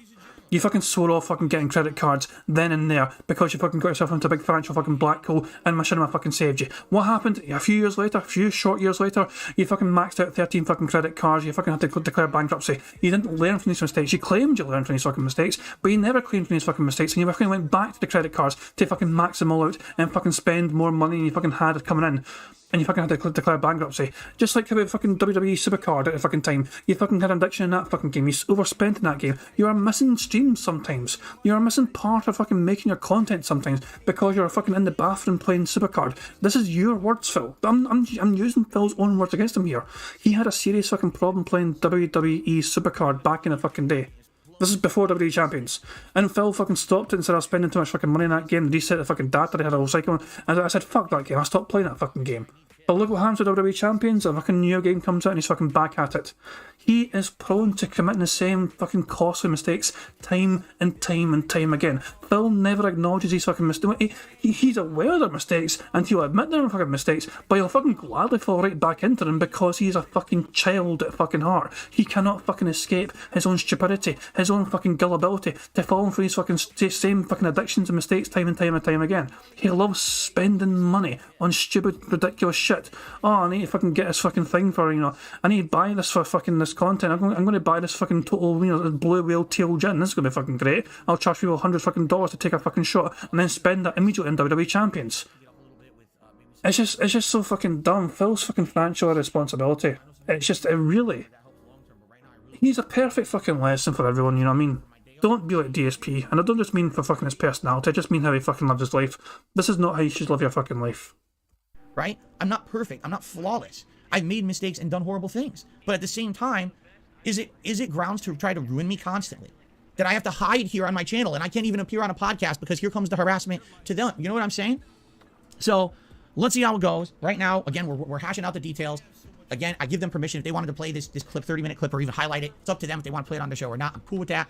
I'm actually looking forward to it. Now, here's the thing, and I do want to publicly apologize to the two people who I've been talking with over the last 4 months about possibly doing like a full-length kind of documentary style thing about me and having my input. This is not what this is, nor was this ever intending to be this. I never thought being invited on a Side Scrollers podcast and then all of a sudden now it's an interview.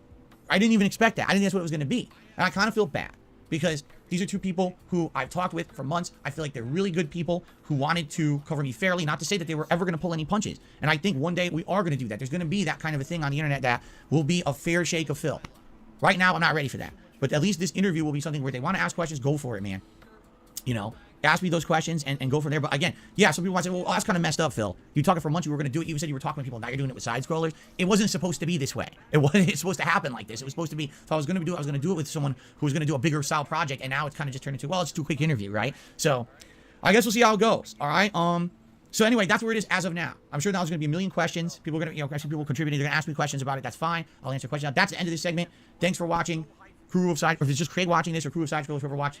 Thanks, and we'll see what happens. There you go. Okay, so that's that. That is that. Okay. Again, I'll let you guys know when I have more details about this. To actually concretely announce. I'm sure I'll be talking with Craig and crew in the next week or two to hammer it in. Their show is early, just so you guys know. Their show is early because they're broadcasting 9 to 11 a.m. Central Time. So that's like, wait, no, that's not true. It's 9 to 11 a.m. my time.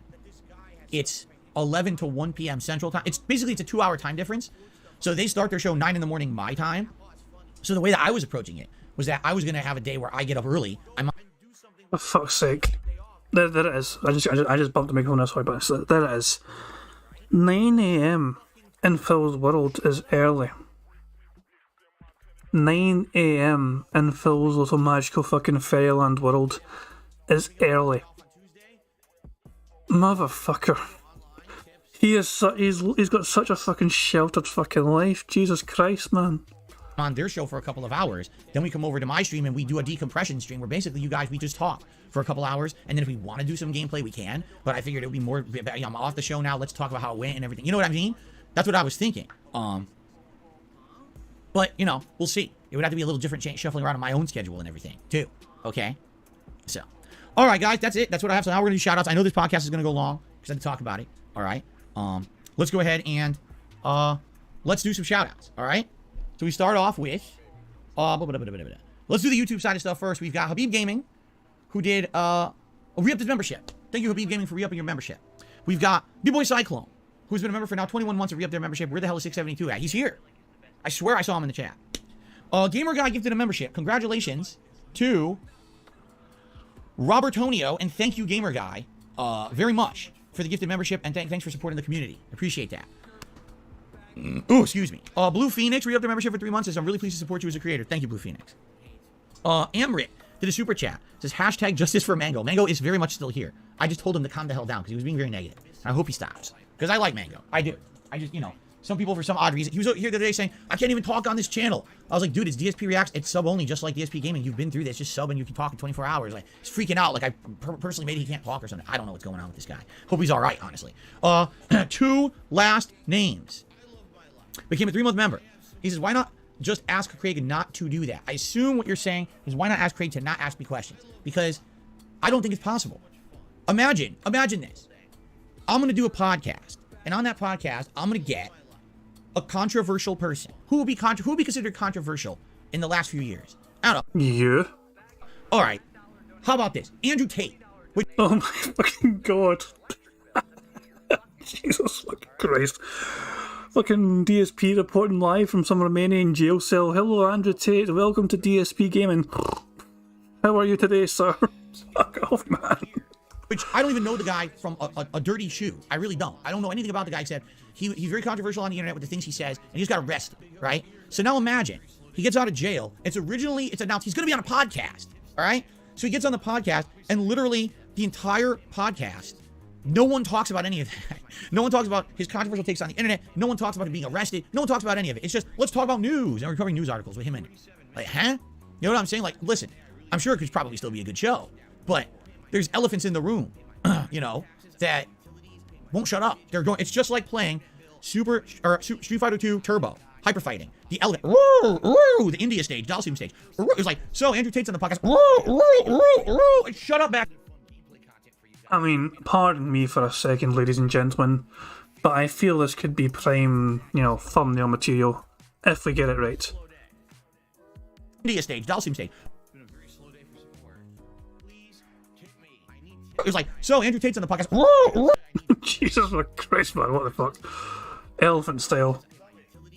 I might just do it at that. I might just fucking do it there. Here's Phil dancing. Here we go. Are you dancing? Are you asking? I am dancing. Okay, fuck it. Right, okay, 2 seconds. Let me just say this very quickly. Prophet says the elephant can hide behind Kit. You are an evil person, and I fucking love it. Sadly, we can't get his whole hand. It's cropped out, but it's a shame. I was hoping to get his whole fucking hand, but it's fucking short. So damn it. Right, and did I have I don't have it. Hold on 2 seconds. 2 seconds, guys. Bear with me here. Bear with me. This is a part of the stream where we fucking decide our fucking future thumbnail.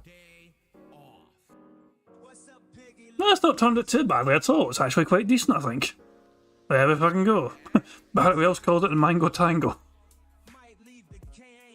Oh my fucking god. Jesus Christ, there we go. That's not too bad at all. Right, okay, back to the fucking bingo. We're very behind. Shut up back there, you stupid elephant. In fact, now that would be cool. On the Side Scroller Show. Oh my fucking god. D-Dog says, but Indian elephant style, is that the racism square? Did he actually say Indian elephant style? Hold on. You know what I'm saying? Like, listen, I'm sure it could probably still be a good show, but there's elephants in the room, you know, that won't shut up. They're going. It's just like playing Street Fighter 2 Turbo, hyper fighting. The elephant, the India stage, Dalsim stage. It's like, so Andrew Tate's on the podcast. Yeah. Money. Oh, money.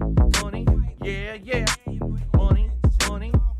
Thank you very much to Black Major Super Chat. It says, Phil clearly doesn't know what Tate's done, like DV and pimping. And also the stream will never end and Jan will never get to bed. We'll see who lasts fucking longer, you know. My will to fucking not fall asleep or fucking Phil burn out. I think I'll outlast Phil for stamina. Jesus Christ, thank you very much, Black Mage, for the super chat. I don't think we can say that as racism, because the stage was Daoism's stage, wasn't it? And it was based in India. Nah, as tempting as it is to fucking take off Centre Square for fucking racism, we can't say Phil's been racist yet. Not the word yet, though. Give it time.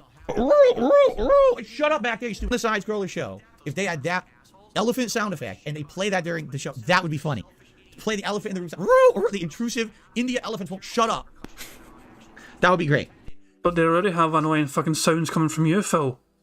I mean, surely that's enough. Okay. Anyway, so you see my point. If anyone's going to even do anything with me, it's kind of like they have to at least make an effort. And the thing is, let's be honest, I don't do interviews. I don't. I have answered every question right here on my show. Every question about all of the drama, literally every topic, has been addressed on this podcast, on a stream. It's all been addressed. 1,000,000%. The problem is people don't like the answers, because the answers are the truth, and people don't want the truth. They want, exposure of Phil to make him look bad so we can continue with our serious situation of negativity and drama. So when someone says, hey, you know, what's going on with this? And I answer honestly, they don't like that, so they ignore it. That's not true. It's fucking weird, because Phil fucking claims he's fucking dealt with it. No, Phil fucking has avoided the fucking answers to all the fucking things that we keep asking him. All the fucking drama. Phil has lied about a fucking lot of it as well. You guys could ask me what I'm doing tomorrow, in case you're fucking, what am I doing tomorrow? I'm gonna fucking go out and I'm probably gonna go watch some fucking football. That's what I'm fucking doing tomorrow. Soccer for you fucking Americans. But yeah, I'm gonna go and watch for some fucking football tomorrow. That's a simple enough question and answer. That's it, fucking sorted. You guys know what I'm fucking doing. Phil will fucking refuse to fucking answer, or he'll fucking lie about it, and you can fucking know he's lying. It's just so fucking... I just fucking love this bullshit from him. It's incredible.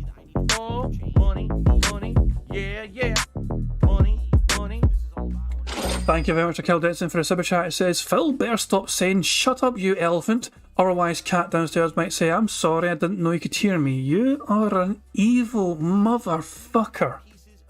I love it. Don't stop. It's just... You're so fucking mean, and it's fucking wonderful. Jesus fucking Christ, man. Oh, Jesus Christ. Oh, for fuck's sake, now, Phil. I think it's fair to say Phil's fucking broke me tonight, man. Jesus Christ.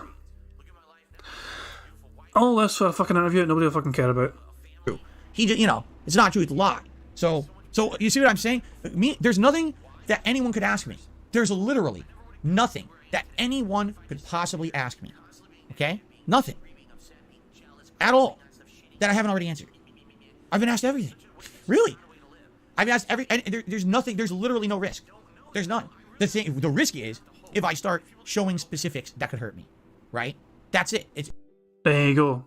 Phil was never going to prove the things that he's saying.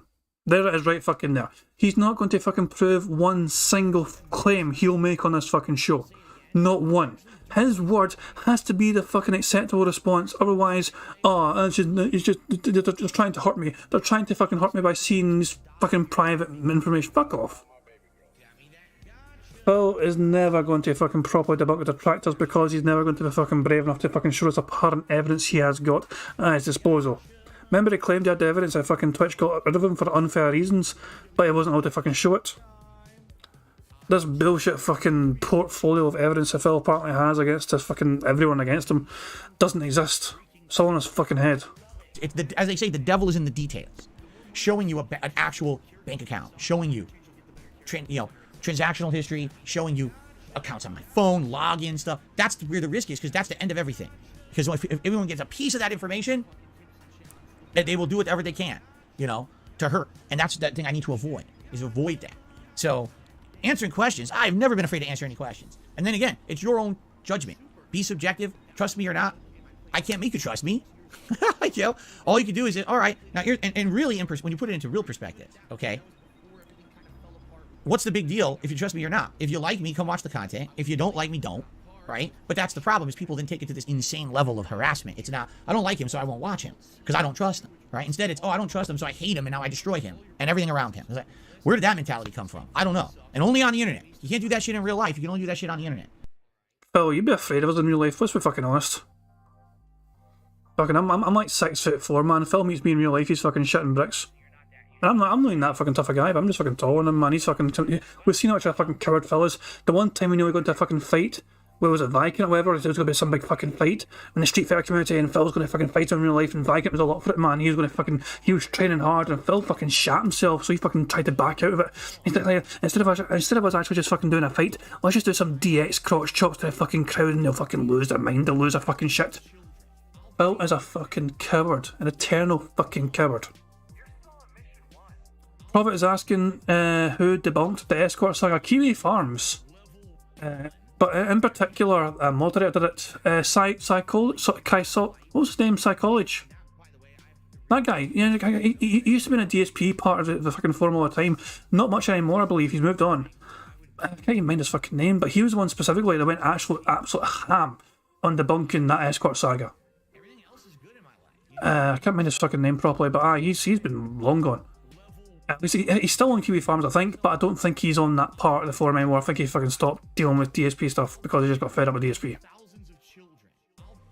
Oh, Prophet says, I know, but Phil won't answer that question. That's a good fucking point, yeah. Phil would fucking claim, the truth came out in the end and people saw the detractors were all lying. He would spin it any fucking way he could to fucking make himself and make us look fucking evil. Just so happens, my business is on the internet.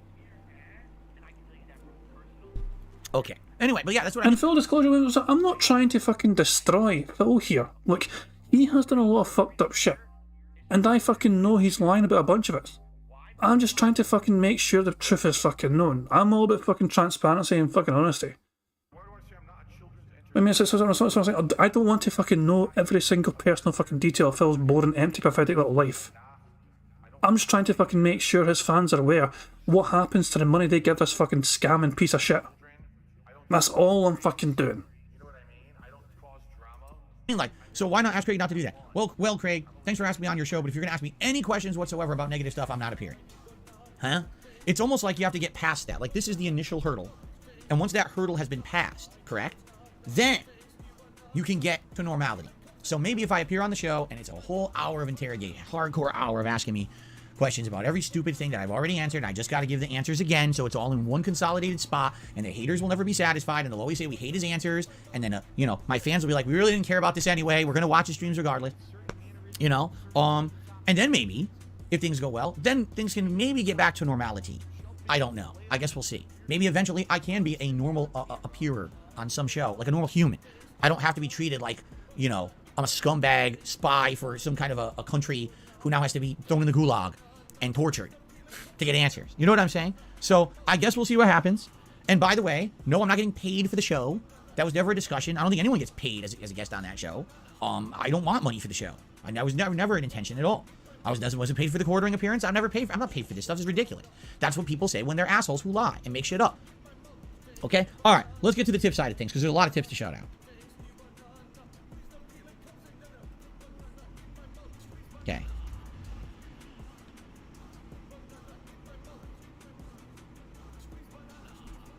Okay, so I received a $30 tip from Game Tracker this morning. Actually, it was overnight. My bad. It was actually an overnight tip. He'd done it, I guess, this morning. Thank you, Game Tracker. Let's get your animation. Let's get you up on the leaderboard. It's the first contribution. Sorry this podcast is so long, guys, but you knew this was going to happen. Don't worry. We're playing Wolong all day long. Okay? Okay. So. Thank you for the $30 tip, Game Tracker. What does he have to say? Wolong Fallen Dynasty, more like Will Moses. Fallen DSP. Oh my God, the Will Moses moniker. Oh. That's a weird one.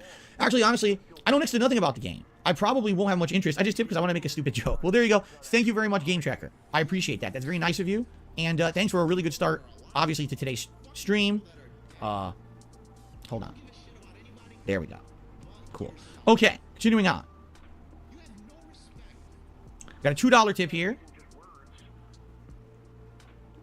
Can we get rid of all the Baxters in chat? They're annoying. 672 is much better than all Baxters. Wow. Honestly, I don't know where the Baxter meme came from. Can anyone ever... No one can ever explain these memes to me. So there's a bunch of people who just put the name Baxter. I don't even know what it's from. Is it anything from me? Or is it just something that appeared? Is it something from detractors? You know, I don't know what it is. I have no idea. Nor I don't know why people, where it actually originated from, or where does it come from?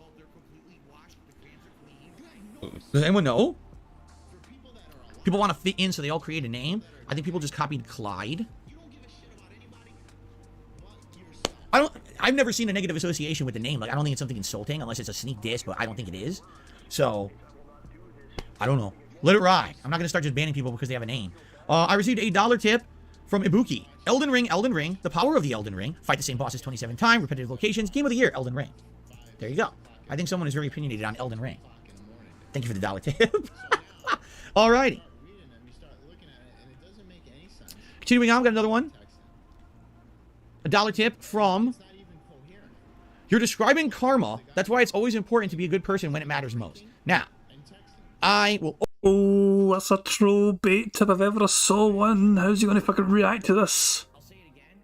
Oh, this is what beautiful. He's going to fucking lose his fucking shit over us. Hold on, let's just soak this in. Let's just enjoy this.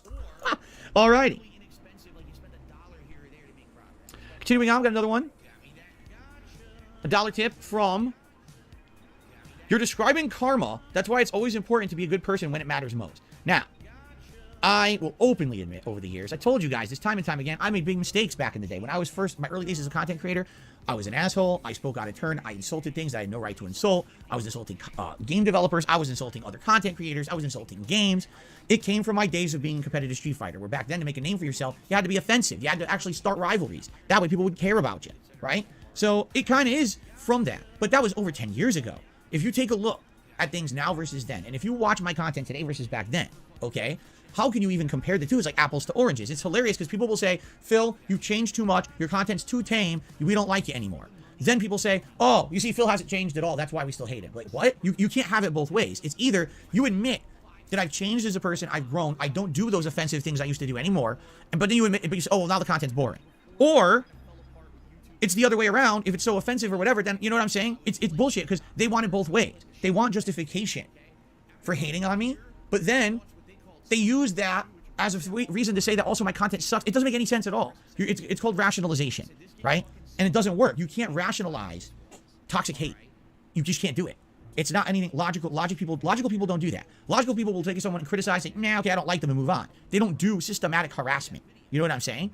So you want to talk about karma? Sure, absolutely. In the Street Fighter community, I did awful things. Karma. Sure, my early days as a YouTuber, I did some really dumb, awful things. Karma. But when you're talking about the last 5+ years, I don't even know how you can even reasonably say that any of the stuff that's happened to me could be karma when I've really tried to change for the better, listening to your feedback actively. You know, I want to be a better person. I don't think that I hope I've become a better person. And I think it's an ongoing thing, right? And self-improvement is always an ongoing thing. You're never perfect. So you always got to try to improve a little more, right? But I don't see how that justifies what happens to me today. All I want to do is go on a podcast. Within 24 hours of the announcement, it's now got to be an interrogation session because everyone is spreading misinformation. But you see, oh, by the way, the point I was making about Derek earlier, but you see the point? Already there's insane misinformation about me being fed to these guys. It's completely wrong. It's all wrong shit. It's, you know, oh, Derek is a giant whale of Phil's. So we went and we harassed him and we found all these horrible things. He's literally he's not a financial contributor at all. He's just someone who talks on stream. And people actually went out there and bullied him. How the fuck is that fair? If anything, the last thing you would want to bring up is him, because it makes you and your detractor community look awful. But you're so stupid and up your own ass, you don't realize that. You would want to not touch that with a 10-foot pole because you realize harassing a random viewer is not the way to prove your point about anything. Anyway, let's continue. I got a $10 tip from CM Fool. I'm sorry I haven't been around lately. I've been trying to unite the Quiet Man community to join me in saying hashtag #4HasSpoken movement to get you to play Forspoken. It's been hard going with holdout and splinter groups of the Quiet Man community fighting both tooth and nail against me. So far, I've won 62% of them. So he's trying to get people to get me to play Forspoken. Oh, Lord. I don't know if that's ever going to happen. Thank you, CM Fool, for the $10 tip. I appreciate that.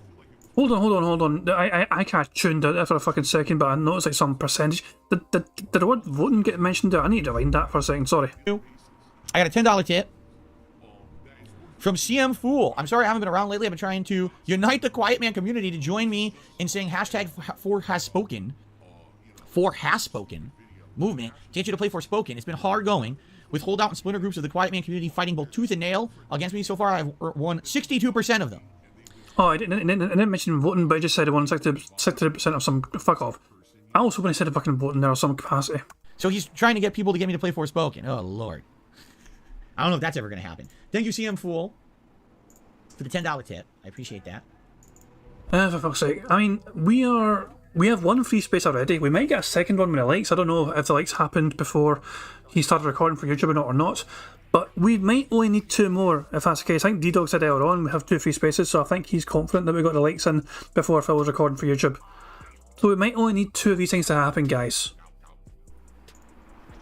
Alright. Hooey. Alright, let's continue. Let's do a $1 tip here.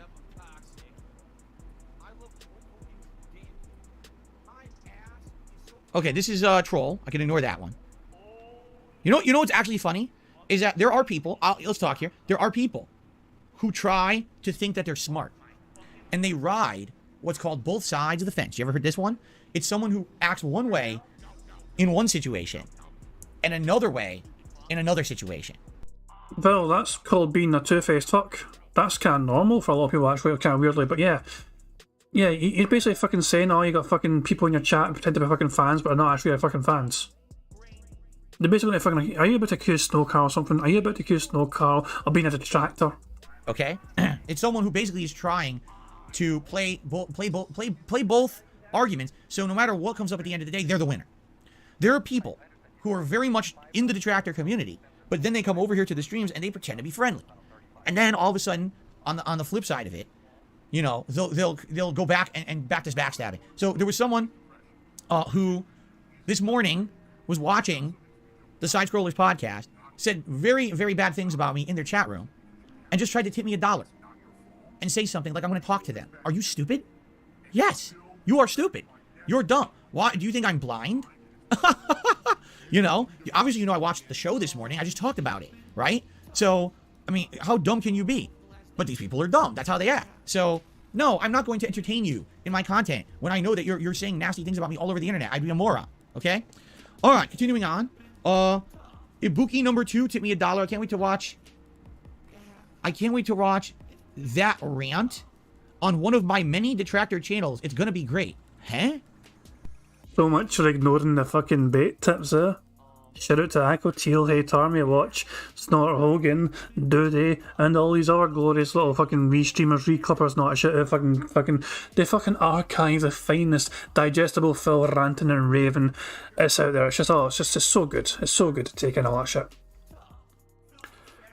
That's great. I mean, I just love it, Phil. He wouldn't have read that fucking super chat if he'd read it properly first time, but because he's so fucking blind, he's fucking moving his wee face closer to the fucking screen to try and read it properly, and then he fucking realises right at the fucking end, oh, it's a fucking troll tip. I don't know. Maybe someone is saying they tried to get me to say something and I did, so now they're gonna watch it on a detractor. Yeah, you fucking absolutely. Were you fucking tuned out? Were you not fucking turned on? Were you on autopilot for your unhinged fucking rant about 10 minutes ago? It's like his fucking memory holder already or something, Push. What the fuck? You know, I don't care. Good for you. Doesn't make any sense. Next one. $4.20 tip. Horntins says, help me, Dad. I'm stuck in the non-existent attic. Jokes aside, this is actually Radical Jaws. Your lighting looks nice today. Yeah, I don't know. I guess there was a weird filter. I didn't even know this was on. Look at this. Hold on. Watch this. I guess this was on, and I turned it off. Do you guys think this looks better? I didn't even know this filter was on. I had no idea that filter was on. I don't know why it was on. You like it better without the filter, correct? The pure color? Yeah, I don't know what happened. I don't even know how that turned on because I don't know. I'm confused. As long as you guys don't think this looks oversaturated. Now people are saying the filter looks better. The filter is bad. People can't agree. I did at some point make a filter. Here's what I think happened. I could be wrong. I think what happened was, okay, so I originally got this webcam, but I didn't have any of this lighting, right? None of it. I didn't have I didn't have the ring light, and I didn't have the backlight. So I didn't look good. And then I used this filter. Okay. But now I fucked it up. What did I do? Then I used it. Then I used this filter. And it made it look better. Okay. But then I added all of this new lighting. All right. And when I added all of the lighting, I left the filter on. Unbeknownst to me, if I take the filter off, there's tons more color. But the question is, what do you prefer? Do you want more color saturation or less? Right? It's up to you. If you like the color, we'll keep this. I'm okay with this. All right? It looks better without the filter. The saturation of color looks better. More color. More color. Everyone it says they want the color. All right. We'll leave it like this then. It's weird, the stuff that happens here. And then you know, remember I told you guys, a lot of people were like, there was something to do with brightness. That everyone always said, for some reason, my streams look dark. The gameplay, only the gameplay, looked dark. And we couldn't figure this out. And then come to find out, I had a filter on my capture device for like 4 years that made it dark. I was like, huh? So I unclicked it, and then it was found. When did I even add this? I don't remember ever adding this filter. And I just on a whim check, and there it is. And I uncheck it, and everyone's all looks better now, right? I don't know. It's weird stuff. Thank you, Radical Jaws, for the $4.20 tip. Okay. This is hilarious. Here we go again. $1 tip. I literally just addressed this. I'll reiterate myself. It's your word against theirs. Hard evidence would end all of this. Why not show anything that will back up your word? Because they have created their narrative in a very specific way. They had years to work on this. This isn't like they just came up with this overnight. This is a narrative that has been built in a specific way for years. So that now they think they've backed me into this corner. That if to prove my innocence, would have to reveal something. But if I reveal it, it could still be used to hurt me, right? Right? And I've already explained. If I were to open up my phone at all, and you see anything on my screen, any of that is potential. That they could now try to hack, harass, mess with my life. If they see a login that I use for anything on my phone, oh, that's it. And see what I'm saying? Any of that. Any information about a financial institution, about anything, you know, any little piece like that. And the thing is, that's what they want. They won't accept it. And then on top of all of that, all right, on top of all of that, if I did provide it, it would either be, oh, you see, well, Phil fabricated it, or he changed it just in time for this, so that now he looks okay. It doesn't matter. These people are not looking for any answer that will prove me innocent. If anything happens that would say, here's the definitive evidence that I'm innocent, they wouldn't care. It would be what we said over the years. It's called moving the goalpost. They will go on to the next thing. All right, well then. No, if Phil managed to actually conclusively prove that he was fucking right all along, I'd fucking hold my hands up to it and say, okay, we got it fucking wrong. I'd fucking apologise.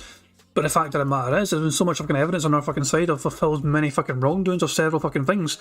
You know what I mean? He has no leg to stand on. Money, oh, money, yeah, money.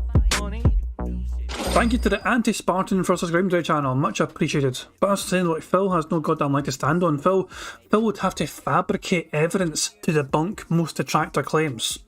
Bank leaks and WWE champions are the two prime examples of what Phil would have to fabricate to try and prove his innocence, because there is such a wealth of information and evidence at a detractor's disposal to prove the things that we are saying. Phil would actually have to fucking create something and fabricate something to show and prove that it's not actually fucking him. Just the WWE champion thing would actually be fucking very easy for Phil to debunk, technically. Just fucking show a random fucking phone, like show Cat's fucking phone with a fucking game on the fucking screen. See, I have the game still on my phone, but it's just not my fuck off.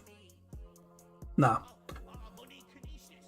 It's just incredible. The amount of evidence we have at our disposal, we presented for people to fucking do with what they want. People can fucking choose to believe the things we're fucking saying, and with all the evidence we fucking show, or they fucking choose not to fucking believe it. It is up to fucking people to fucking decide what they want with the things that we're fucking claiming, but we usually fucking try and show all the evidence we lay out for fucking people to just fucking take in and make up their own goddamn minds. For Phil, though, he is not going to do anything like that. He's basically going to fucking rant and rave and whine and bitch and fucking moan, and yet for evidence, what fucking evidence? He's just going to fucking have his word, and that's all it's going to fucking... He's going to basically say, demand and take my word for it, or else you're fucking mentally ill and you believe the evil detractors. And all there are mountains of fucking evidence against him. What about this horrible thing and this horrible thing? That's how they are. They've only done this every single time. You know what I'm saying? For the last 10 years. At first, it was, this is how you don't play. Then it was, first it was Phil's a bad gamer, then it was Phil's a bad person. Then it was, you know, Phil doesn't deserve the success he has because he's lazy. Let's do all these horrible things to him. Then when I lose all my money because they destroy my YouTube channel, then it's, oh, you see, now Phil's lying about this and lying about that. It's on to the next. It's on to the next. It's on to the next. It's always on to the next thing with these people. I've been through this for 10 years. You see? 10 years. It's not like this has been, oh, I'm just getting exposure to it now. It's a 10-year process of the same thing happening over and over. So the whole point is, the few times in history when there has been definitive evidence that what they say is wrong, they pretend like the situation didn't exist and they move on from it and move on to the next horrible thing. So there's no point. That's the point. Why ruin my own life and my family's life in order to disprove one piece of what they're saying just for there to be 10 more, and then they continue the harassment, right? Okay. I got another dollar tip here. Komi-san claims, I am demeaning. Here's a new one. Money, money, yeah, yeah. Money, money. Oh, money, money, yeah, yeah. Money, money. Thank you very much for Snood for the super chat. He says, if the things we said aren't true, why would we have such a massive community of haters? According to Phil, it's because we're all evil, mentally ill, motherfucking lying bastards or something. I don't know. It's just crazy to me. Look, it's bizarre why there are so many, and we outnumber Phil's fucking, you know, pathetic little, you know, plethora of deadheads like fucking 10 to 1 or something. It's fucking mental. It's weird to me what attracts people like us to fucking roasting little piggy over here. It feels like some sort of moral fucking cause to like fucking try and debunk his nonsensical claims and try and just fucking educate people on why he's a fucking toxic piece of shit. That's kind of fucking that's why I'm in it pretty much, you know what I mean? Time thinks I'm like 100 to 1. It could fucking be actually, you know, I mean, I'll be generous, I guess.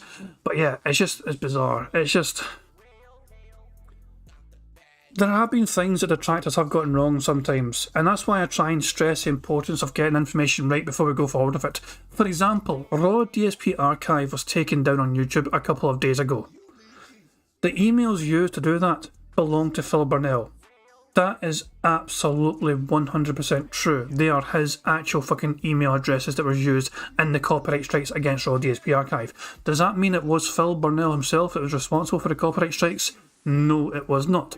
However, because it was his details that was used, that means that he would have been made aware of his details being used in this manner. He would have got some sort of notification from YouTube about this fucking happening, which means he is aware of raw DSP archive being targeted and striked against, and he was absolutely fucking knowledgeable of this happening and yet chose to do nothing about it.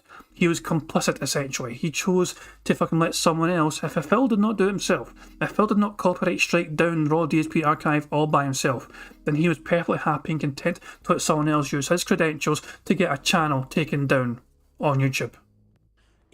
That is all factual information. Now, I'm not fucking saying DSP did this or DSP did that, but the facts of the matter just laid out there for all to fucking see.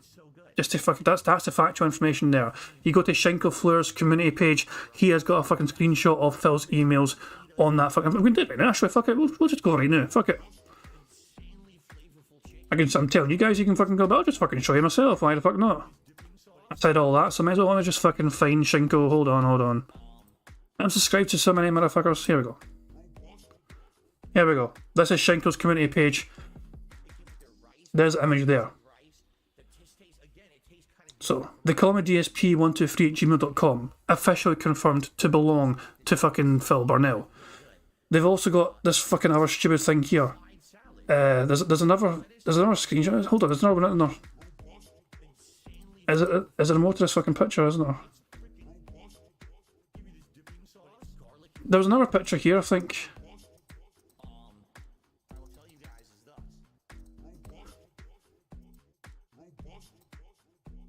I'm just kind of wondering, some of these screenshots get fucking cropped. That's the thing. It's annoying because the bigger screenshot also has the fucking vlog and email address as well. Friends asking which email is that. Phil's. This is one of Phil's email addresses. He has used this before. This is Phil's Gmail address.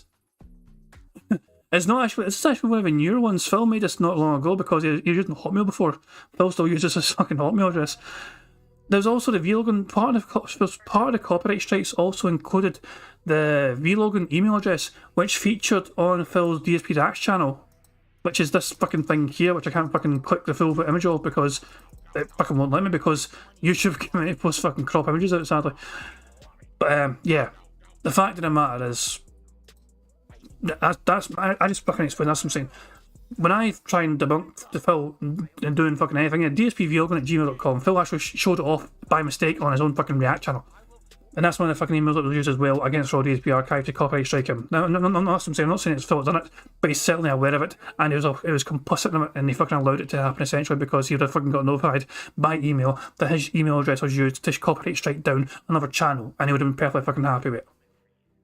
So either he did it himself, or he fucking allowed it to fucking happen on his fucking watch and did nothing about it. Okay. I got another dollar tip here. Komi-san claims, I am demeaning. Here's a new one. You say you don't deserve hate, but you're demeaning to Japanese culture. Every time you play any kind of JRPG and you assume all of Japan is waifus and no life, stop playing dumb. I keep telling you this, like.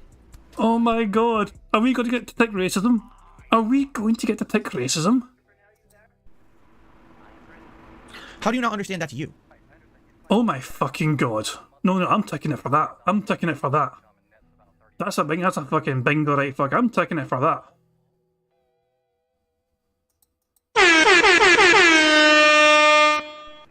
I challenge you. I absolutely challenge you. Find a moment in any of my content where I said, literally, everyone in Japan is like that. Challenge you. No. Is it part of their culture? Yes. Am I critical of that part of their culture? Yes. Do I have a right to my opinion? Yes. Does anyone have a right to disagree with that opinion? Yes. Does anyone have a right to harass me and my family and try to ruin my life because I have an opinion? Oops. I can't say yes again. Do you see the point I'm making? No, I need to. Guys, I need to. That face right fucking there. Right to the fucking end there. Hold on. You hold that fucking face for a fucking second. There we fucking go. Bear with me, ladies and gentlemen. Thumbnail search is on. Don't mind me, just trying to get a good thumbnail for my future fucking content. 2 seconds. Hold on. Bear with me. The good thing is I've got the thing open still, you know what I mean? So it shouldn't take too fucking long to see how well this turns out. Yeah, it worked out quite fucking well. Fucking god, Jesus Christ. Fantastic. On with the fucking show, on with the fucking bingo. We are technically one away from a full house. Oops, I can't say yes again. Do you see the point I'm making?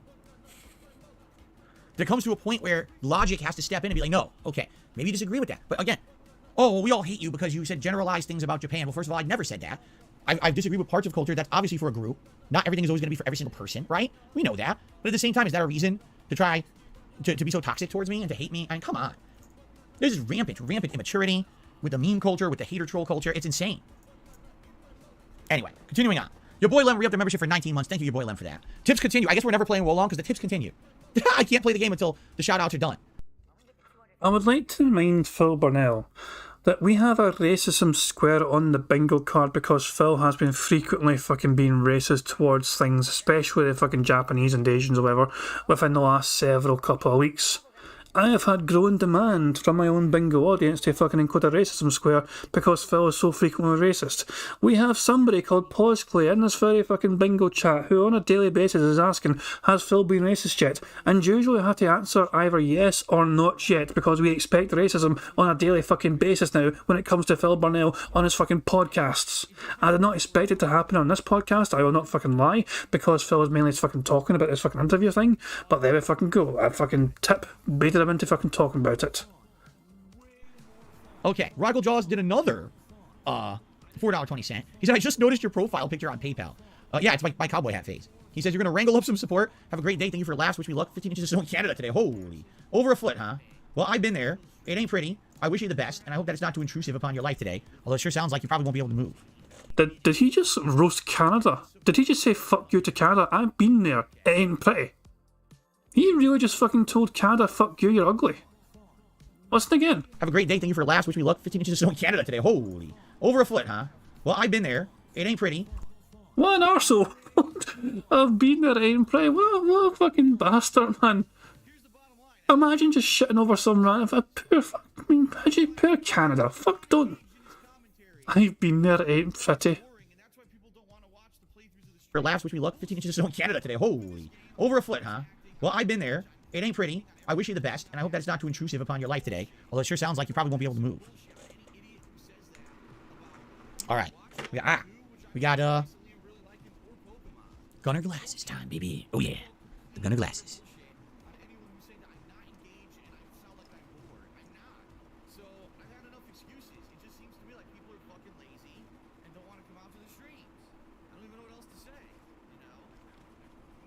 I didn't give you bubbles. Did we hit? I haven't looked at lights yet. Did we hit bubble time? Is it bubble time? 2 free spaces, ladies and gentlemen. We have the burp free space and bubbles. We only need one of these 3 things to happen. And by the way, we have 2 new members, so we can go up and say we're at 379. Remember I said, hey, we do daily goals now. Let's try to hit 385 today. Well, we're at 379. We already got some good progress. Thank you, guys. If we hit 385 today, being that it's a new release day, that'd be spectacular. Thank you for that. Our bubbles. It's bubbles. 100 likes. Thank you for the support on the stream so far, everyone. I appreciate it. And by the way, I will say this, regardless of how the podcast goes, regardless of anything, that Side Scroller podcast is pretty good. I've been watching it for like 2 weeks now. I really like it. I suggest you all give it a watch. All right? If you don't like it, you don't like it. But I want to support people who I feel are genuine, who are true to their passion for something. And I feel Craig is definitely one of those people. And the entire time I've known him, he's a very passionate guy about games, the gaming community, and all of that. And I think that he just deserves, some good attention on the stuff he does. Go check out his podcast. If you don't like it, it's fine. Like I said, he's from Texas. Take that as you will. So there's going to be some people on the show talking about, various topics. I think you can figure them out. Okay. Here we go. What the? It was a messy one. It went everywhere. Here you go. I should tell everyone there's a 24-hour wait. So, we have over 500 viewers. Perhaps some of you are newcomers to the channel. I don't know if you are. If you are, you cannot talk in chat or do comments for 24 hours. Why? Because there's a sub-only mode. Simply because trolling. I mean, the level of trolling I get, if I didn't have sub-only mode, it would be pretty bad. We originally didn't have it, and the entire chat was just nonstop, these idiots spamming insane, disgusting stuff. It was not fun for anyone. So sub-only mode's in effect. It is a 24-hour. Yeah, yeah. Money, money. Oh, money, money. Yeah, yeah. Money, money. Thank you very much to Brad Burney for the super chat. It says, props to everyone who has been here for the past 4 fucking hours. Have I really been online for fucking 4 hours and 20 goddamn fucking minutes? Jesus fucking Christ. Good job it's a Friday. Yeah, fucking no kidding. Thank fuck it's a Friday. Also, sorry Jad for the missing penny. Please don't interrogate me. Where the fuck's the extra fucking penny? I wanted £5 fucking and you fucking give me £4.99. The fuck am I meant to do with £4.99 fucking pence? At least we have fucking 5, or I could have a crisp £5 note from it. £4.99 pence. I'm going to fucking get out the fucking 2 pence pieces and the 1 pence pieces to fucking make up all that change. For fuck's sake. Of course, I'm only kidding on. It's all digital these days. So thank you very much, Brad Bunny, for the super chat. I appreciate it. And yeah, I'm sorry, guys, as it's gone on for so long. I did not intend for this to be a fucking lengthy podcast. I know Phil went on longer than usual, but I'm never usually fucking doing it as fucking long. But at least I thank fuck it's a Friday. Jesus Christ. Let's get on with the show, because I'm sure we're nearing the end. We're nearing the end, I assume now, and we're very close to a full house here. We are 1 away. We have the free space because of the bubbles and the free space because of the burps. We only need one of these 3 things to happen, guys, and we are winning full house bingo, and it would have been worth the fucking 4 hours of fucking waiting. Chat was just nonstop, these idiots spamming insane, disgusting stuff. It was not fun for anyone. So sub-only mode's in effect. It is a 24-hour. If you sub for 24 hours, then you can chat, and you're welcome to come in here and be a part of the community. Everyone is welcome on DSP Gaming. Always have been. All right, we're still going. $1 tip. We're never gonna get to the game. See, this is correct. Someone tipped $1 says, you have to understand it's your word against the trolls. Correct. The viewers during the interview won't know who to believe because they don't know you as a creator. Correct. That's fair to assume. Correct. That's all correct. Yep. I don't have anything else to say. That's all correct. 1,000,000%. Thank you for the tip.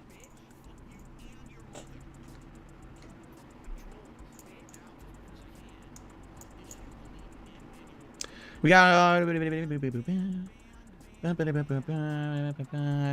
talking about. This is funny. Someone tipped $1 and says, you call people idiots when they ask about an interview. Now you have one in the cards. You've been working on it for weeks. It's hard to understand you. It's mental gymnastics. If anything that I just explained to you on the show is mental gymnastics, okay? Mental gymnastics for you. I think maybe you need to work out your brain a little harder. Maybe, perhaps, you need to flex your thinking. I don't know how exactly you would do that. Maybe do some Sudoku or something. I don't know. But, I don't know. I don't know how else to respond to that. I literally just explained the whole situation. It sounds like someone was either going like this, neener, neener, neener, I don't hear what, I can't hear you. Or, you just hear what you want to hear. I don't know what else to say. Another $1 tip came in. Holy moly.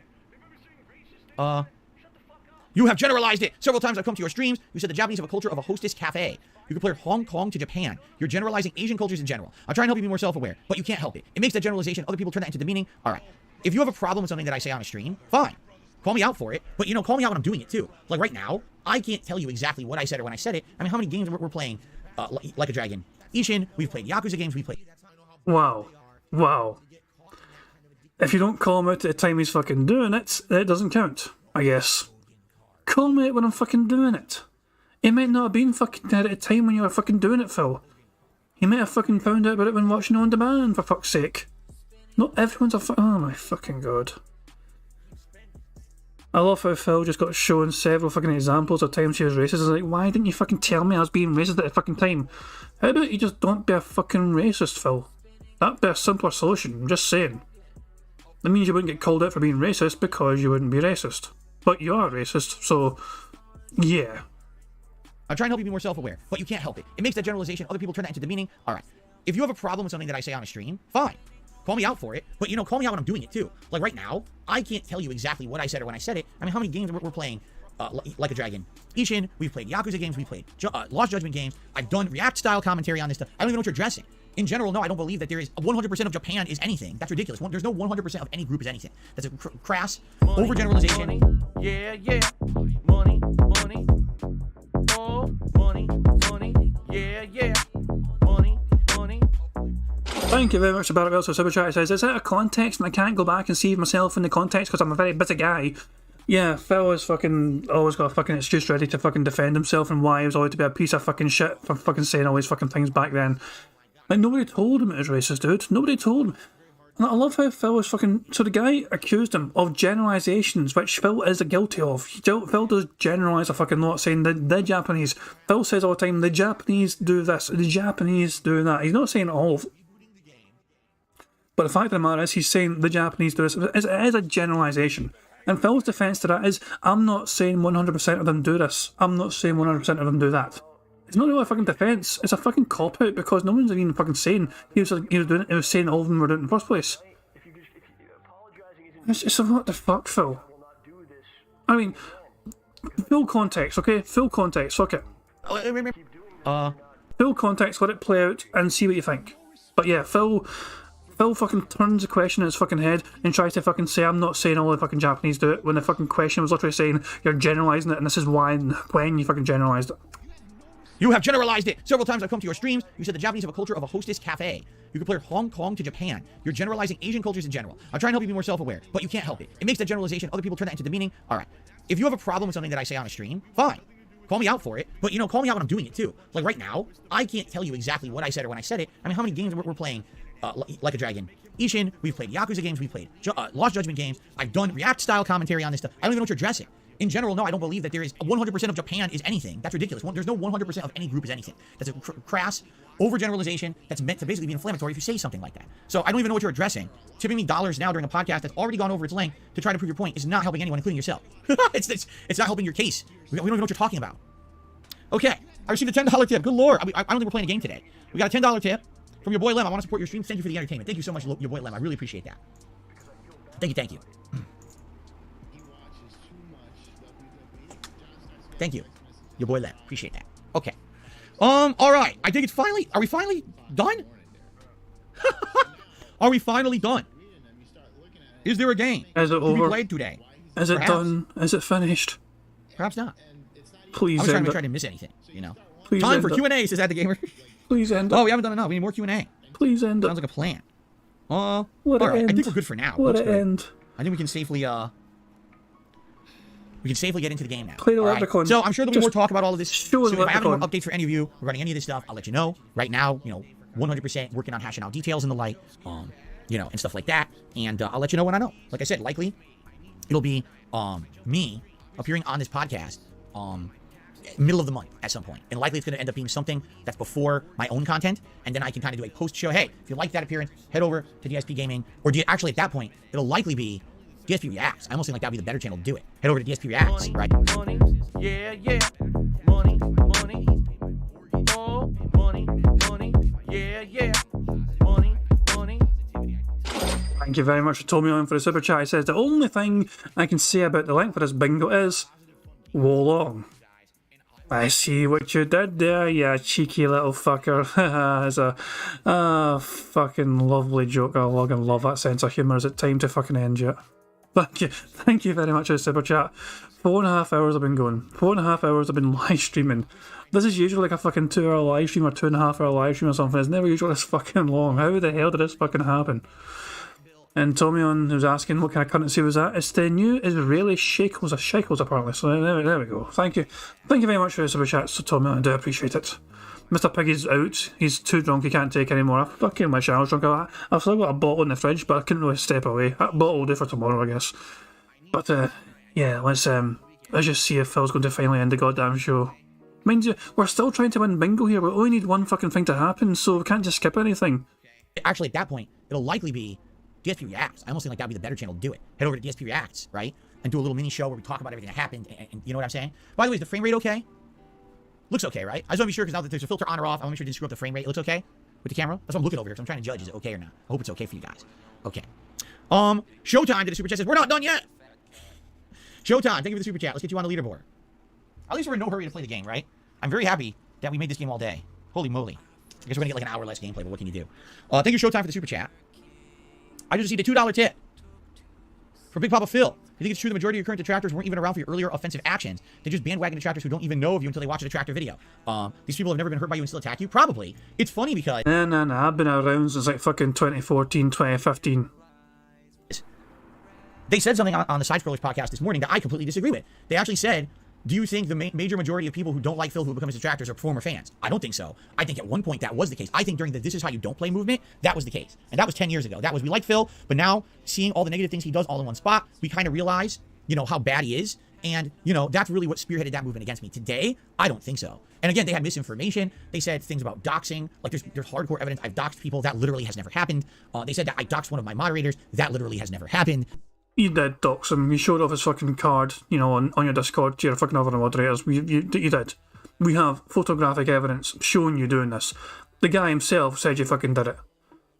We have all the evidence portraying your fucking... Phil doesn't think it's doxing because it's not a publicly accessible Discord. I don't think Phil understands fully what doxing means. Phil's interpretation of doxing is if it's a very publicly accessible fucking place where anyone can fucking get there, then it's doxing, and otherwise it's not. Phil thinks if you do it privately in a fucking small community Discord, like his fucking mod-only Discord, it's not doxing. That is literally his mentality. So make of that what you will. They have all this misinformation, you see? But this is what people believe. So people hear that, they believe it, and then they put it out on the internet as fact. I received quite a large super chat, a $31 super chat. Look at that nice chair spin. A $31 super chat from Stevie B, who says, have you thought about changing your name to Lightside Phil to promote your newfound positivity? Just a thought. No, someone already took that name years ago. That apparently was also a detractor. I'm serious. So, I don't think I'll ever change my online moniker. I think it'll always be DSP or Darkside Phil. However, I do think that the whole era of the stupidness of people saying things like, oh, he's called the king of hate because he's a bigot and a racist. I think those days are over. I don't use that moniker anymore. It's been over a year that I got rid of it. Hold on a second, ladies and gentlemen. I need to fucking check something. Just give me a second here. Bear with me, okay? Hold on. www.youtube.com. Actually, I probably should do this in here. Hold on.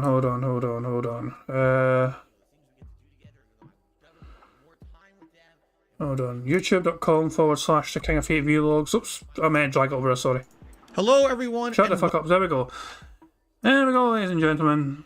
youtube.com/the King of Hate Vlogs. It takes you right to DSP Reacts. Phil is still and forever will be the King of Hate as long as he's on fucking YouTube. Shout out to his fucking dumbass React thumbnails. Look at this garbage right fucking here. Not even any fucking variety to him, just 1, 2, 3, 4, and 5. Same stupid ass fucking face in all of them. Same way as fucking DSP versus internet, same stupid ass fucking face in the same position in the bottom corner of all these fucking thumbnails. Jesus Christ, such a lazy fucking piece of shit. It's not even him making the fucking thumbnails, it's some moron fucking making it for him. The King of Hate is still going to be the King of Hate. This URL takes you to his fucking DSP Reacts channel. It is still known as the King of Hate Vlogs. There's too much misconceptions about it, too much bullshit. So I'm happy that those days are behind me because that was an easy one. People want to say that I'm a bad person. See, he calls himself that with no actual rationalization of what it means because that's not what they're saying it means, you see? But that's gone, but no, I don't think I'm ever going to change for being DSP. Al Wright has become a member, or re-upped his membership. You're a benevolent leader, love our community, thanks. I don't think of myself as a leader of anything. I'm just a normal dude. right? Just a normal dude going through the internet, broadcasting his life. What's going on, Jade? Good to see you here today. All right. What a long podcast. What a shocking twist that the podcast would be this long. Not really. Good thing, again, like I said, it's a very good thing. We're doing all day of Wolong Fallen Dynasty today, so that way we're at least getting good amount of gameplay in on launch day. Are you serious? Another tip has come in. This is getting ridiculous now. A tip has come in. So, an anonymous tipper tipped $1. You've certainly done the best you can against trolling. You try to pay no attention on your streams. I'm glad that you noticed that I am trying to get. I mean, today was an exception. We had to address it. But in general, once I get to the meat of my streams, I try to ignore all that stuff. Something keeps them going. What do you think it is that keeps you in the spotlight? That I can answer. That I can absolutely answer. It's called personal benefit. Because there is a culture on YouTube to latch onto people, the lol cow culture, and bandwagon on people negatively and profit. Whether it's you get clickbait, whether it's you get, views, engagement, attention, growing content. There's people on YouTube who literally all they do is make videos of me and they get thousands of views and they actually make money doing it. All they do is slander me and they make money doing it. So that's what I mean. If there was no... Is it weird that it kind of makes me laugh a bit that Phil's annoyed that you guys sometimes give me money for fucking doing this shit? Like, nobody ever has to. Like, this is never a prerequisite on fucking detractor channels. Nobody has to fucking, obviously, it's also nice. It's nice to fucking also support fucking content creators you fucking enjoy and like. Like Ravens Dolphin, for example, doesn't do this for money. Hate Army, Aquateel don't do this for fucking money. You know what I mean? Some of them might be in it for fucking money. Pastor, I fucking knew. I had a feeling about Pastor being in it for fucking money, and that was fucking shown to fucking Drew. But yeah, he fucking turned out to be a fucking maniac. But yeah, look, it kind of makes me fucking laugh a bit that Phil's like, they're in it for the fucking money. Like, I was doing this when I had fucking less than 1,000 fucking members, and it was impossible for me to get fucking money out of people anyway. I still done it because I fucking wanted to fucking do it. It's funny as fuck to fucking make fun of Phil. It's just fucking hell, man. Yeah. Money. Oh, money. Yeah. Money. Thank you, Black Major. Super Chat says, what moron would send detractors money? Precisely. You'd have to be fucked up in the head altogether to fucking do that. Exactly. It just makes me laugh a bit though that Phil is annoyed that some detractors are getting money for laughing at him. Some detractors are supporting other detractors for fucking laughing at him and picking fun of him and pulling it and picking apart all his fucking nonsensical lies. It's just bizarre to me, but no, it's not. I can tell you now, most detractors I'm fucking aware of, the money is not an incentive. It's certainly appreciated and fucking all say that it's not about money though. We do it because I've been fucking detracting against Phil since 2015. I only started making content on him since for a couple of years now almost. It's like it was never about fucking money. It was about fucking just picking apart this fucking nonsensical moron's lies and deceit. And I was out of the game for a while, and then the bank leaks happened and that sucked me back in. It's like a fucking train wreck. It's fucking impossible to look away. Anyway, let's just hope this is the end of the fucking bingo. 4.5 goddamn hours. 4 hours and 30. Jesus Christ, I wonder if we get to fucking 5 hours. No personal benefit to doing it. It would be way less prominent, and it would have died out. But the thing is, once This Is How You Don't Play started dying out, what's the next thing we can do? Let's say something else toxic and nasty about him. Let's continue the harassment, because this gravy train ain't drying out yet. Evil AJ, I'm pretty confident, didn't make money fucking from This Is How You Don't Play. I'm pretty certain Evil AJ did not make money from fucking doing any of This Is How You Don't Plays. I'm pretty sure those videos weren't monetized. I might be wrong on that. I'm pretty certain that, exactly, he did not. So yeah, the gravy train. What a fucking gravy train, Phil. Jesus fucking Christ, man. I love the co-payment Phil fucking... He convinces himself these things. That all these evil, mentally ill motherfucking detractors are only doing this because they fucking want to make money off me. No, we're fucking doing it because it's fucking hard to look away. It is very hard to look away from this fucking train crash of a fucking human being known as Phil Burnell. Let's keep that negativity going. And YouTube does nothing about it unless you're rich and you sue people. They just keep it up, you see? Elski has re-upped his membership. Hey Phil, I'm looking forward to the premiere. Me too. I think we will get to the game at some point, Elski. I'm not sure when, at this rate. I would love to play the game at this point, but people just keep contributing, and I have to keep shouting it out. I don't think we've had less than 30 seconds here. Although I think we're going on 30 right now. We might actually hit 30 seconds without a contribution. I can end the show. All right? Maybe. We're getting there. This is absolute fucking bait. He's fucking fishing for more contributions. Look at him looking like a fucking hawk. Look at the eyes there. Jesus fucking Christ. He's like some sort of fucking coke addict waiting for his fucking next sniff. He needs more. Give me more contributions so I can still play this fucking game. Okay. All right, guys. Thank you I think it is time to end the podcast. It's been a long one. Thanks Thank for watching. fuck. Let's jump into Wolong. Let's see what it's all about. Hopefully it's good. And I'm playing it all day today and on the late stream. So if you're not here for today, but you can come back later. You can watch it then, or you can watch it on demand. I'll upload it. Thanks for listening. I really enjoyed the show, getting some stuff off my chest, explaining the situation to you. Yesterday was rough because I wanted the side scrollers guys to talk about it first before I talked about it. But you said you were pissed off that they fucking brought it up because you wanted it to be a fucking surprise. What do you mean you wanted me to talk about it first? What the fuck are you talking about? What was the point, right? Money, So, money, yeah, yeah. Money, money. Oh, money, money, yeah, yeah. Money, money. Thank you very much to Barrett Wells for Super Chat. It says, so Phil has a right to have an opinion on Japan, but we don't have a right to have an opinion on him. Got it.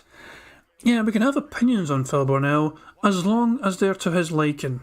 If our opinion is not to his liking, then we're mentally ill, evil motherfuckers that need to be fucking banned and sued and fucking for slander and libel and all that fucking shit, whatever sort of fucking copium rant that Phil goes on. Jesus fucking Christ.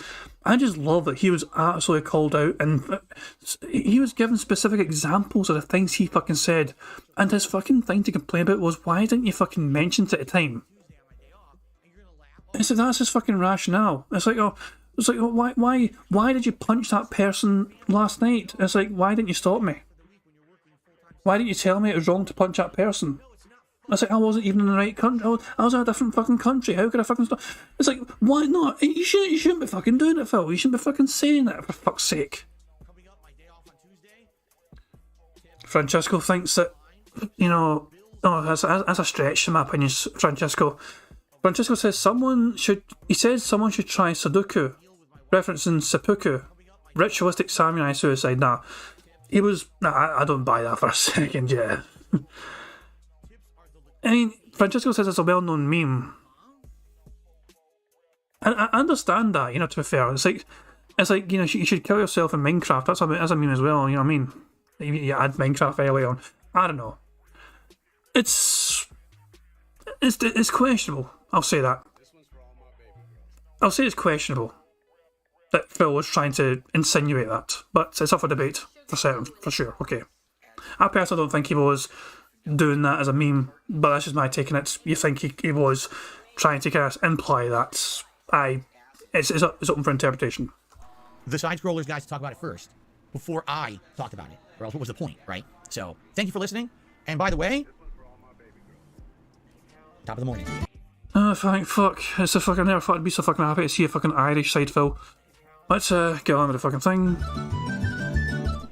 Right, okay, we've still got a bingo to try and win. We need one of these fucking free things to happen. We have 2 free spaces. Okay. Alright, let's get set up. I have to pee now. I mean, no surprise. The podcast went like an hour late. I gotta pee really bad. But I'm not gonna monetize it or anything. Let's get the webcam to the proper shape. So, by the way, I think when I change the webcam, it might change how it looks. Let's see what happens here. Ready? I think what it is when you go to 480p, the exposure changes a little bit, because it does look a little different, doesn't it? But again, if you guys like how this looks, if you like this color setting, I will leave it on this setting. I don't know why I had a filter on it to begin with. I'm confused. I don't know what happened. Again. But, alright, let us, very briefly, I'm just going to use the restroom. I'll be right back. So I'm not gonna run an ad or anything here. I'm just going to mute the mic, use the restroom, come right back, we're going to start, okay? I'll be right back.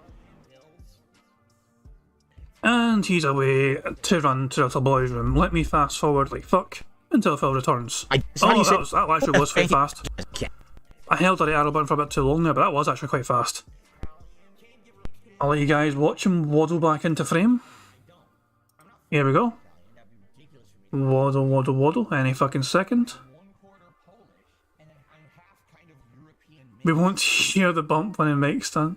Now, to be clear, to be fair, he clearly did not hit the microphone there when he sat back down. It didn't move 1 inch. So yeah, but clearly, this is why I went full screen, so you guys could see it as well. There was no microphone bump there. Okay, we're finally ready to start. Thank goodness. Finally. I'm ready to start, at least. I don't know about you guys. I'm ready to start. I had enough. I had enough of this crap, man. I just want to play some games. Have some fun. Now I'm going to play a game that's going to kick my ass, and I'm going to be all frustrated. After all of that, right? A nice, incredibly long podcast. All right, let's play some games. It's going to be like spanking, spanking, spanking, spanking, spanking of me for the rest of the day. Delightful. All right. So, by the way, I received another tip. I'm not kidding. We got a $20 tip from 1 Minute Man. We went so long on the podcast. 1 Minute Man's tip has come in, and we have not played a moment of gameplay. That has never happened. That has never happened, right? at all. It's almost as if it's like some sort of fucking direct debit. He's got set up to fucking give you money at that certain time every single fucking day, Phil. That is unprecedented. Never has 1 Minute Man tipped before we started the game. Wow. I don't know what to even. How do you say? What do you say about that? Is that good? Is that bad? How do you react to that? Oh, here's how I react to it. I dance. I do some dancing. That's what I do. All right. Same time every day? Sometimes. Sometimes the same time every day. I feel like 1 Minute Man is someone who actively is watching the stream every day because it is different. Like some days it's exactly the same time. Other days I've noticed it's a little earlier and some days it's later. I almost feel like it's someone who, I don't know, maybe they go on lunch at work and they contribute during that. Who knows? I don't know who it is. I have no clue. Jasper's good today. JQ was just in the hall. Yeah, yeah. Money, money. More money, money. Yeah, yeah. Money, money. Thank you very much for Black Mage. Super Chat says, now I see why I was so hyped for the Souls clone. Game Cucker wailed out for it. Yeah, that was an overnight tip from earlier on. It wasn't even today, that was like fucking the overnight tip for him. But yeah, $30, Game Cucker, Game Tracker gave him $30 for, that was the very first tip of the day essentially, which was technically not even the first tip of the day, it was the last tip of yesterday, I guess. But yeah, that was Brian Arts is trying to understand why it's been going on for 4 hours, because Phil had to explain himself and I had to fucking debunk him. That's pretty much why. Phil went on longer, he said a bunch of dumb shit, and I couldn't help myself. I had to fucking rant and rave at his fucking ass. Oh my fucking god. Right, so let's just see what happens. So yeah, let's just get on with the show. Phil's going to start recording very, very soon, by the way, because it's a brand new fucking game. He usually fucking starts recording right as he gets into the fucking game straight away. So we're trying to get one of these three things to happen right before he starts recording for YouTube. Microphone bump, him saying meaningful, or him saying voted. I was kind of half hoping they would have had $100 in tips before starting recording for gameplay, so then he could have fucking suggested to his audience, vote for your favourite fucking hat, whatever. But it looks like we're going to fall short of that. At work, and they contribute during that. Who knows? I don't know who it is. I have no clue. Jasper's good today. Jake, he was just in the hallway. He's a little excited because my wife opened the window up here, and so there's cooler air coming in the house, and that gets him all amped up. Okay. Hello, Ali Baz. Are you guys ready? Can we actually play a video game today? That'd be nice. By the way, I have no idea if my camera's going to be in the way or not. Oh, this is good. I'm going to get a ton of Game Pass points for playing this one. Because every time you log in, you get points, right? So I actually have a Game Pass game I'll be consecutively playing. Okay. Brightness. We'll go 1 tick. We'll go 5 ticks. Prioritize frames per second. Yeah, absolutely. All right, everyone. Here we go. It's been a while since I played anything ultra difficult. People have been upset with me. They're saying, Phil, you're playing play school games. I think this is him recording for YouTube. I think that was him leaning in to fucking record there. Absolutely. All right, everyone. Yeah, that is him recording for YouTube, guys. I think that's the end of bingo, sadly. And yeah, finally people noticed the bar. DSP Gaming is a bitch. Was 20 years ago, 10 years ago, today, always. I thought I was waiting for somebody to fucking notice that wee bar. But yeah, that is going to be the end of bingo. Sadly, we're one short. We got 2 free spaces, but we needed fucking 3. We needed so after all that, after almost 5 fucking hours of fucking enduring this, we're 1 fucking short. Are you fucking serious? I think I'm going to tick that for double bingo and that for a fucking double. Fuck it, you know, we're 1 short. It doesn't fucking matter. Fuck me, man. Right. Oh my fucking god, it's been a long fucking stream. Tommy was asking, can we have a free space for having the bingo going for so long? It's not a fucking charity. I'm already fucking having to give $25 to Piece of Piece anyway for the Jasper's Angels. I'm not giving it to Piece of Piece, but I'm saying last week's bingo full house, which was never claimed, by the way. So I need to still technically somebody is winning bingo, but it's not from today. It's from Jasper's Angels will win tonight for last week. And I'm going to do that after I finish streaming. I'm going to get that sorted after I finish streaming here. So, yeah. Right, let's refresh the stream and see how Phil's... Actually, I'm not going to hit refresh because I want to keep this bar up here. Let's hit live. Crew and co-op low, but man, it's fucking nuts. $121 for Phil Burnell. He's 4 members away from his fucking precious daily members goal.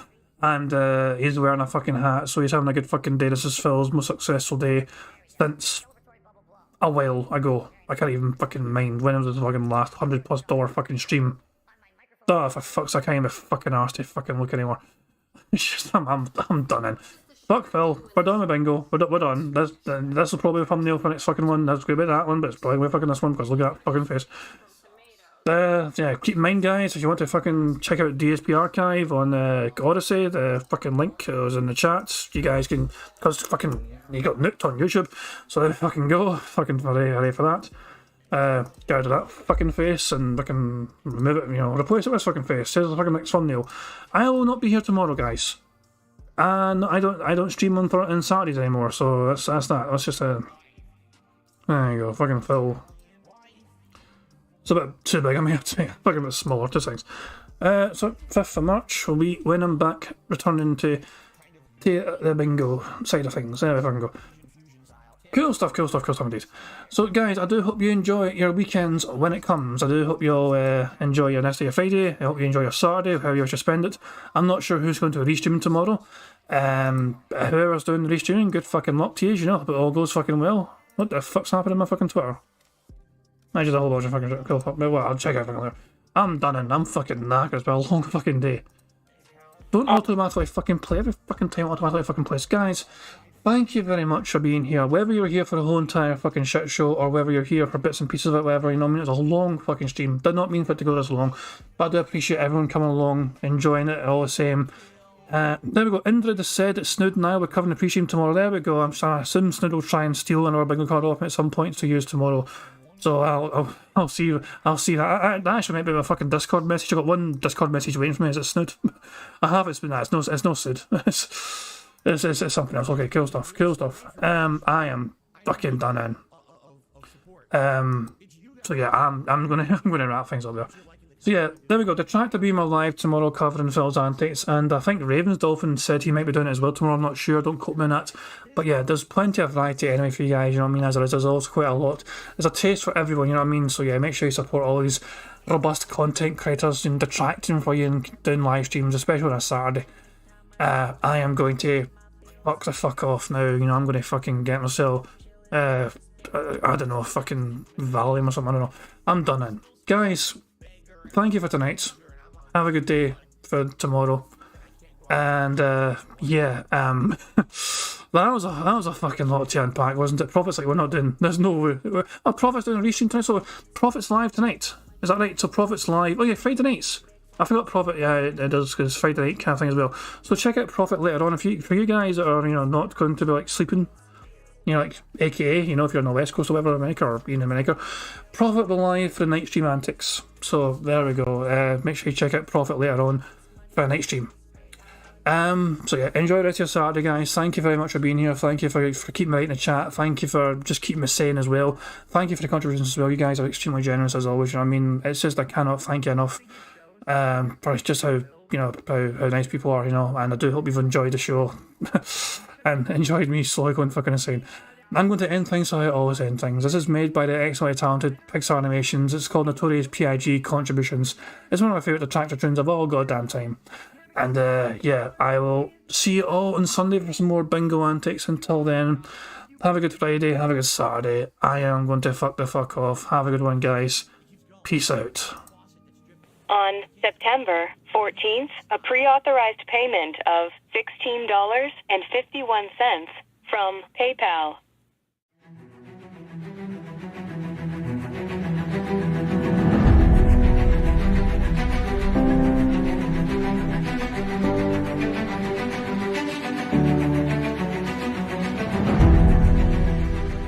All right, Luna Mills has tipped me $1.30. It says, "I'm back. What's your favorite type of shower?" When you're showered in money, when you go outside, all of a sudden, greenbacks start falling from the sky, and you raise your face up. You're like, oh, you start dancing. You go, oh, money, yeah. All right, I don't know what the hell you're talking about, but thank you for the first tip of the day.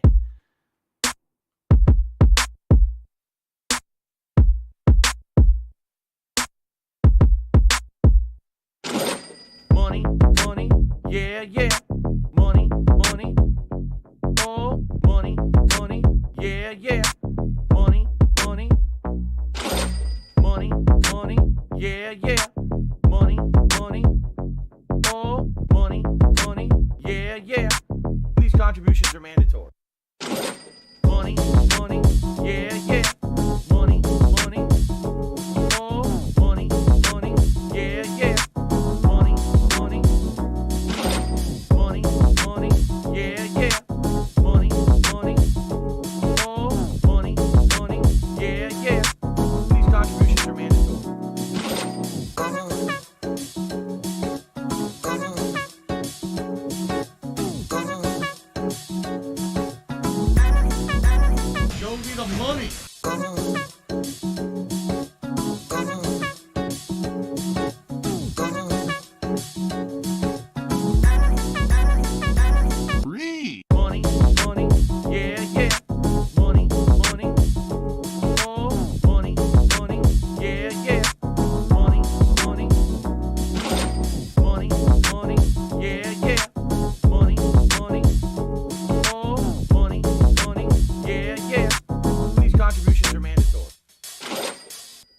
gone. Just gone like that. In an instant. Fucking gone.